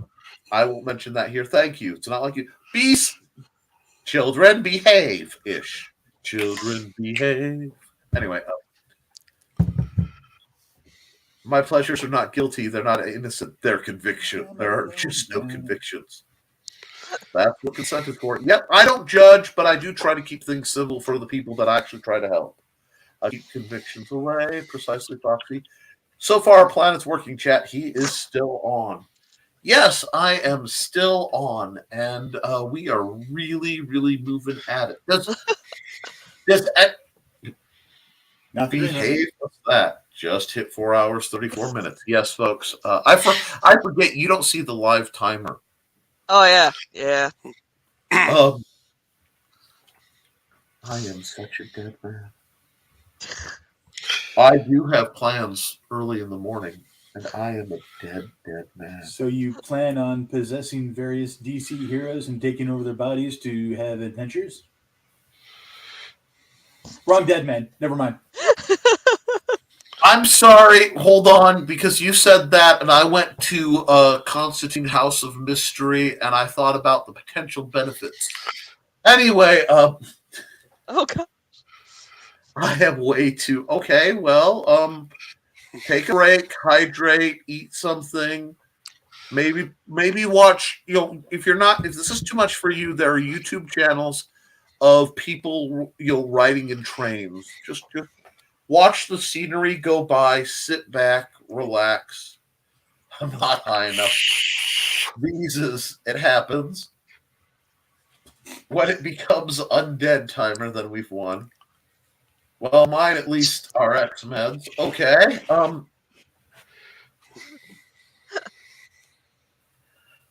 Really? Okay, decided we needed to be zoomed in. Right? You okay? Those techno maging over there. I noticed. My hand check. I don't have control, so it doesn't work. Right? Anyway, I can turn off my camera. That's about it. Anyway, the mouse is by this hand, not this hand. All joke. Richie, did you see the rapiers? No. Yes. Polypropylene rapiers, octagonal blades, blunts. $50 on Amazon. I currently own 6 of them. These are going to be the standard. What? Are they cold steel armory or? No, they're Jiawu, I believe. It's the same company that makes the Chinese trainers I like. So, like the Jin here. The Jin. Okay. This guy. Few others I have rattling around. They're not perfect. They're a little light. They're a little floppy, but because of the neuropathy, they're lightweight enough that I can handle them. Hi, Mike Jimmy. We've been here long enough. Mike Jimmy is now on. Did we really stay here long enough to wake Mike Jimmy up? Yep. Okay, I'm skipping people's mental problems. Don't get them cold. Yes. And I caught a live one. Well, that's because we've been live for 4 hours and 37 minutes. Because I brought Trey on to discuss things, and then we talked about some rather very, very important serious stuff for a while. And then we got goofy, and then we talked about other serious stuff. And then the rails completely gave in, the sinkhole opened, and my whole education Trey's laughing through Joe's head. Oh, good. My laugh so I'm does like, carry I a gotta bit. see what's going on. My laugh carries a bit. And I hope your fun campaign goes for everything. We are certainly live. Oh god, it's still going. Right. Mike, Nina, everybody loves Mike Jimmy. Mike Jimmy Lorsha DeBron is amazing. Life on Core is amazing. and there's almost no actual, like, there's limited conflict. It's really cool. You have alerted the Netherlanders. Hi, Teddy. It's okay. I've had wonderful discussions on Polish. Is it Polish? Or I'm sorry, no offense. That was me thinking of someone else. Dutch polearm techniques and strategies with a bomb. Yeah, Bonser. So yeah, Mike has a big day ahead of him. So do I. Evening, everyone. Hi, Blue Teddy. Yep, we are barreling towards our 5th hour streaming, which is putting me somewhere around 6 or so odd hours live. Goodness. Total today. Hello. And yeah, this is normally the Sword Talk channel. We're usually fairly organized, but this has apparently been the equivalent of one of those Twitch raids I've heard about. I just hope everyone who comes is kind enough to subscribe to this channel as well. And anyone who's been here wants to meet these other zany people, go to the Nicholas Tucker channel and subscribe over there. That poor microphone. I just punched it. It's not a chair. That chair had it coming. Had it coming. See, now we've almost enough people to do it right. Oh, we have enough. Swish, flick. Oh, do not get Chicago music stuck in my head. Oh, come on. Evening Blue Teddy, followed on Instagram. Nice. No. Batsu, no. Avada, put that thing back. Like Jimmy Larson abroad. I saw that, Blade, and followed back earlier tonight. Wonderful. Please follow each other. I like building communities. It's what I'm about. I don't post much over there, but I hope you see it a little bit. Cool. Blue Teddy, I haven't seen you since I caught Lit Devil. Wow. And the sunset pics are... I love sunset pics. Yes. I have some to put out, actually. But then the Fire Nation attacked. Oh, no. Look, I got this. Where's the big guy drinking tea? Let me talk. Okay, Scarred Kid is important, but let me talk to the big guy drinking tea. Yeah, let me go make some. The kettle was on earlier. It might still be hot. I don't play the game, but I'm familiar with gardening, and who doesn't love a White Lotus? And just see if I can't solve this Fire Nation thing before it gets out of hand. Anyhow, that's what I'm saying. Everybody's greeting each other. I love that we're bringing together. Sees Wand. I disbelieve. And somewhere Tinkerbell went, ah! Right. But you guys are starting to get like, I'm sorry, no tea, only coffee. I'm drinking tea. I'm spilling the tea. Now let's talk some Gillette. Alrighty. So, Richie, you want to tell folks about what you do sword-wise, martial arts tea? Martial arts tea, yes, I'll tea. Martial arts related? Since you're here, I'll push to work. Longsword, Meyer, longsword technique.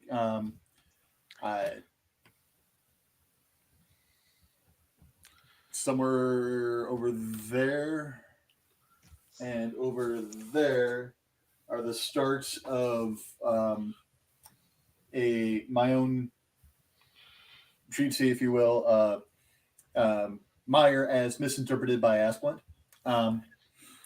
It's got introduced to the Historical Fencing Guild by Nick's nephew, George, who I've known since we were 5, which means it was 5 years before Nick was even born. Yes. Hence why I know him as Richie. I'm working on dropping the IEs in a couple people. Honestly, it's fine because, one, you were introduced to me by someone who has always known me as Richie, and you've become family, so it doesn't really bother me. Yeah, as long as it's not Richard, and then I'm looking around like, what did I screw up now? The And I'm problem is, expecting if I Ma to said come that, whip my my ass. brother and my dad and my stepbrother, not my stepbrother, my brother-in-law, would all spin because I have a lot of dicks in my life. Yes.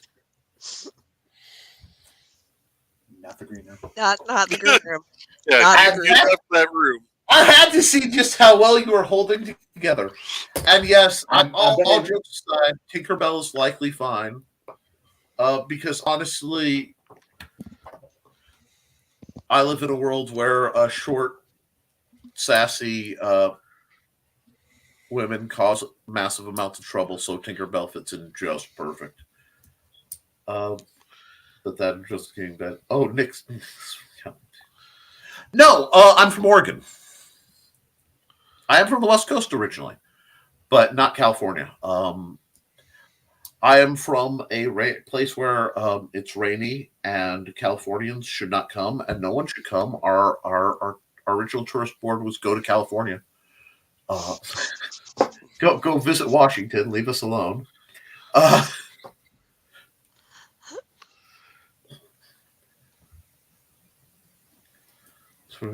Some Richard Craniums, yes.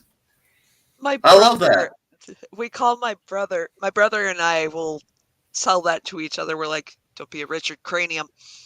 Mm-hmm. They're a small school with a Richard head. No. Somebody's parents hated him. Well, that might be a boy named Sue level parenting too. He was Richard Head the Third. Family of dickheads. Apparently. Dang. I try to keep the swearing down, but a certain reference about how many of you are on this ship from Spaceball. I knew it. I'm surrounded by yeah. Yep. And yes, I honestly don't like people adding the IE kind of thing or Y at the end of my name because very few people done it. There's one or two people who are doing that, I think, out of habit. Well, not habit. They call back because I had some friends who went by the IE version of their name so much speech impediment kept rolling it out. So I have to tolerate that. But that's not better. What's not better? Oregon's beautiful, but I live in Indiana. Speaking of parents hating, I knew I want to Harry Cox. His father's name was Hardin. Good for them. I mean, it's sad that they have to go through that. But we have been streaming for nearly 5 hours, and we probably should consider it. That's also not better. What do you want? I'm not even Foxy. No. This is not Moe's Tavern. I'm not bringing that comment up. Oh, have you seen the first episode of the new Night Court? Not yet. Oh, it's great. Because not the original Night Court. The names of everybody in the building for comedic effect. Jokes. Oh yes, I loved it. Yeah, it was great. It was so in the spirit of Harry Anderson. It's not even funny. Yeah, they definitely kept the spirit of it alive. Yes. Stoner Drug I've seen the commercials from that, and it is funny. Oh yeah. Sadly, I'm not making these up. I believe it. I just don't. I know my crew right now, and I'm a little worried for you guys. So, is the goal to keep me up past 5 hours before I go to bed? Is that what we're doing? No. Because why would we ever do something like that? I have to get up actually early in the morning, and we have to drive. I didn't. Yeah, you guys kind of shafted me tonight, and I love y'all. Long and hard. And you can't do the caffeine anymore. I get no caffeine, and I have to get so many hours on a breathing machine. So I will make a lovely deal because I know my friends and viewers.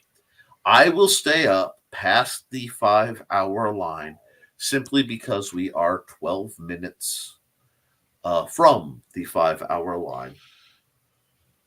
And then I will cut the show. Because it will be a good reminder to Brian that I can do this sort of thing when the time comes, because I have agreed to do a 6-hour broadcast with Brian when Amy Hale gets enough money, I believe is the situation. Nick's got endurance. I'll crack 5 hours, and now... Okay.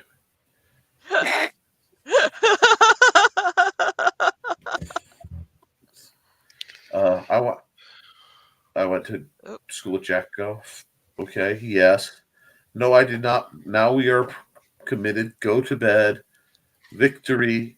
If your stream is over 4 hours, contact a nurse. Hopefully a cute one. Nick, please, you're not 18 anymore. The tax has built up over time. I am intimately aware of it. But like I said, I have like 10 minutes, and I can give you all that out of love. And then I will crash and get in trouble. The tax is consent, so it's okay. What?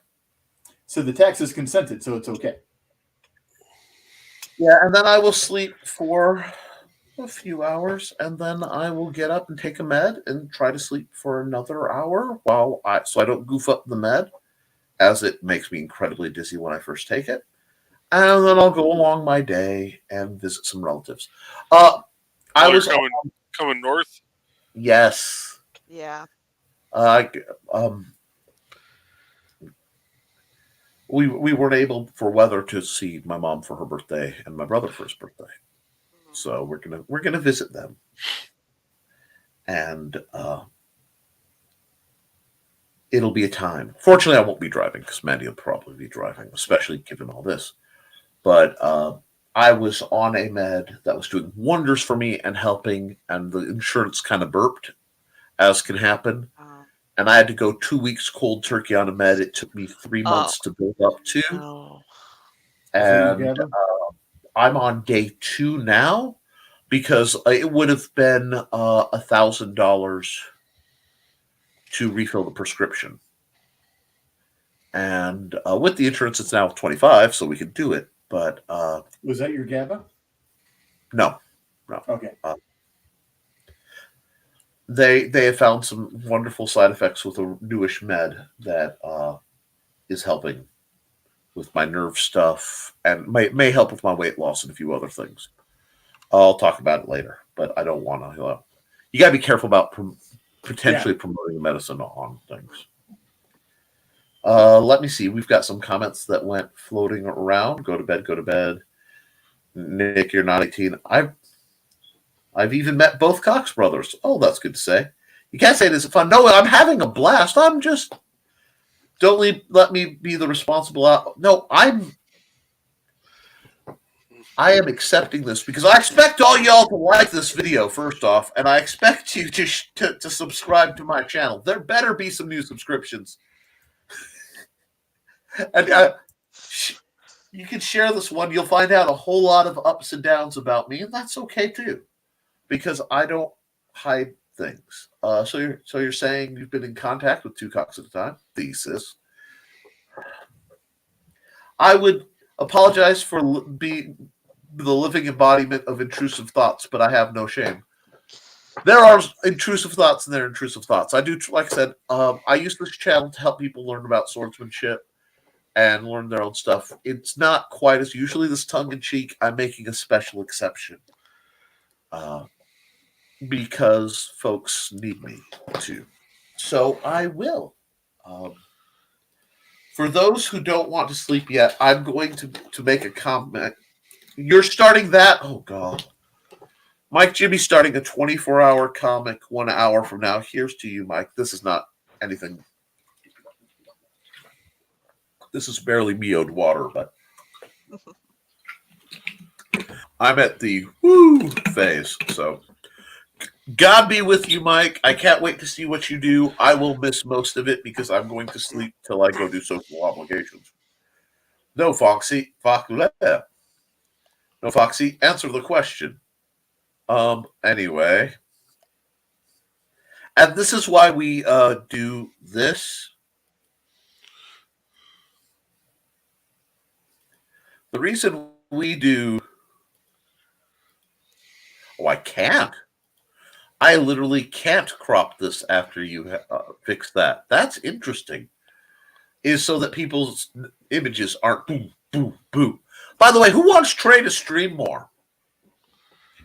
Because I think she needs to stream more. You don't get a vote, Joe. Wow. I'll vote twice. I'll vote once for him.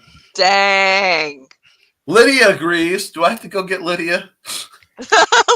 She's got both her hands up. Of course she does. I'm pretty sure I get Barry to vote too. Yep. See, there we go. He's an adorable kitty. You can't. He is an adorable kitty. He is. Yes. Yeah. I have watched. I've been sitting in Denny's watching the sun come up, friends. You know, we've been in the Denny's parking lot. Waiting for the I staggered out of the Denny's once after everybody was gone because I was going to try to end a campaign for, it was supposed to be a big game. It was supposed to be 8 people, I think, show up. The 28 people that showed up for the game. Oh, God, the long table game. I remember that. See, I don't, because I was the machine, and the machine was me.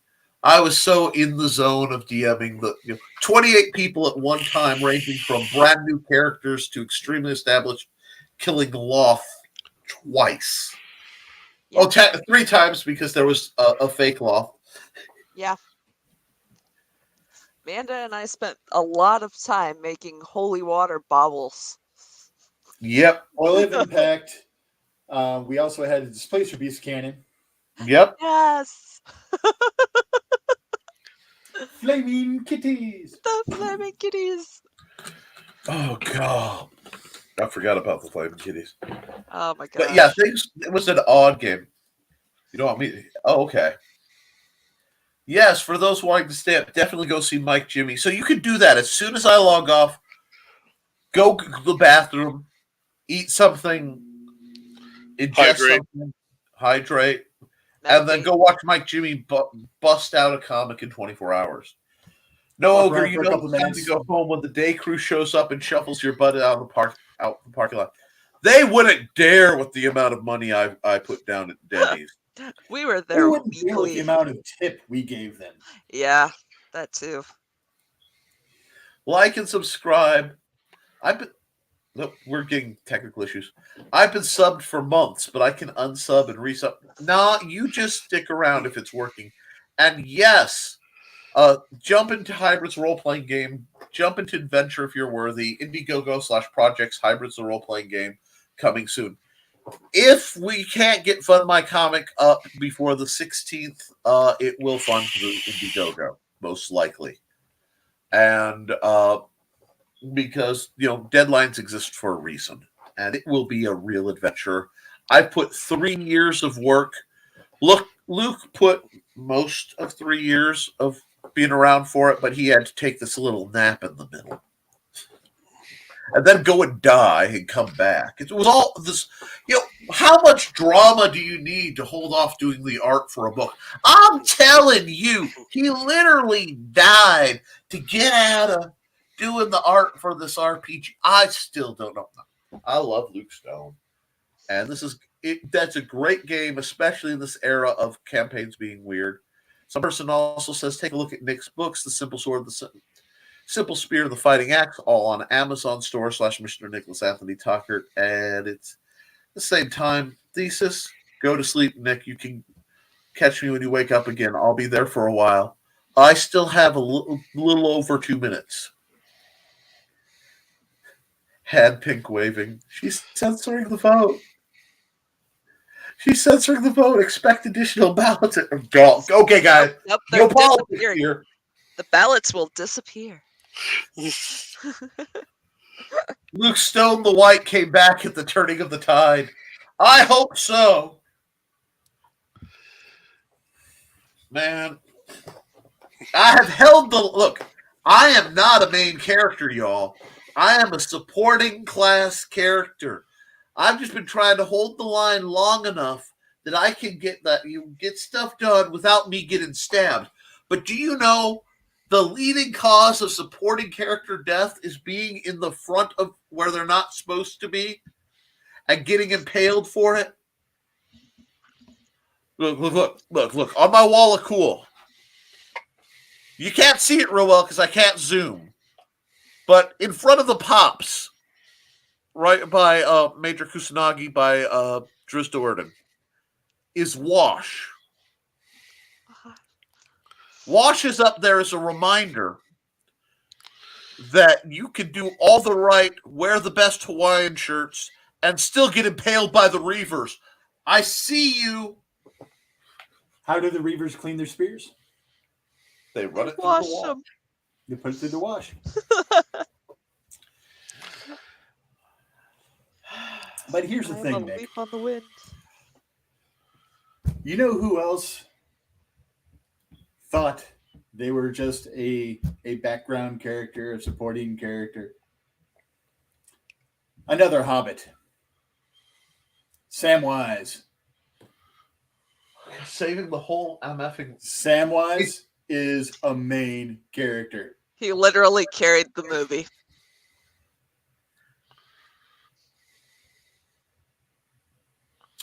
For years, my wallpaper was a picture of Samwise, and it said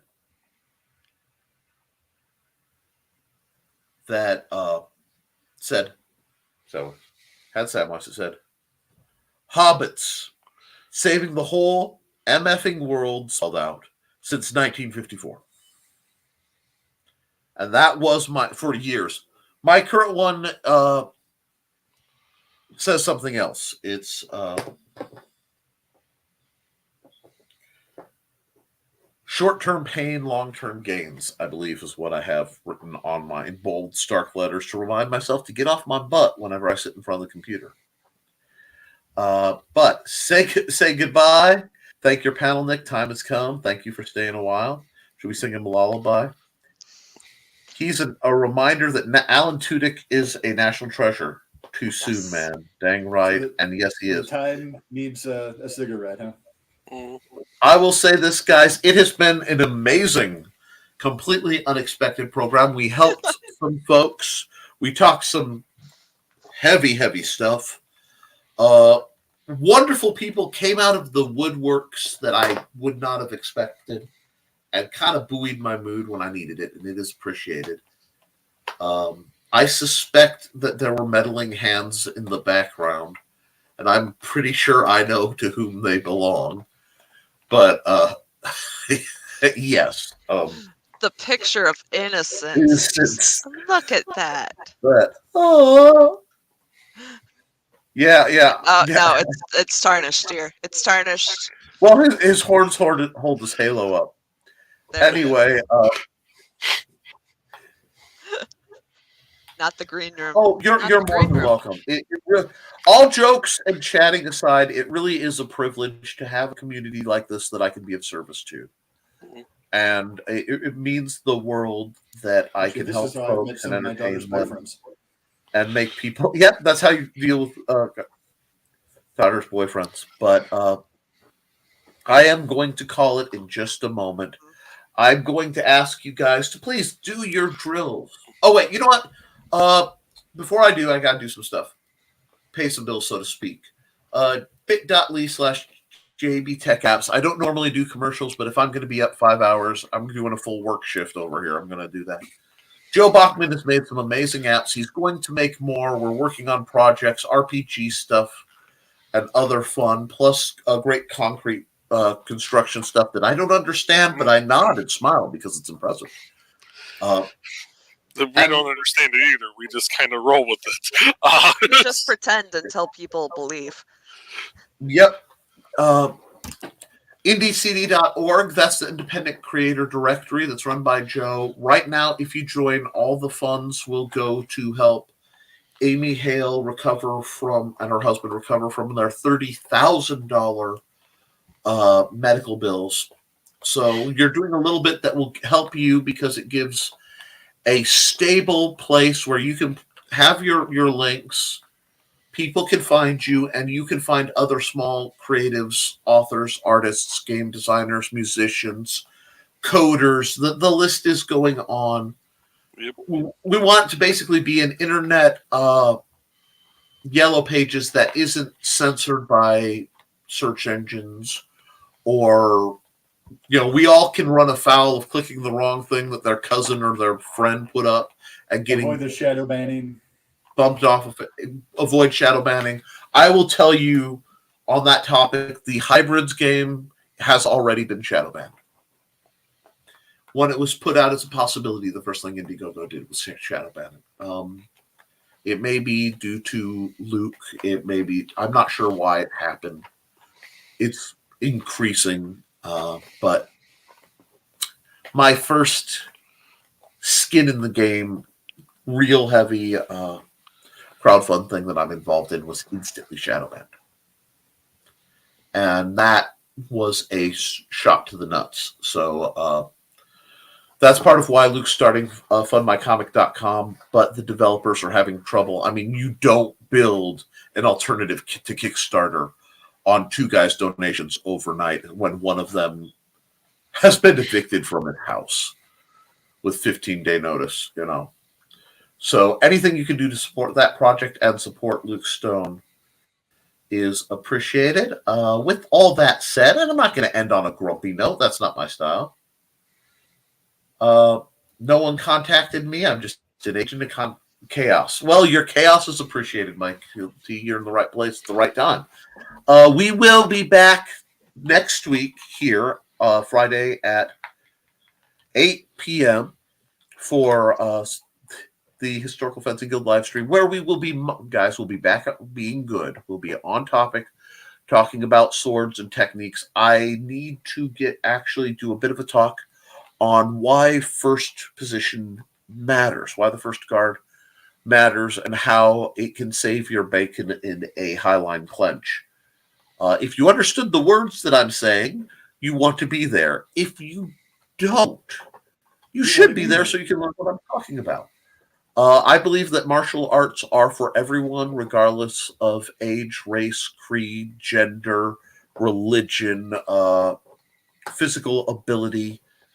And I had to, this has been a rough one because I recently lost one of my digital guild members, a person by the name of Kitsune Windsor, who was trying to work through extreme physical limitations to be able to just work the guards as a thing. So I kind of have come last couple of weeks. It's been a little harder than usual. So I appreciate you guys. And yet, same Nick, not quite the same time. I should have been asleep for many hours by now, but yes, Messer respect. Messer's rule, and I'm not going to complain about them. I'm still a rapier, short sword kind of guy, but I love them all. I can make them all go. Thank you guys. Thank you so much for having a panel. Oh, thanks for it. Literally, Paris, answering your questions and helping new people get started is literally one of my life's greatest passions. Thank you for having the courage to ask those questions, to show up, and endure the insanity that sometimes happens when the people I associate with come together. With that all being said, guys, I want you to do your drills. If you don't know how to drill, the very first video I did on this channel, it's in vertical format because my cell phone was used, goes through the basic 9 drills from my book. You can get my book very inexpensively on Amazon, but you can drill that for free.